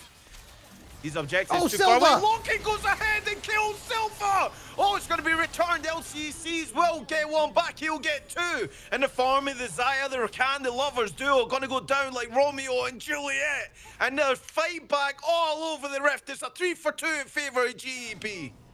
Loki gets him with the Gale Force, and again, I don't think Glacial I don't think they understand their comp. They don't really want to make picks. Most of their damage is in that Sivir, as well as LDC. These are not pick champions. They're front-to-back team fight champions. They just basically fire away at whoever is in front of them. And so, as you can see, Turk is a support Rakan. He's not that tanky. And look, he is surviving this. He is getting out. That is not how your team operates. And now you're giving them an opportunity to get kills like this return kill onto Sly Lego. And Silva here, if the team fight kept going, Silva's in a great spot. But the feather comes down, the first one comes down and basically blocks off the continuation of that fight there. Can't step up, tries to go for some more damage on the Loki, ends up dying to the Gale Force. And now Team Ambition do take a bit of an overstep, but they'll take that as they really don't want to go for these 5v5 fights. And now they're on position on this Elder Soul. Okay, this is it. Turk is going to pull the trigger first onto the Scion. That's nice. the tankiest member. Goes back as well. Manages to get him low enough. Elder going to be started here. Going to be the forefront a bit bad. Still peeling the back. Destiny lands onto the Ziggs. And then the main grinder. What a play from Sly, Lego, and Sivir. The ricochets are just decimating. Team Ambition. Quadra kill. The Penta's going to be stolen. Report the hell out of LDCs. Silver Scrapes, baby. Let's hear you. Kayazur ending the game. Oh, and a surrender coming through as Team Ambition. I wonder, how is their mental holding on? Because it's looking like the reverse sweep is on the table, baby. And they're serving up horse meat because a bit bad is probably not going to be playing Renekton in this final game. That was an interesting showcase of junglers there. And a bit bad. I mean, no, I said it. No respect. Where is the respect? Because a bit bad has none of it. Yeah, I'm punching things. I'm punching things. That's how upset I am. Punch on, baby. We got game 5. We broke the curse. Me and Crims are free. Good night, everybody. I'm only kidding. We'll keep you entertained for this game 5. I mean, that was an incredible game. It was laid on a plate for Glacial Esports. They messed up a couple times. But Sly, Lego on his thresh, lands the hook on the Ziggs, goes in double flay. Good night, Vienna. Game 5. Crims, what an ending to that game 4. And it just doesn't get better than this for Divine Finals. I mean, once they got that double kill on Silva, I mean, I said I wanted to change my mind. And then, a bit bad. That was a rough game. All right, they're going to have to do their best, and I'm going to have to do my best to forget game number 4. But Lamb, that was step number 2. Now we're on step number 3 here. Of course, poke champion Mark Boots playing the Ziggs does hit the most in the game. They just have the most availability to do damage. And so we see there Silva, most damage on his team. And this is purely through team fighting. We can see that Loki tried to do his best to keep up and did roughly a good job despite the just difference of kills in that game. And look at that gold lead. That's the best gold lead graph GEB has seen this day. And the momentum, Lamb, has shifted. It's flipped over. Glacial looking like they are going to complete it. Team Ambition looking like they're choking under the pressure. And I mean, Team Ambition, if you ask me, Lamb, they have to really hunker down, get their mental under order, or maybe they got to stop having fun? Which one is it? Well, it's all to do. I gotta go back to the very basics here. It's all to do with the picks and bans. It's just for they opted to take away the Wukong, the Jarvan, and then all of a sudden, Abitbad says, well, I'm going to bring out the Hecarim. He doesn't realize that Lamb is casting this game and Hecarim is never won in front of me. My God, I'm waiting for the day. If he reruns it again and he wins, then, do you know what? All curses are broken and everybody's happy. But like a phoenix rising from the ashes, man. Like Glacial Esports Black, what a team, what a performance. Team Ambition up against it. 2-2 in the best of 5, game 5 coming next. But you know what's before that? Silver Scrapes, play it, Caddy.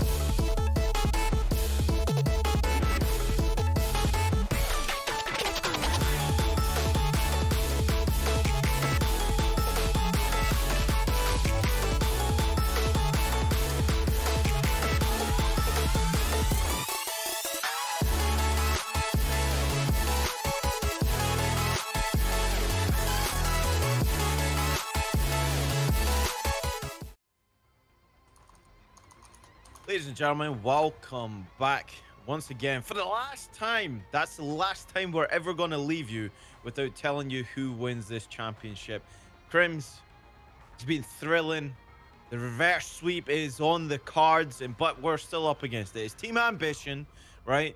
They are known to take series that far and then crush all hope, but they haven't looked that great in the defeats. No, they have not, and I think that it's a bit of just not solid gameplay in the jungle position. Let's just be real, a bit bad in game number 4, or yeah, game number 4 did a bit of sprinting, so we could put that behind us. If that doesn't happen, their early game chances goes up a lot, and they can make a recovery here. I mean, the double scuttle death is egregious. So take that out of game number 4. Does that game go a lot better? Probably. And so Team Ambition, they made a lot of good picks and plays. And Glacial Esports, that means Glacial Esports on a superior position in that game on just complete control of the map, made some mistakes, Slam, that they didn't have to make. And so that means that Glacial Esports are not playing perfectly.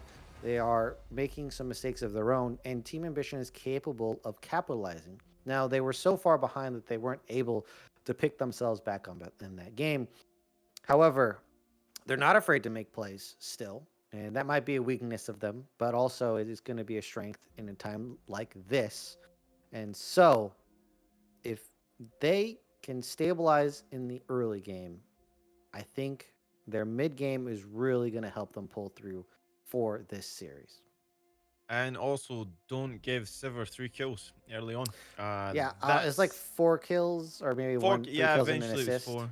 Yeah, Yeah, that's you right. just don't donate free gold to Sivir. That's a good strategy, Lamb. Where did you come up Especially, with that one? look at this big brain. You believe it or not, these are a double XL headset because my brain is. I'm only kidding. Uh, Look, it was phenomenal. This is Silva we're talking about. It's not just any AD carry. You give him an inch, he's going a mile.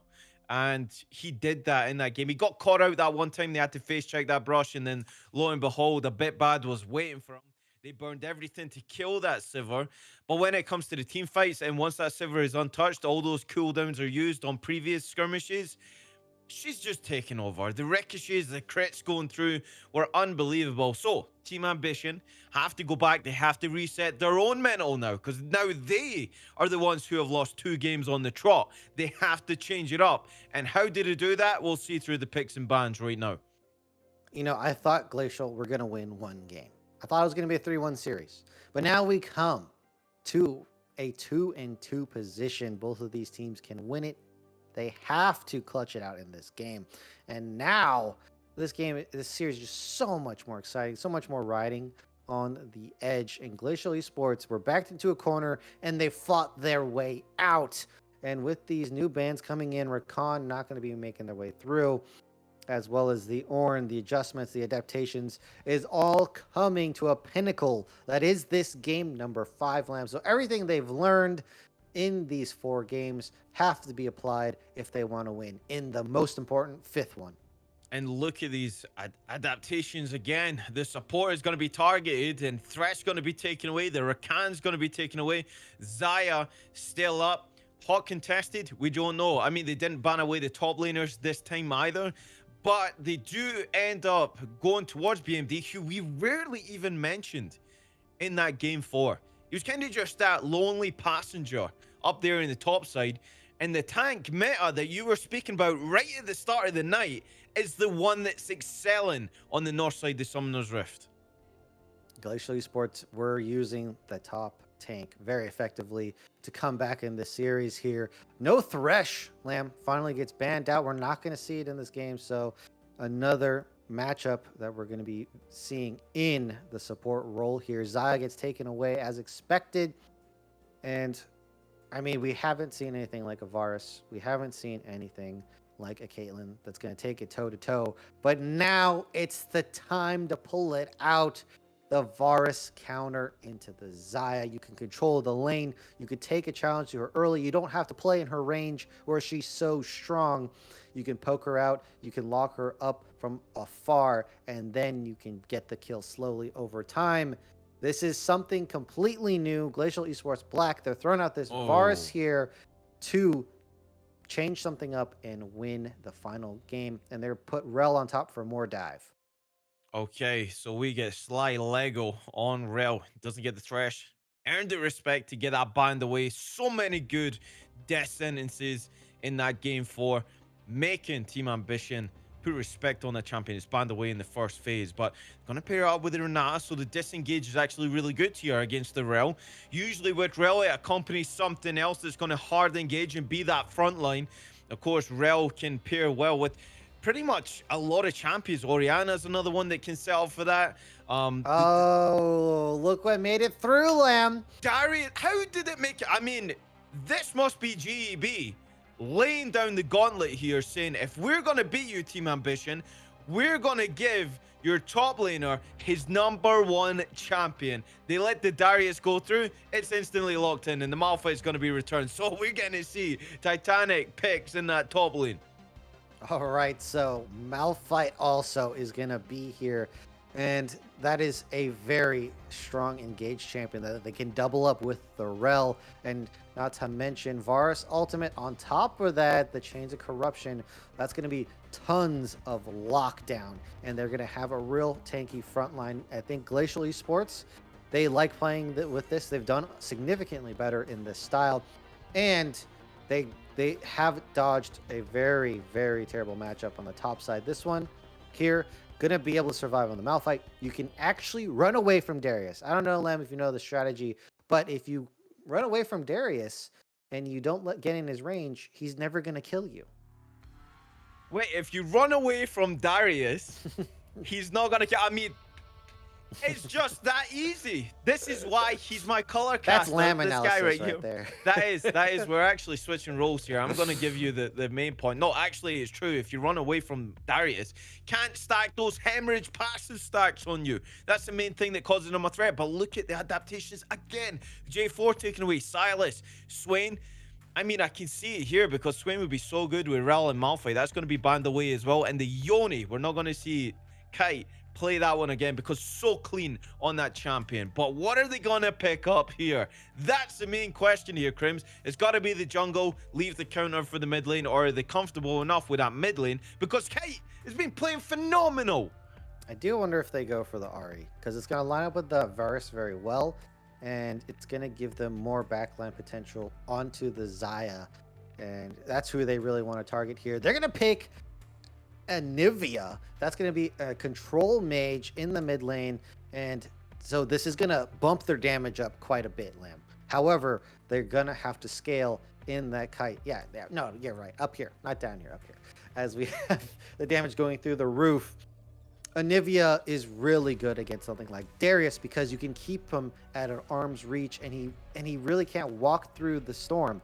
So Anivia is going to be able to lock up the Darius, and now the Syndra comes through as the counter mage, going to be able to make plays earlier, isn't going to hit the same levels of team fight damage, but now they can go for a single target burst damage onto the front line, and that's going to pair well with the Darius execute. So Team Ambition power, they have somewhat of a single target burst comp going down, and they do like playing this style. They've done it over and over again, and now they're going to they're going to pick up the Wukong, who is not really good into the Nivea, but is really good into the Varus and the Rel. And they're going to switch it up because Zin's going to be able to do a lot better surviving with his ultimate and provide some disengage.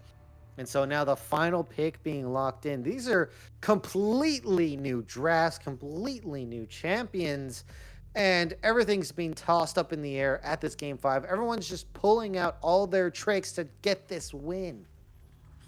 It's one and done, and we'll see what the last pick is gonna be here for GEB to round off this composition that is being methodically drafted, and this is gonna be thoroughly entertaining. I mean, the Anivia into the Darius. I mean, Darius just doesn't play the game. Infinite slow after level 6, and then you got a wall on top of that as well that you can build. You know, it's going to prove difficult. But this is BMD's #1 champion. He's got to know how to play it here. Support, actually, not sure what happened there. Did it register? Do we have an Well, we'll see update? what the jungle pick. We'll get it on the screen eventually, Oh yeah, I guess as the we jungle have. pick. Yeah, support's already picked, unless there's Yeah. gone rel in the jungle. Yeah, we flex in here. It doesn't really matter. We'll see what actually comes out with that. I believe it's just a graphics Yeah. bug there. But Crims, regardless who that question mark is on, it's Lee Sin. Okay, Okay, so we get it in. We have the love it, information. love it. Yeah, We thank you, Caddy. Caddy fed it to us very covertly. I mean, and Lamb just made it seem like it definitely came from him. Didn't hide that at all. Oh, So it's Lee Sin. This is gonna give them some angles to play against the Syndra, and this mid matchup has been very important. Mark Boots versus Kai Azur. Both times that these mid laners had advantage in the game really set them up well to win that game. So in this final one, both these junglers say, hey, I'm going to pick a champion that's going to pair well in the mid 2v2, and we're going to win it to win this series here. oh, again, I want to say it's ambition from Team Ambition here, Crims. I mean, the micro to actually execute what they're trying to do. Lee Sin, if you're good at Lee Sin, if you're even semi-good at Lee Sin, it looks really good. But if it's anything like that Hecarim game, yeah, just forget about it. Just let it jump in there and then get 1v5. But again, this is a bit bad. He had phenomenal games in game 1 and 2. Now he's hit that kind of low streak. Can he get that form back? That's the biggest question. I think it's very brave to pick that Darius in the first 3 picks. Showing your hand like that, albeit that it did make it through the draft, leaves you wide open just to be countered in a team composition wise. So how is this Darius going to factor in here? I mean, Darius is going to help excel that front line death. Really going to be able to burst with the Syndra. Once that execute lands, especially something like Lee Sin is, if he gets locked up, is going to just completely get bursted out. So that's the plan here. There's a bit of an issue because there is a Malphite, and I think you know this. I think the chat knows this. I think the players know this. Malphite's not an easy champion to burst down. There's a lot of tankiness built into the Malphite's kit. Has that passive shield, will be building tank stats. And so they're going to have to either be in a good lead in the game to burst out something like the Malphite that Leoto is going to be piloting here, or Leoto is going to have to be really far behind. And you can do that with this Darius. Look, Darius still wins in a fight up on top side. Yeah. Malphite's going to do his best to poke and survive. His best defense is going to be throwing that wheel, getting that comment down, and keeping Darius at an arm's length while picking up farm to scale into the game. If that doesn't happen, and BMD on his signature champ in a game 5 is able to clean up Leoto, cut him down to size, that's going to be a really good frontliner for you. That's going to be tough to deal with because he's going to kill your frontline faster than you can kill him, and you can start steamrolling through the team fight. That's going to be their strategy. They have the Rel to initiate on the Darius and prevent him from doing that, as well as the Xin. But I think this Renata ends up being pretty useful here and just completely disrupting the fight, because if it ends up being a complete jumble of chaos in this front line, then this Renata's pick's going to be huge. Disengage as well as finishing you off. If you're low, hit that hostile takeover and let the own team kill their own members. That's pretty much the Renata game. But that bailout, so important. We've seen it numerous times when his champion came through, that it can clutch up in the most vitalist of moments. But Loki gonna get the return. He's gonna get the Xayah this time around. Silva on the Varus. You said you wanted to see the Varus into this champion. Yes. You got it. How does that 2v2 fare now that you see Varus and Rel going up against the Xayah and Renata? Who's got the push and pull down there in the bot lane? So the Varus is going to be able to push out the Xayah without a doubt. You can poke him out from range, and you're going to be able to control the lane. The problem is the Rel into the Renata. Rel's not going to be that great into this Renata. Rel can basically be interrupted by almost any form of CC. Her engage is not so guaranteed. That's why she's better follow-up, or I like to call it when she's walking in, when enemies are walking into Rel, really good. So that's going to be a bit of a problem because Renata is going to want to peel mostly. So in the 2v2 straight up fight, unless champions are really low HP, they don't want to engage, but they're going to be able to poke out. It's really Renata and Rel are really there mostly for the team fights here. And we can see both teams. I mean, how often are they playing to bot side here? So this is, the Varus should be able to just free prio, push in, and then take control of that bot side and try to get early game dragons. If someone decides to change it up, this would be the game, Lamb, right? Get to that bot side, change it, make that bot side matter, because mostly it's the bot side roaming up to the other lanes instead, going the other way around. I want to see some action down there. Control the bot side, get the dragons. Well, we have seen a clash of the 2v2, even the 1v1 down there in the bot lane, but no jungle influence is kind of where I gather you're going with that point. That a bit bad in LDCs, their whole game plan is just basically full clear jungle, see which side they're on for Skull, trade those over if you can, unlike a bit bad in the last game. And then look to see what you can make happen in the mid. And not even the top lane. It's usually like skirmishing around that mid lane. That's usually where we see all the action. Now, with an Anivia on the board here, they'll be very interested in the interaction. Of course, the Lee Sin can kick into the Anivia. You can put up the wall, you get your stun, and then maybe you get the kill, depending on how good the Sonic waves are coming through from LDCs. But again, it's set up, Crims. This is a game 5. Let's get a prediction and let's get the hell to break so we can get prepared for this one. Who's going to win the championship of Divine? All right, so Team Ambition, Glacial Esports. I mean, look, I think that this draft is pretty close in terms of who's going to win it. I do think that for the top side, this Darius pick, I don't think it's helping anyone. I think it's really just BMD saying, I'm comfortable on this champion, give it to me. I think I could do some work, and ends up getting, you know, a bit counterpicked a little bit. At least he could kick away the Darius. It's a bit rough, but this is his signature pick. So I'm expecting a lot of work to be done that I normally wouldn't expect from a Darius. And I think the key point here for me is that Team Ambition honestly has been playing better throughout the series in terms of capitalizing on mistakes Glacial Esports has been making. The big flaw that they had in those last games, they're just tossing the game. Like, what are they doing? They're throwing. They're playing really lazy. They're not respecting. They're just walking into enemy CC. If that doesn't happen, and I hope they've gone full serious mode here for this game, I think they take it. You know I'm going to go for Glacial here. Yeah, there's no secret that they are on the ascendancy. They've got one hand on the trophy. The other hand is Team Ambition. There's only one. Only one can be the winner. We'll cut to a small break, guys. When we come back, it's the finale Divine Grand Finals right after this.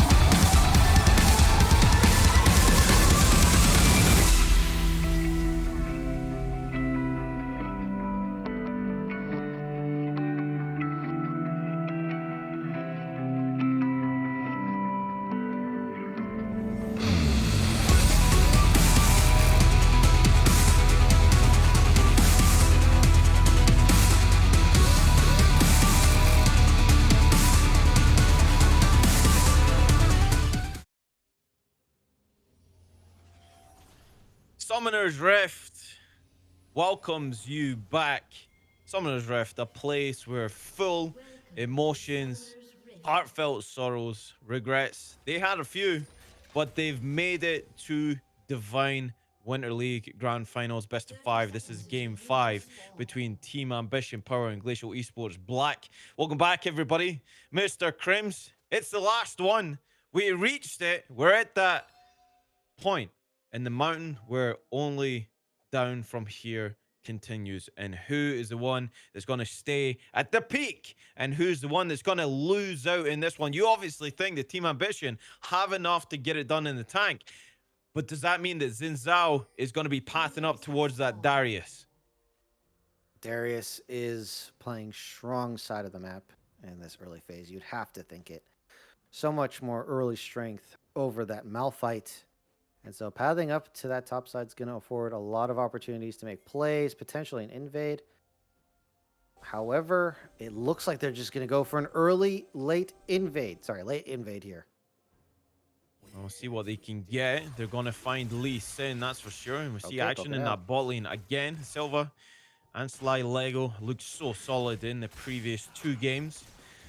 And they're up against it now with Zaya Runara. Turk had this one before, didn't really bode well in this series. And Mark Boots, another one, staple individual. This spotlight has been roaming around on this Rift tonight. And there's multiple candidates right across from top to bottom here, Crims, that have just stood out amongst the rest in each series. Yeah, there's just been so many clutch plays, and there's so many people who are ready to rise to the occasion. Turk here gets early stunned. Isn't going to amount to much because they are level 1, but this is a very extended trade for a level 1 fight here. And level 2 coming through very soon, so they're going to have to respect that and give them the room that they need. Well, level 2 will go over to the GEB bot lane as they trade back successfully. That rel is going to be so key in the way that they engage throughout this whole map, and of course accompanied by Leoto on this Malphite. It's the first time we're seeing this champion being run through here. Dwayne Johnson, is I like to call him, the rock up there in the top lane. You know I'll never let go of that, Crims. It's always going to follow us wherever we go. But this is usually the case with Malphite. You end up taking Arcane Comet. You use that Seismic Shard to trade with the Darius as much as you can. But Darius has a way to heal that up. He has that Decimate. So if you're out of range of that, then it's going to be a good trade. If not, then all you're going to eat up is your mana. I mean, he's got the biscuits in inventory as well. So the CS lead in that top lane, even the carry against the tank, as we traditionally see that BMD is usually on, it's never really fared that well. Usually, Leoto is right up there as well. He doesn't really give up that much of a CS Oh, wait a discrepancy. minute. The collapse on a bit bad. It looks like the bot lane communicated there, and Xin is going to give that scuttle away as he takes the red camp here. But that looked like a bit bad was going to do a repeat of game number 4, Lamb, and we know that ended in disaster. You don't want to run that one back, that's for sure. Maybe learning that you can't risk that all the time. The wall goes up. Looks like LDC is not going to land that one. No resonating strike going to go through. And good Scar of the Week from Syndra. Tags them up. And Mark Boot is going to be so important. That interaction as well. Lee Sin, if he does land that Q, it means that Syndra can interrupt that with the Scar of the Week if it's perfectly timed. And a bit bad has said, I'm not going to play towards the top side. He's actually made the roam into that brush. And I believe he's unspotted there. Oh, this is going to be that change up. That new way of trying to get a lead in this game. Oh, they're not going to look for an angle here. They have to do their best to bait it. And it looks like Glacial are not going to bite despite all this fishing here. I do like that they're spending more attention to this bot side. Okay, a lot of time being wasted. A bit bad. Has to make a play soon, or is going to have to avoid these camps. They got to know something is up here. They haven't seen Xin Zhao in a while here. And oh, they go in. The dismount comes off his Sly Lego. Has to use a flash. Needs to get a little bit more audacious charge on his Silva, but he's going to walk that one away. And a bit bad, doesn't get anything apart from both of the flashes. I mean, that's still a win in retrospect, but he wasted a lot of time down there. And look at the Lee Sin. LDC's waste no time. He's going to instantly invade and take that Gromp. Yeah, that was what I was afraid of. He wanted to get up there to avoid his camps being taken away. Hold on, Mark Boots in the mid lane. I thought he might have popped Rebirth there, but I think that last ability goes wide. And now, as you're saying, LDCs is taking some revenge for some early game invades, gets an invade of his own, takes away that Grump, and now, I mean, you said it's going to cost them, and look at this CS difference here. This is a 4 camp difference in the jungle. That is a huge tempo swing for LDCs, and is going to be able to be available to make more plays in this phase of the game. And this is just the transition for LDCs throughout this series. He has picked up momentum, and in the last game on the Kindred, looked really, really good. Dictated the tempo of the game, and that's the biggest thing as a jungler. See that big trade in that mid lane. And Kite Azure, another one that stepped up to the plate, now taking the game to Mark Boots, when in those first 2 games, we see Mark was very comfortable going into his lane and opponent, but all of a sudden, he's the one that has to extend the backs and use a teleport. Yeah, that is not a good look for Kite Azure here. Really likes to teleport for safety. And now, gonna have to take that back, take that CS difference as well. Kite Azure has the flash though, Lamb. So there is that availability to get out of a really bad situation, but is losing defensives. Oh, they're going hunting. A bit bad. Looking to catch Rel out. Goes across with Sly Lego, but we'll get the dismount off. Rel is such a slippery champion. It's very hard to try and lock her down unless she dismounts and then, of course, uses everything as well to displace you. And Xin Zhao is one of those champions that will always stick by you, will run you down consistently if you're not careful enough. And, of course, he has that disengage in his ultimate as well. So, again, we'll see. Xin Zhao, thus far, 2 flashes and 1 gank. Pretty good, but it needs to get a little bit more busy here. Yeah, this jungle lead is still in effect. And this dragon has now spawned. No team really in position to get it. And Lamb, in those last games, both of these teams were very quick to get those dragon opportunities when they arose. And now they're still struggling for this first one. Both of them want that pariah for this dragon. Oh, Sly Lego gonna go into Nice Turk combo. there, taking a lot of damage. Feathers are out. If Blade Collar comes back, Oh, first piercing blood. arrow to the jaw, but it's traded back successfully from Loki. Both of the supports gonna fall there, and both of the AD carries gonna get paid, and Varus just gonna get paid that much more. Okay, they get the first blood for the Varus, and that's going to be a nice little gold lead. Nice Kite Azure power. does go down the rebirth now. Everyone trying to hone in to change his mid lane. Here. BMD is going to give Noxie and Guillotine. It's not going to secure the kill, and LDC goes Oh, across. is this a He's gonna double? go flashed across as well. He's going to get apprehended, but Oh, the kickback from LDC saves his life. And now, close. I mean, yeah, that was a close one, but I did have worry for this Darius and the ability to stick onto champions and get the kill. However, did pick up a kill onto that rebirth. Kite Azure. Oh, Leoto forced to burn the ultimate to get out. That's Rift Herald, and now the trade's going to go over. Glacial Esports Black, you should just pick up this dragon as Team Ambition. They opt for the Rift Herald themselves. And Lamb, this is the first time we've seen an objective trade as Silva's going in for a kill. Oh, Turk has to use a flash this time. He gets out of it. Silva low on mana. He's being followed by Loki. Featherstorm going to go out. He's going to root him up with a Blade Collar as well. LDC's that safeguard not going to be safe enough to keep Silva alive. Loki bouncing back into life in this one. Apprehend. Does BMD have the kill? Combo. And that Rift Herald is taken over. And a huge problem here, Lamb. That trade that I was talking about, well, that merger didn't go through as the dragon, because LDCs was distracted by Silva and Sly Lego's play, is not able to trade the dragon. And now they just lose out on this Rift Herald. Team Ambition, this is a huge advantage that they've acquired. And look at this CS difference in the mid lane. Mark Boots has a kill, 92 CS, is up, has even more stacks on the tier as well with this plate. All good news from Team Ambition. Lamb, it looks like they're finally taking this game seriously. Mark Boots completing the boots first. Always like to see that. Makes me very happy. And you're absolutely right. Look at that gold lead in that mid lane. 800, about 900 now in favor of that Syndra. Just accelerating in this game. keep your eyes on that. That can blow up very, very quickly. But Nivea usually takes a bit of time to get up there. And of course, that dragon is going to be invitation accepted from Xin Zhao. Says that if Lee Sin doesn't want it, then I am for sure going to make that happen. And a bit bad, playing a bit better in this game. A lot more patient. His patience is wearing off. And now his bot lane is ahead after that early camp. I could say it was an early camp, but he stayed in the lane for about 2 minutes or so, probably just less than that. And those flashes being down means that they're going to trade successfully. And Loki is a kill to the good down there. And this is looking like Team Ambition back in form. They're 3 kills to the 1. They have about a 1.8k gold lead. They just secured 2 objectives. Rift Herald hasn't been put down yet, and they got the first dragon.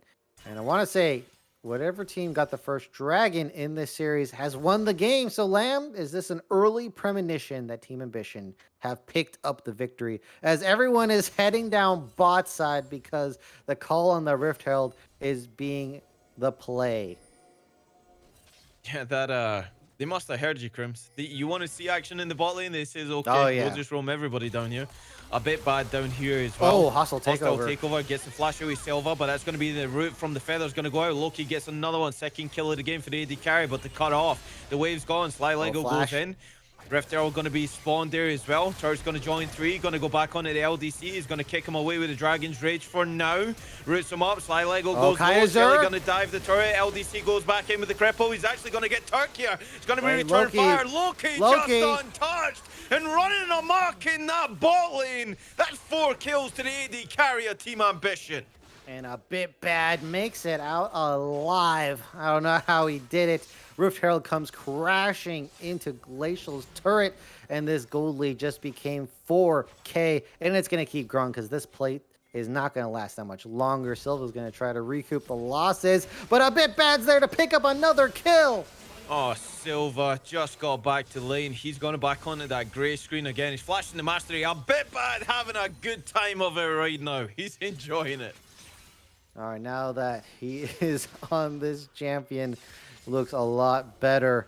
And Team Ambition, I mean, this is what I expected in game number 3. Let's get a nice replay here. And we can see they're really going for this dive. And there is no support for Silva, so he's just all alone. And they just felt so comfortable in this dive past the turret here. Rift Herald coming down is a little bit funny there as they do get the disengage. And now look at this side Lego super low. The root comes in. And that means basically this Rel is out of the fight. Ignite going to be taken down. Stun. And this is where Kite Azure I thought was going to be taking over as a bit bad doesn't get low enough until the bailout at the last second brings them back. And that's just so unfortunate. Just needed like, what, one more auto attack of damage and they would have been able to get the kill so much sooner here. And so far, Leoto, I mean, look, Leoto's been doing a really good job in these losing side matchups of not dying. He does give up CS, but he's not giving away some huge advantage. And now the rest of the map is in shambles, a bit bad, just monster in this game. A little bit of desperation maybe creeping into GEB. They really need to stem the bleeding, slow it down a little bit. Okay, bot lane is lost. Let's look elsewhere. And Nivea still needs to scale. She needs items, but this game is slowly getting away from them. Early game jungler in the form is Xin Zhao, and a bit bad is making it all happen. And the reward of that is Loki. Dose is now 5-0 and 2, 125 CS. I mean, he's almost 30 CS off. The Magnus Storm going to go down. GEB going to pull the trigger here, going to rip them up there with the Chains of Corruption. Sly Lego actually going to fall first. Leoto's here. Loki, the trade over a kill at the very least, but a bit bad gets caught by the unstoppable force that is the Malphite. And GEB, they bounce back with 2 kills right there, but they have to give over the support. Loki Dosey gets out of there on the back of that Gale Force to dodge Leoto's ultimate. And look at Mark Boots here. Is the wall going to be defensively put up? But they're losing turrets. They're losing turrets here as they're going to try to do a dive of their own. Loki all alone, no Feather Storm. Oh, he missed the Q. It doesn't matter though. Attack speed buffer. Engage. Shutdown over Silva. That's massive for Glacial Esports Black. Looks like they're going to grab a bounty on that bot side as well. That wall is very tedious to get around. And it looks like Sly Lego is going to accompany that just to get the wave cleared. It's on a They're nice just edge, Crims. It's on a nice edge. Oh my Yeah, god. Mark Roots is really just breathing down Kite Azur's throat here, pressuring, cornering him at the turret, denying CS and giving prio to his own team here. Leoto, fit for a bunch of fighting himself, wants to finally take it to BMD here, has Sly Lego on the side. Can they pull it off? They have no DPS to take care of this Darius. He can easily stack his passive here. Dismount goes on to BMD. Gonna take the fight anyway. He'll get slowed down with the ground slam, but that Noxian Oh, Guillotine gonna go into the support looking for the resets. He's got one already. That's gonna be Lee Sin joining to make sure that the Malphite doesn't go down. He's still burning, but he'll live for now. That's a 1-for-1 on BMD. BMD paying attention here. Because of that force up, he gets 2 to that top side, and that opens up a nice dragon for them to take here. And Team Ambition, they are in such a good position right now in the game. They don't even care about that Rift Herald. They're going to keep knocking down these turrets because there's no one to defend. It's just Silva, and even though he's long range, Bowman cannot farm safely here. They could just dive him if he steps up, and I was so worried for Silva right there. Rift Herald trade goes down for a turret. That's about even anyway. You don't care about that. As Mark Boots is going to march up mid lane, prevent the Rift Herald from doing any serious damage, and Team Ambition are just completely all over this map. They're making the right plays. They're playing aggressively. Lamb, it looks like they just turned it back online. They were just messing around in game 3 and 4. And, you know, that's just a Team Ambition classic. They have come out first gear. They're in a second gear right now. They're looking at mount some speed. Wait a Oh, minute, but that Mark Q Boots. is going to land. That kick is going to land into the meat grinder. Shut down over at Kite Azur. They heard you, Crims. Yeah, I mean, they've been tapping into our stream here because there are plays being made bot side, and now Loki Dosi is just so far ahead into this losing matchup of the Varus, and the team fight damage as well as the ability to avoid Leoto's ultimate is going to be massive. Kite Azur has not scaled in this game yet, so they are really taking it to Glacial while they have the time. And Team Ambition, they don't waste any energy in just waiting around. They're already invading. Look at this jungle control. They're just walking right up the turrets, taking it in the face of Silva multiple times. Oh, that's a good catch out. Can they get the kill? Gets locked up with a stun from the Anivia. He's going to go forward. Hostile takeover comes out, though. That's the disengage that the Renata offers. I'm sure bailout would have been on him as well, but a bit bad walks away from that. Yeah, and that's why they picked Xin over Wukong there, Lamb. Right there. So Xin has so much more survivability versus the Wukong in that situation. If Wukong got hit by that stun from Anivia, he's just completely dead right there. And so Xin proves to be a really good pick for a bit bad in this situation instead, and utilizing it so well to gain his team advantages. And Team Ambition, I mean, in game 1 and game 2, when they were in control of the game, yeah, they messed up a couple times, maybe overdove a bit, too much fights, but they were able to close it out. And so that's why, again, I'm just on the same script. I'm just reading that page again. Team Ambition, they're in the driver's seat. They do well when they're ahead. And now it's time for Glacial Esports to pull something new and show that they can cancel this snowball, and then they can claw back into a game. Yeah, it's going to be a tremendous effort. This goal lead is still surmounting. It's about 5,000, probably just less than that for the side of Team Ambition Power. And they've never let go of a gold lead in this whole series, I believe. Very slender margins in a couple of them, but now they're fighting over the blue buff. A bit bad, definitely feeling good about this one. Hex Flash going to come over the wall from Sly Lego. Just going to eat a piercing arrow and disengage, but that's the confidence being returned. A bit bad. Looks to have found his form from game 1 and 2. When he's ahead, you definitely will find your team aggressive plays that will win you the game there. And so with the team backing him up, is able to zone them out of their own jungle. Look at this control on this floor here. Complete blue dominance in that jungle. So that means that dragon, I mean, you could say goodbye to that. Completely in their control. I mean, this is with toggle vision on, I believe. So it just looks like there's no fog. There's just no fog right there. Clear day on Summoner's Rift for Team Ambition Power. With that dragon 40 seconds away, Baron is on the map as well. That could be the next contention, or they could handshake that. I'm sure they could. And they're devastating with the Baron. They can close out a game in relatively quick fashion if you don't take care of this vision game. This vision game has been the undoing of Glacial Esports Black so many times. They have to be wary of that, that at least Team Ambition are setting up a trap here. And they might catch them because they're sitting on a ward right now. Yeah, they just have complete knowledge of this.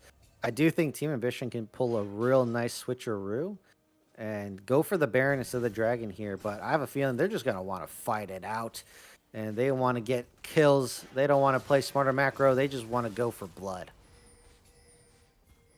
And Loki's going to get that push in the mid lane, so mid lane Prio will achieve, but Dragon going to be started up by Glacial Esports Walking in is Black. tough here. This is such an important point in this game, in this series, in the terms of who wins this championship. A bit bad.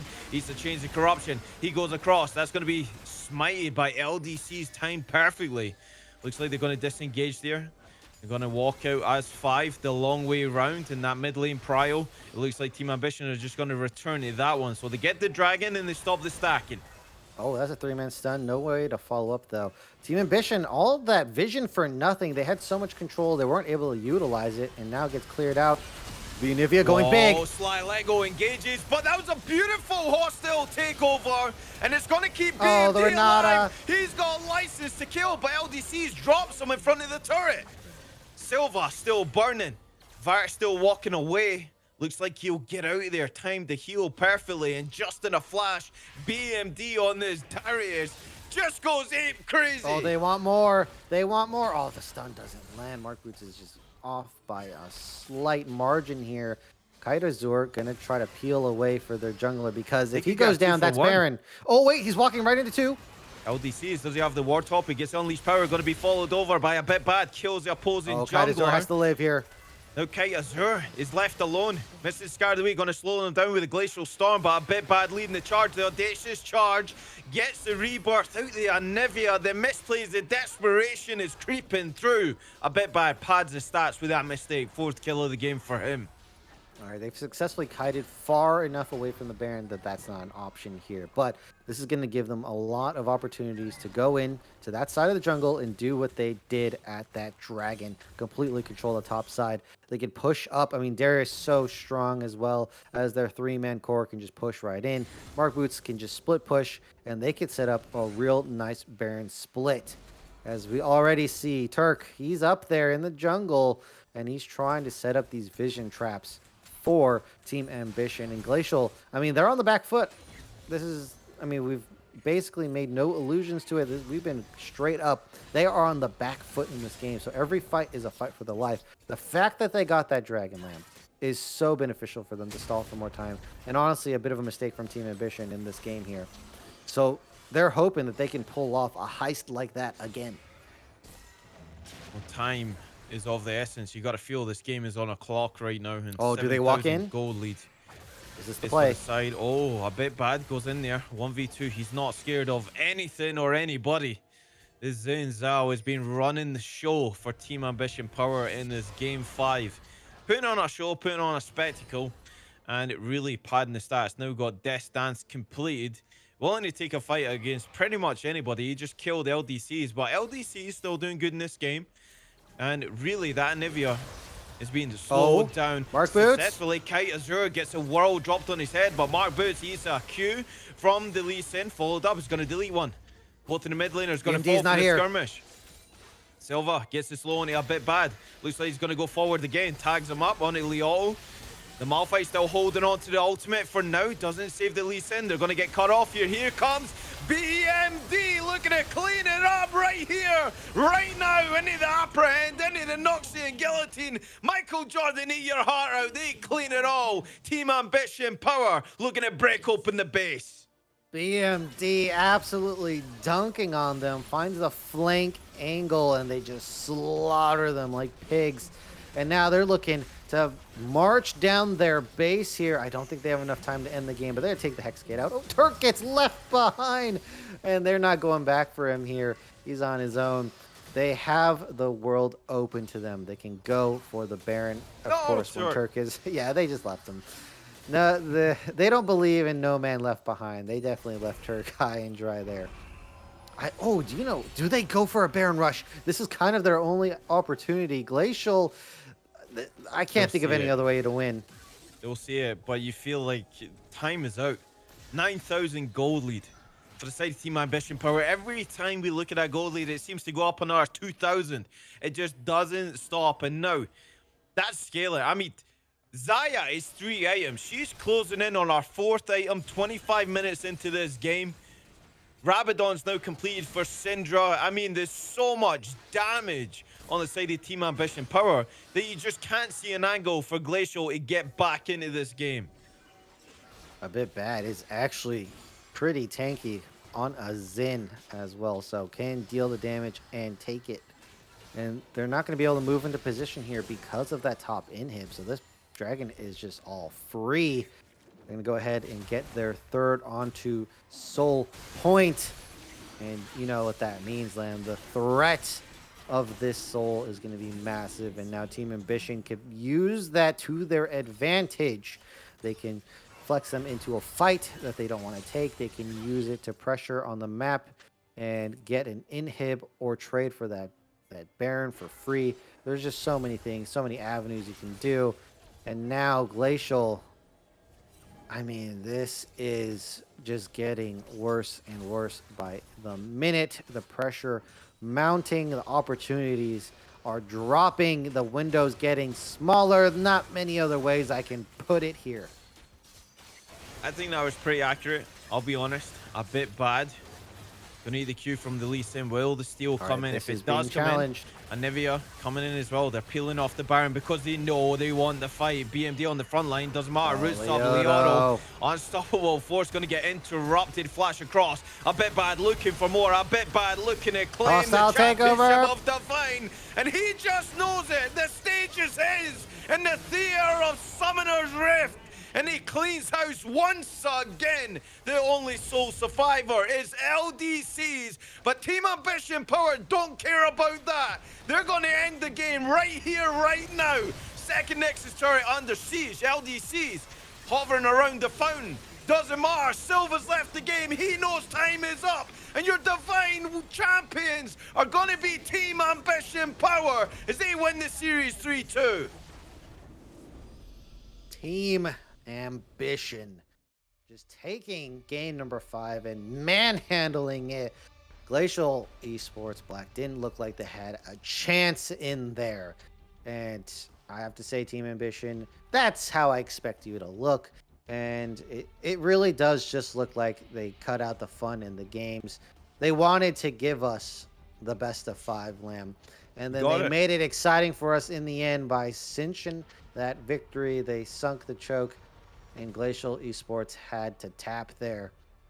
And man, Team Ambition, when they're on it, there are absolute bangers. I mean, didn't look like there was much Glacial could do once they got that second dragon. And when a bit bad got ahead and the bot side dives over and over again, Loki Dosi just having a hell of a game. I mean, there was a bunch of highlight reels for him in that game. And then Mark Boots. I mean, look, Mark Boots is the most solid member of Team Ambition. Yeah. Oh, yeah. I mean, when do you ever find this guy making a bad play? Never. Just so stable, always, you know, in a good spot for the team, and will even be on a flank on something like Ziggs or Syndra, landing very important stuns. And just what a rock for the team. Mark Boots is just super solid. Basically won game number 1. And now in game number 5, just never back down for a second on this Syndra, pressuring Kite Azur at every second. Well, at the very least, I mean, even the Cho'Gath game, it looked pretty bad in the beginning, but then he was just unkillable. He was walking around.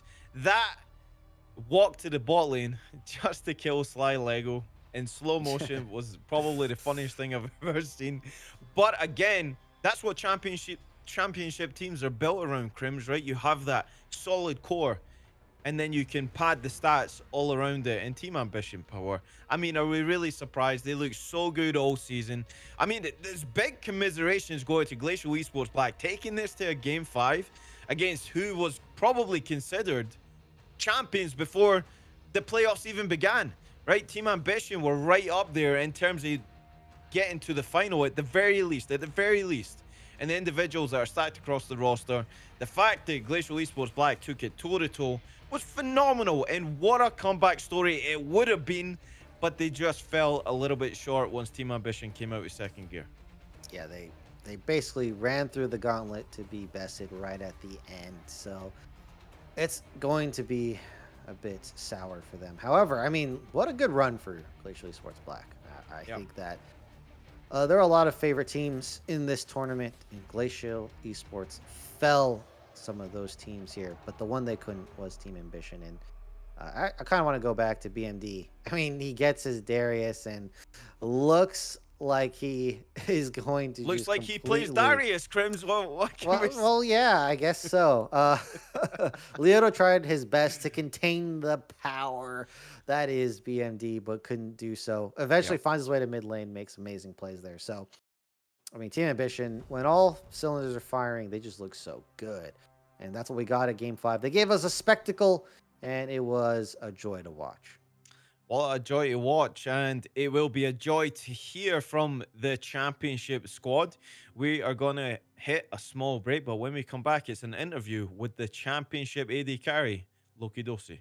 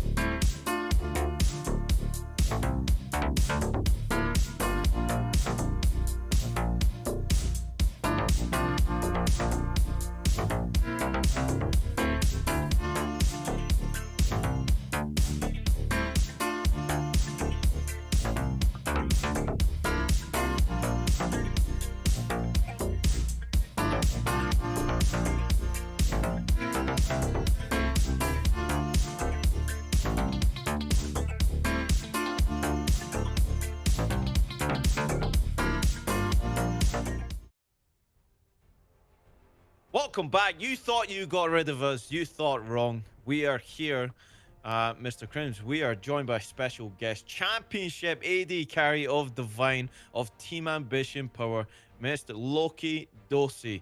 Welcome to the caster desk and congratulations on a superb victory in a best of 5. Thank you. Thank you so much. And now I know Crims already was saying that, guys, he doesn't even give me a chance to line up my questions. Crims is just like, I've got something so good. I've got something. So, Crims, ask him your questions. You got this. You know, I don't want to be rude here, Lamb. So you could definitely take this one. Wait, is that a question to me? All right, so Loki Dosi. I mean, look, game number 3 and 4. Like, we got to get this out of the way. Yep. Okay. 100%. Look, there was a lot of question mark pings. There's definitely a lot of that. There was a lot of bewilderment in these games, specifically game 4. So if you don't want to touch that one, we can understand. But let's just talk about game 3 and 4 together. I'll save you. Yeah, let's do it. some Let's do flame. it. What happened? Because it looked like it was just going to be a complete steamroll. Games 3 and 4 come around, and now it's like, okay, did you guys even have enough mental to come back? Like, what's was close. going on? And then in game 5, it looked like the regular programming has continued. So explain what the hell happened back there. Hmm. So, a really good question, because this was a really big talking point for us because we weren't entirely sure. Like, something was just feeling off. And I think for game 3, um, we were playing as a unit, but it was really weird. Like, some lanes were playing too safe. Some people were playing too aggressive. I know we had a lot of mid deaths that shouldn't have been they shouldn't have occurred. We talked about that, and that was like I think what really improved us for our game 5 was like these 2 losses. We figured out, like, we were really like hardening, like, figuring out why it was going so poorly. And to me, in my eyes, I think we played with too much respect bot lane. I think we were just blatantly the better lane, and so we really tried changing that up for game 5. And Leota only plays tanks, so we banned the Ornn, and we made sure to give him the Darius, and the rest is history for that. There we go. Can I go now, Crims? Yeah, you know what? Look, well, we could ask Loki. Loki Dosi, do you want Lamb to go for the next question, or do you want to double up? You can double up just to mess with him a little bit. I was not expecting that. Okay, look, so you're talking about game number 5, you're the better bot lane, but I'm going to call you out a little bit here. I mean, game number 5 also happens to be the game with the most jungle attention from a bit bad into your lane, because for most of the series, it's just you guys 2v2. And then the sucker punch for a bit bad there ends up really snowballing in your favor. So that does end up being 2 questions. So you guys basically were just 2v2 in most of the series. How's that? But then they actually played through bot lane in game number 5. So what was you guys you talked about it a little bit, but let's get more in detail.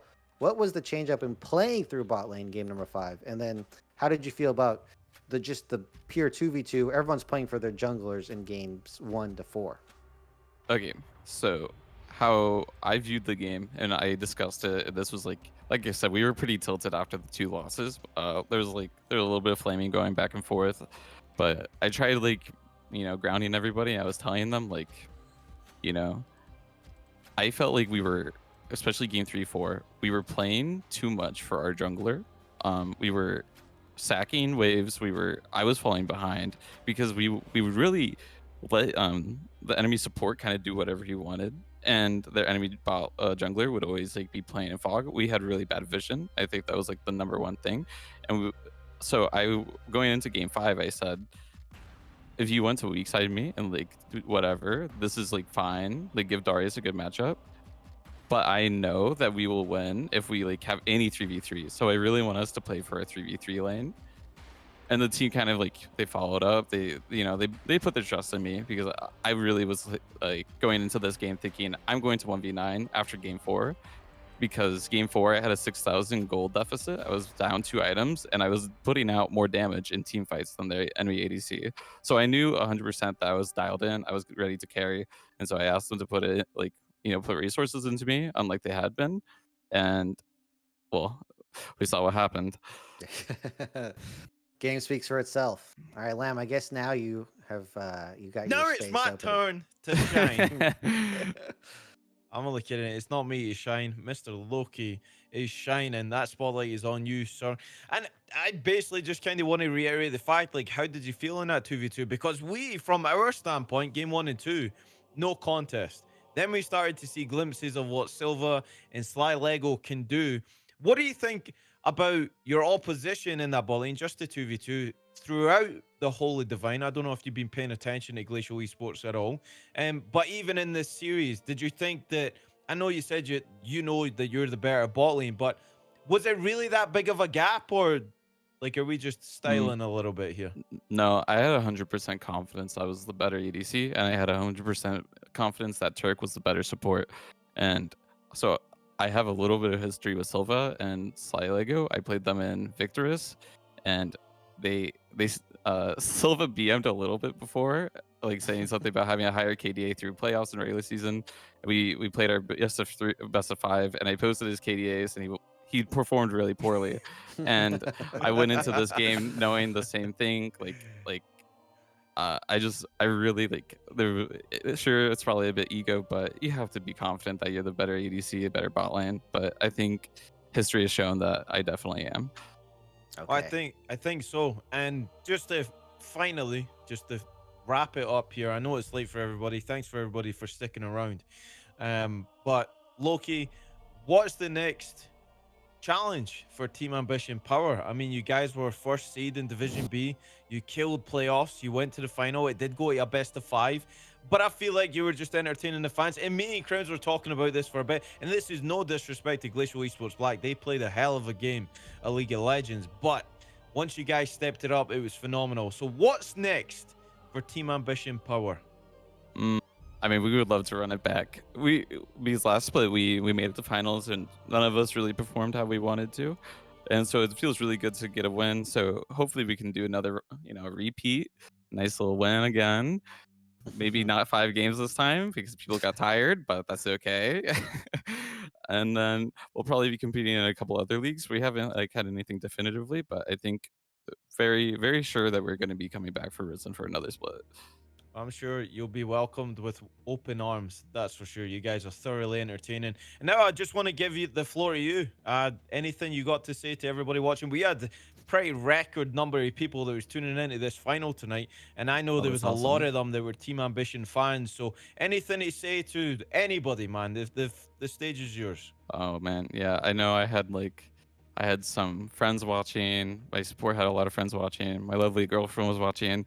My team, always got to shout him out. My top laner, he's hilarious. My support, nobody will know how much effort he actually put in going into this. So much scouting, hours watching VODs, everything. So a really big shout out for him for putting all that effort out there. And yeah, also shout out Bean. That's Mark Boots' dog. So. Okay. Nice dog shout out there. And I mean, Loki, Tosi, I mean, it's just a joy to watch you guys play. And so Thank you for so me much. and Lamb here, we're going to congratulate you and your team on your victory. And I mean, Lamb, it's time to send us out of here. Get everyone's bellies full of dinner because I'm sure you guys are hungry. I'm sure everyone who's been Yeah. here the 5 hours is hungry and or tired. So let's get a nice, beautiful bow as we wrap this one up. Joke's on you, Crims. I actually ate before I came on air, so I'm chilling. I just need to go to bed. So, guys, once again, this was the final, the grand finals of Divine. It's come to the conclusion. Your victors are Team Ambition Power. Loki, congratulations once again. You guys thoroughly deserved it. It's been a pleasure to cast your games, and as well from me, Lamb, from Crims, from Gordo, who is sick tonight, and we hope that he gets well, and hopefully defeats COVID. I hope it's not COVID. I'm not too sure, honestly. But either way, we hope you're good. Health is the number one thing, and we'll see you back on the casting desk soon. Slay fire for those fire videos in production, Mr. Leo Silverman, and of course, Bonfire. Back at it again. Go for Reno. We have to shout out as well. Everybody here at Divine making things happen. And a big shout out to our lovable caddy who just makes it all go around. He's the cog that keeps this turning, and we can't wait to return next season. So, once again, guys, it's a pleasure from everybody at Risen. Thank you for tuning in. We will see you the next time Divine rolls around. Good night.